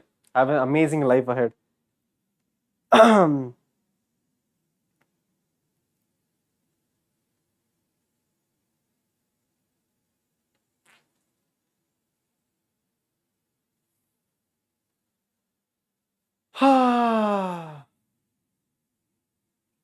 Is that your doubt? What is my full name? That is your doubt. What is my full name? That is your doubt. I thought you will ask some good doubt. Sonali, my name is Baswaraj RS.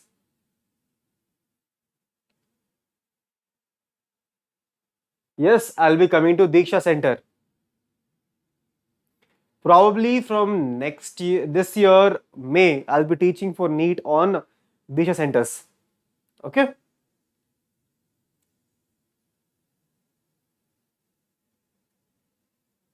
Simran, please don't spam. It gets very annoying very fast for all the students who are watching also.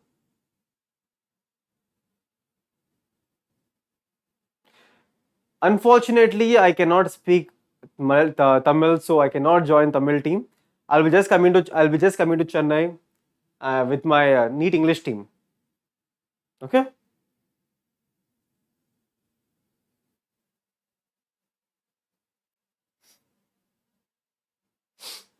Is the break up? Is the break is over? Ah, one more minute. I'll drink some water and come.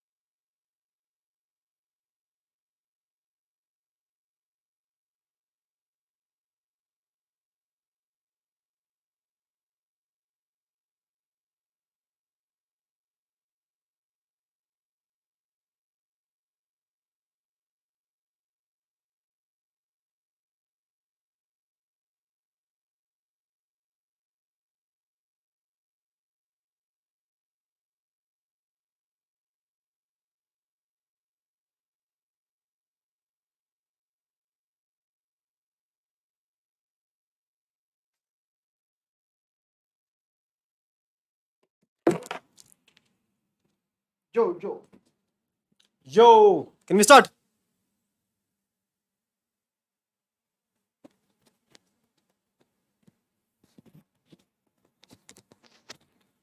Ah, so hot suddenly.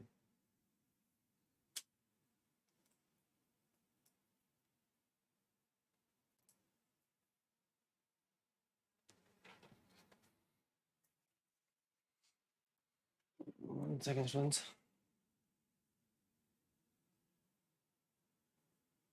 Hey,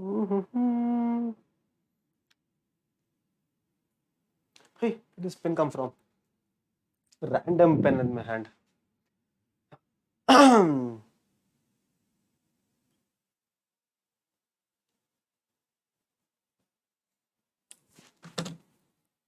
Okay, next chapter is your manufacturing industries. For example, First is your what is the manufacturing industry? For example, we have a raw material such as cotton. A cotton is converted to cotton t-shirt, manufacturing industry. We have sugar plant. Sugar plant is converted to sugar, manufacturing industry. We have jute. Jute is converted to jute bag, that is manufacturing industry. So every single industry out there, every single industry that is production of goods in large quantities, production of goods in the large quantities after processing for a raw material to more valuable product is called as manufacturing. For example, that jute bag is more costly than the jute plant. This sugar cane is, sugar cane is less expensive compared to sugar. This particular paper is more expensive than this particular, costly than this wood. So every single industry, every single manufacturing industry is basically converting a raw material into a final product which is more expensive. For example, this particular sugar cane would have been around 20 rupees. What about this sugar? This sugar will be around 200 rupees. Can you see the difference? That is the work of the manufacturer. That is the work of the manufacturer. Okay. That is, the economic strength of the country is measured by the development of manufacturing industry. That is the GDP. The GDP of a country or the economic strength of a country is measured by the development of manufacturing industries. How many manufacturing industries do you have in your country? Okay. Then next question is manufacturing as backbone of development. That is every single country, if the country is developing, for as India is a developing country. The reason it is a developing country is because we have a lot of new industries being set up. We are not final there. We are not developed still. For us to be developed completely, we need to have lot of different types of industries. But we do not still. Okay. That is, you can get a question like this. Analyze the role of manufacturing sector in the economic development of India. It is a question which has been asked for 4 years now. Analyze the role of manufacturing sector in the economic development. It is 2016, 17, 18, 19 level question. What is the use of industry in economic development? The first application, the first use of the environment. The first use is the modernized agriculture. The first one is the modernizing the agriculture. For example, before when what do I say? In the olden times, we used to have an ox. Ox used to plow the field.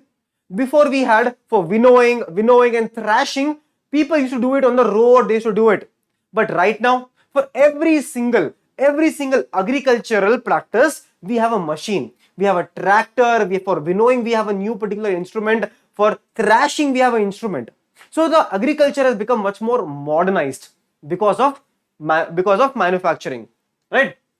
That is more job opportunities. Then we have, it aims to bring down the regional disparities and eradication of poverty. That is, if more people get the job, less people will be with less money. So everyone can earn and benefit. For example, if you have noticed, in the most of the developing part of a particular city or developing part of a particular town, most of the people or the women go to this industry called as garment industry. That is, they go and help to prepare garments. That is giving them opportunity. They're giving a job so that everyone can earn the money. Okay, clear? Yes, one question will definitely come from the how industries are polluting the environment. One question definitely, right? 100% will come. Then we have prosperous economy. India's prosperity lie in the increasing and diversifying its manufacturing industries as quickly as possible. That is, for example, India's cotton industry, right? India's cotton industry, we prepare the best yarn. That is, spinning is done in India properly, but the weaving part is not done properly. So that is a small gap in Indian cotton textile industry. Imagine if we had weavers also in proper weaving instrument in India, then even the entire cotton industry would have been proper. So there are small gap in Indian Indian industries. If those gaps are filled eventually, everything will be proper. Okay. Then we have Foreign exchange, that is export of manufacturing goods, expand trades and commerce and bring in much needed foreign exchange. These are the different ways in which India can benefit from the manufacturing or industries. Agriculture and in agriculture industry are not exclusive of each other, they move hand in hand. The agro industries in India have given a major boost to agriculture by raising productivity. That is, before Green Revolution. Yes, before Green Revolution or before the entire modernization, agriculture used to be very slow. Agriculture used to be very slow, but right now, agriculture has become so fast, and every single year, the farmers are able to produce a lot of yield. Here, now the next topic is classification. Next one is your classification of industries. The first one is your classification based on raw material used. The entire industry can be divided into two types. That is your agro based. The second one is your mineral based. In your agro based, you have cotton, oil, rubber, silk, jute, sugar, tea, coffee, and edible oil. Everything is agricultural based. Then we have mineral based. What is minerals? We just learned. That is iron, steel, copper. Yes, aluminium, machine tools. Everything is in your mineral based. Then we have based on the main role. That is, we have basic industries. We also have consumer industry. Now, what are this consumer industry? Consumer industry is like your people who make toothpaste, salt, sugar, which we consume directly. That is called as consuming industry. Then we have something called as key industry or basic industry. Key industry or basic industry are the industries which prepare raw material for other industries. That is, supply raw material to manufacture other goods, for manufacturing other goods. For example, iron industry, steel industry. The steel industry will send the steel to the industry which make plate, like steel plate. Yes. So steel industry will make steel. It will send all the steel to the plate making industry. They will make plate and they will sell it to you. Clear? Then we have capital investment. That is small scale industry, large scale industry. For example, if I'm printing the t-shirts in my house, in my garage, small scale investment. If I'm making the same t-shirt in a large scale like Nike, Adidas, large scale. Okay. Then we have based on ownership. Then we have public sectors, that is owned by individuals. That is Tata. We have BHEL. Then we have private sectors. That is public sector is your government one. Then we have private sectors, that is Tisco, Bajaj, Auto, and Dabur industry. Then we have joint sector industry. Joint sector industry is government plus private. If both of them have a baby, that is going to be your joint sector industry. Then we have cooperative sector industry. Then we have based on weight of raw material. That is, if the raw material is heavy or if the raw material is very light. For example, iron and steel will come under heavy industry because iron and steel are very heavy. Then we also have light industry. For example, that is the small electrical minerals and everything will come under light industry. Okay. So in agro industry, what is there? Why everyone is fighting? Oof. So much of fight. Like how brother and sister fight, or how you're fighting like that. It is in agro-based industries, we have cotton, jute, silk, woolen textiles, sugar, and edible oil. Now, one question can come here. Listen to me very carefully. The question. Question is, textile industry is the only industry in the country which is self-reliant and complete in the value chain. That is, meaning of that is, why is textile industry? It is self-sufficient. That is, it does not need anyone's help. Right? Does not need anyone's help. That is, significant contribution in the industrial production, employment regeneration. That is, textile industry will produce a lot of job opportunities. Then we have foreign exchange earning.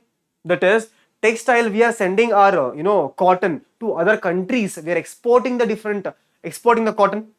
Then we have contribution to GDP.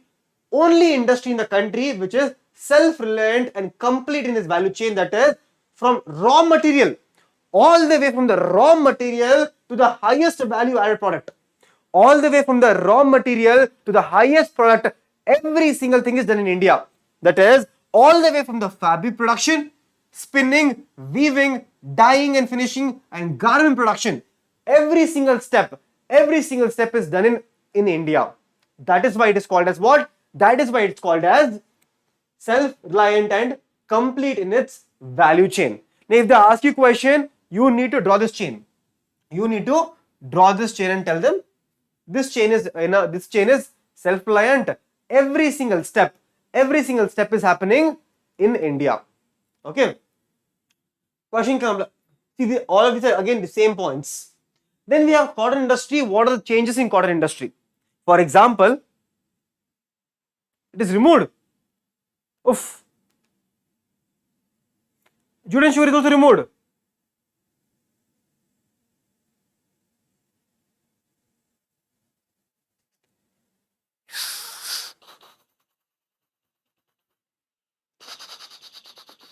It is removed.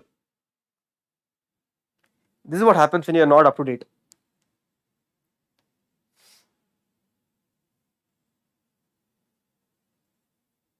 It is not removed, right? Exactly, it is not removed.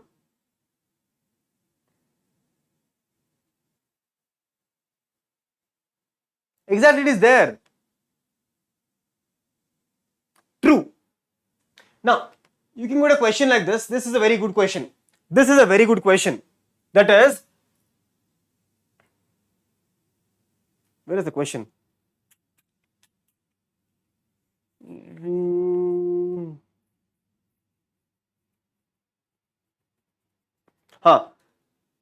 Where do you find most of the cotton?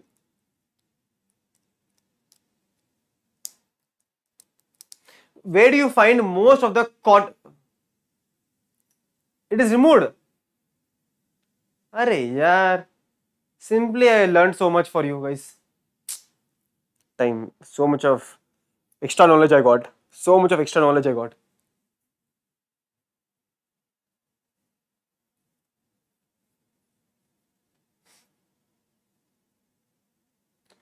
Industry market, linkage, cotton textile, jute is removed, sugar is removed, is it?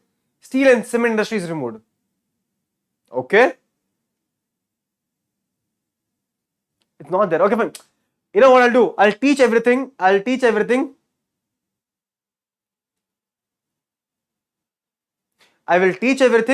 If it is there, it'll come in examination. Nothing will happen. Nothing will happen. It's fine. I'll teach. Nothing will happen. I will make you write down, learn these points. Okay. See here. Most of the cotton textiles are usually located in the Maharashtra and Gujarat. Why? What is the reason for?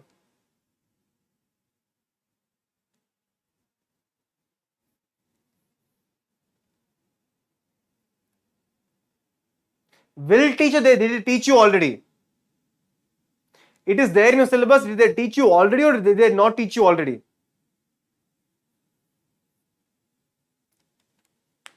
Do you want me to make a separate video on G20 meet?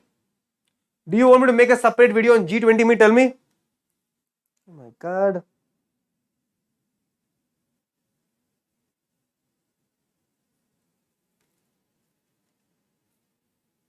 Yes, yes. Yes, Monish King.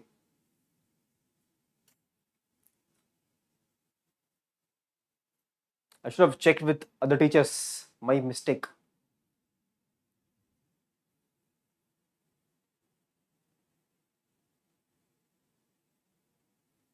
Okay then. Now, why are they in the Maharashtra and Gujarat? There are main reasons for their.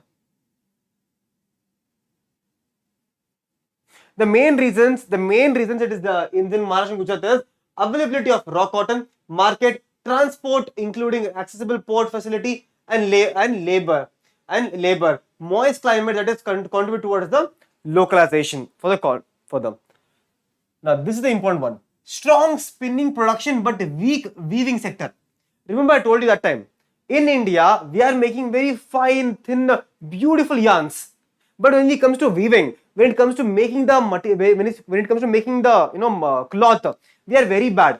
We are very bad. That is, India has world-class production in spinning yarn, but weaving supply low quality of fabric as it cannot be used much high quality yarn produced in the country. Many of our spinners export cotton yarn. So all the spinners not balling, all the spinners are sending the yarn to the exporting to other countries, and they are exporting to other countries, and garment manufacturers have to import the fabric. Garment manufacturer will take the fabric from the outside to back to India. So in the case of India, spinning is done properly. Spinning is done properly, but yarn making is not done. Okay, yarn making is not done. Therefore, it is important for us to improve our weaving sector instead of exporting yarn to the large quantities. Very important point. Yes, Sandeep.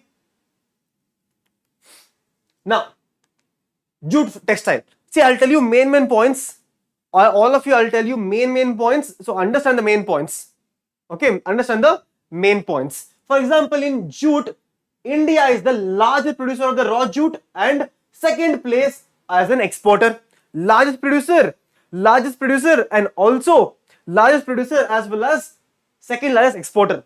Then we have the first jute mill was set up near the Kolkata in 1859 at Rishara. Clear? Now, what are the factors responsible for the location in Hubli Basin? Very important question. Important question alert.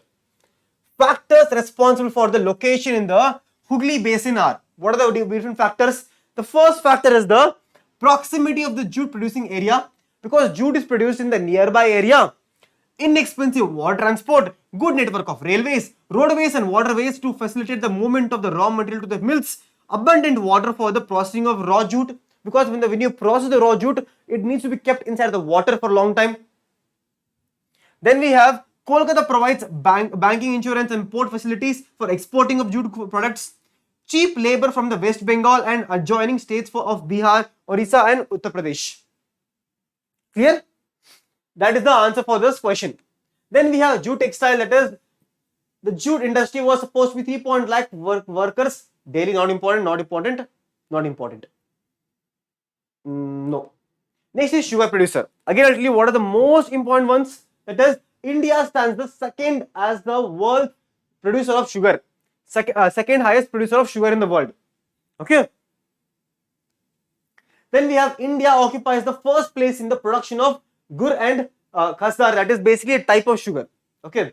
Raw material for use in this industry is bulky and it is haulage, its sucrose content reduced. That is, sucrose content can reduce. That is the main reason. When the sucrose content is reducing, that is the main reason most of the production of sucrose. Sir is coming, no? Yes, sir. 5 minutes. Right. So most of the different types of different manufacturers are coming down to south. Why? Because of the different reasons. Because in north, right, the sugar cane does not have much of sucrose in it. But as you come to the south sugar cane is very rich in sugar cane, very rich in sucrose. Okay. Students, I'll tell you what are the most important ones. That is here. Challenges faced by sugar industry, all of them are very important. It is need to maximize the usage of passage, transport delay, reaching for cane to facility. In iron, I'll tell you what is the main important one. Industries that use minerals and materials as raw material collectively called as mineral based industry. Okay. In 2000 and 2011, 72.2 million tons of steel production, India ranked 4th among the world crude steel production.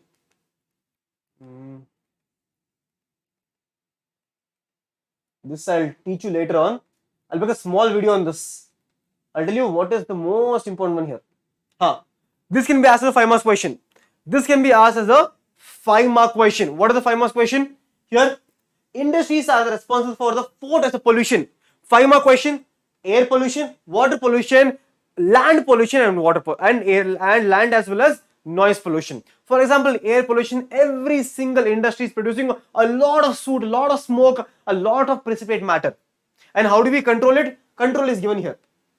Control is given here. That is adding a small chimney on top, which will air purifier on top, which will filter out most of the smoke. Then we have water pollution. That is most of the paper pulp and all the waste material are released into water without treating. That is waste pollution. Then we have thermal pollution. That is increase in heat. Increase in heat. Then we have noise pollution. You might have seen this. When they're making the roads, in the industries, a lot of noise is generated out. And if you have going in train, suddenly there will be one bad smell will come. Bad smell will come. That is from the sugarcane industry. Okay.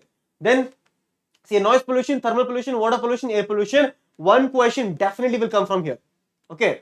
The next part is how to control the environmental degradation. How to control it? Minimize the use of water by reusing and recycling in the industries. They can keep on recycling it. Then we also have the harvesting rainwater to meet the water requirements instead of using the water from the external sources. Then see here, smokestacks, particulate matter, that is using electrostatic precipitators can be used.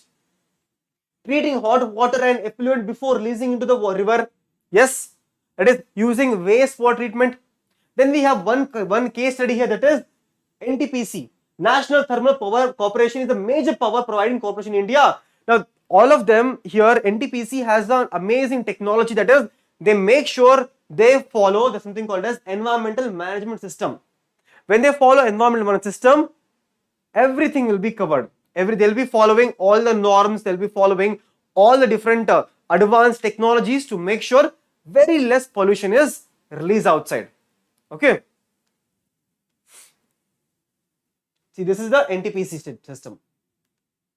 See, students, don't worry, I'll make a 20 minutes video on this particular chapter and every single point will be covered on that. And all you need to do is learn these topics. I'll send you the notes and you can study from it. Very easy chapter. Only question, if they ask you a 5-mark question, the question will be from the last part. Okay.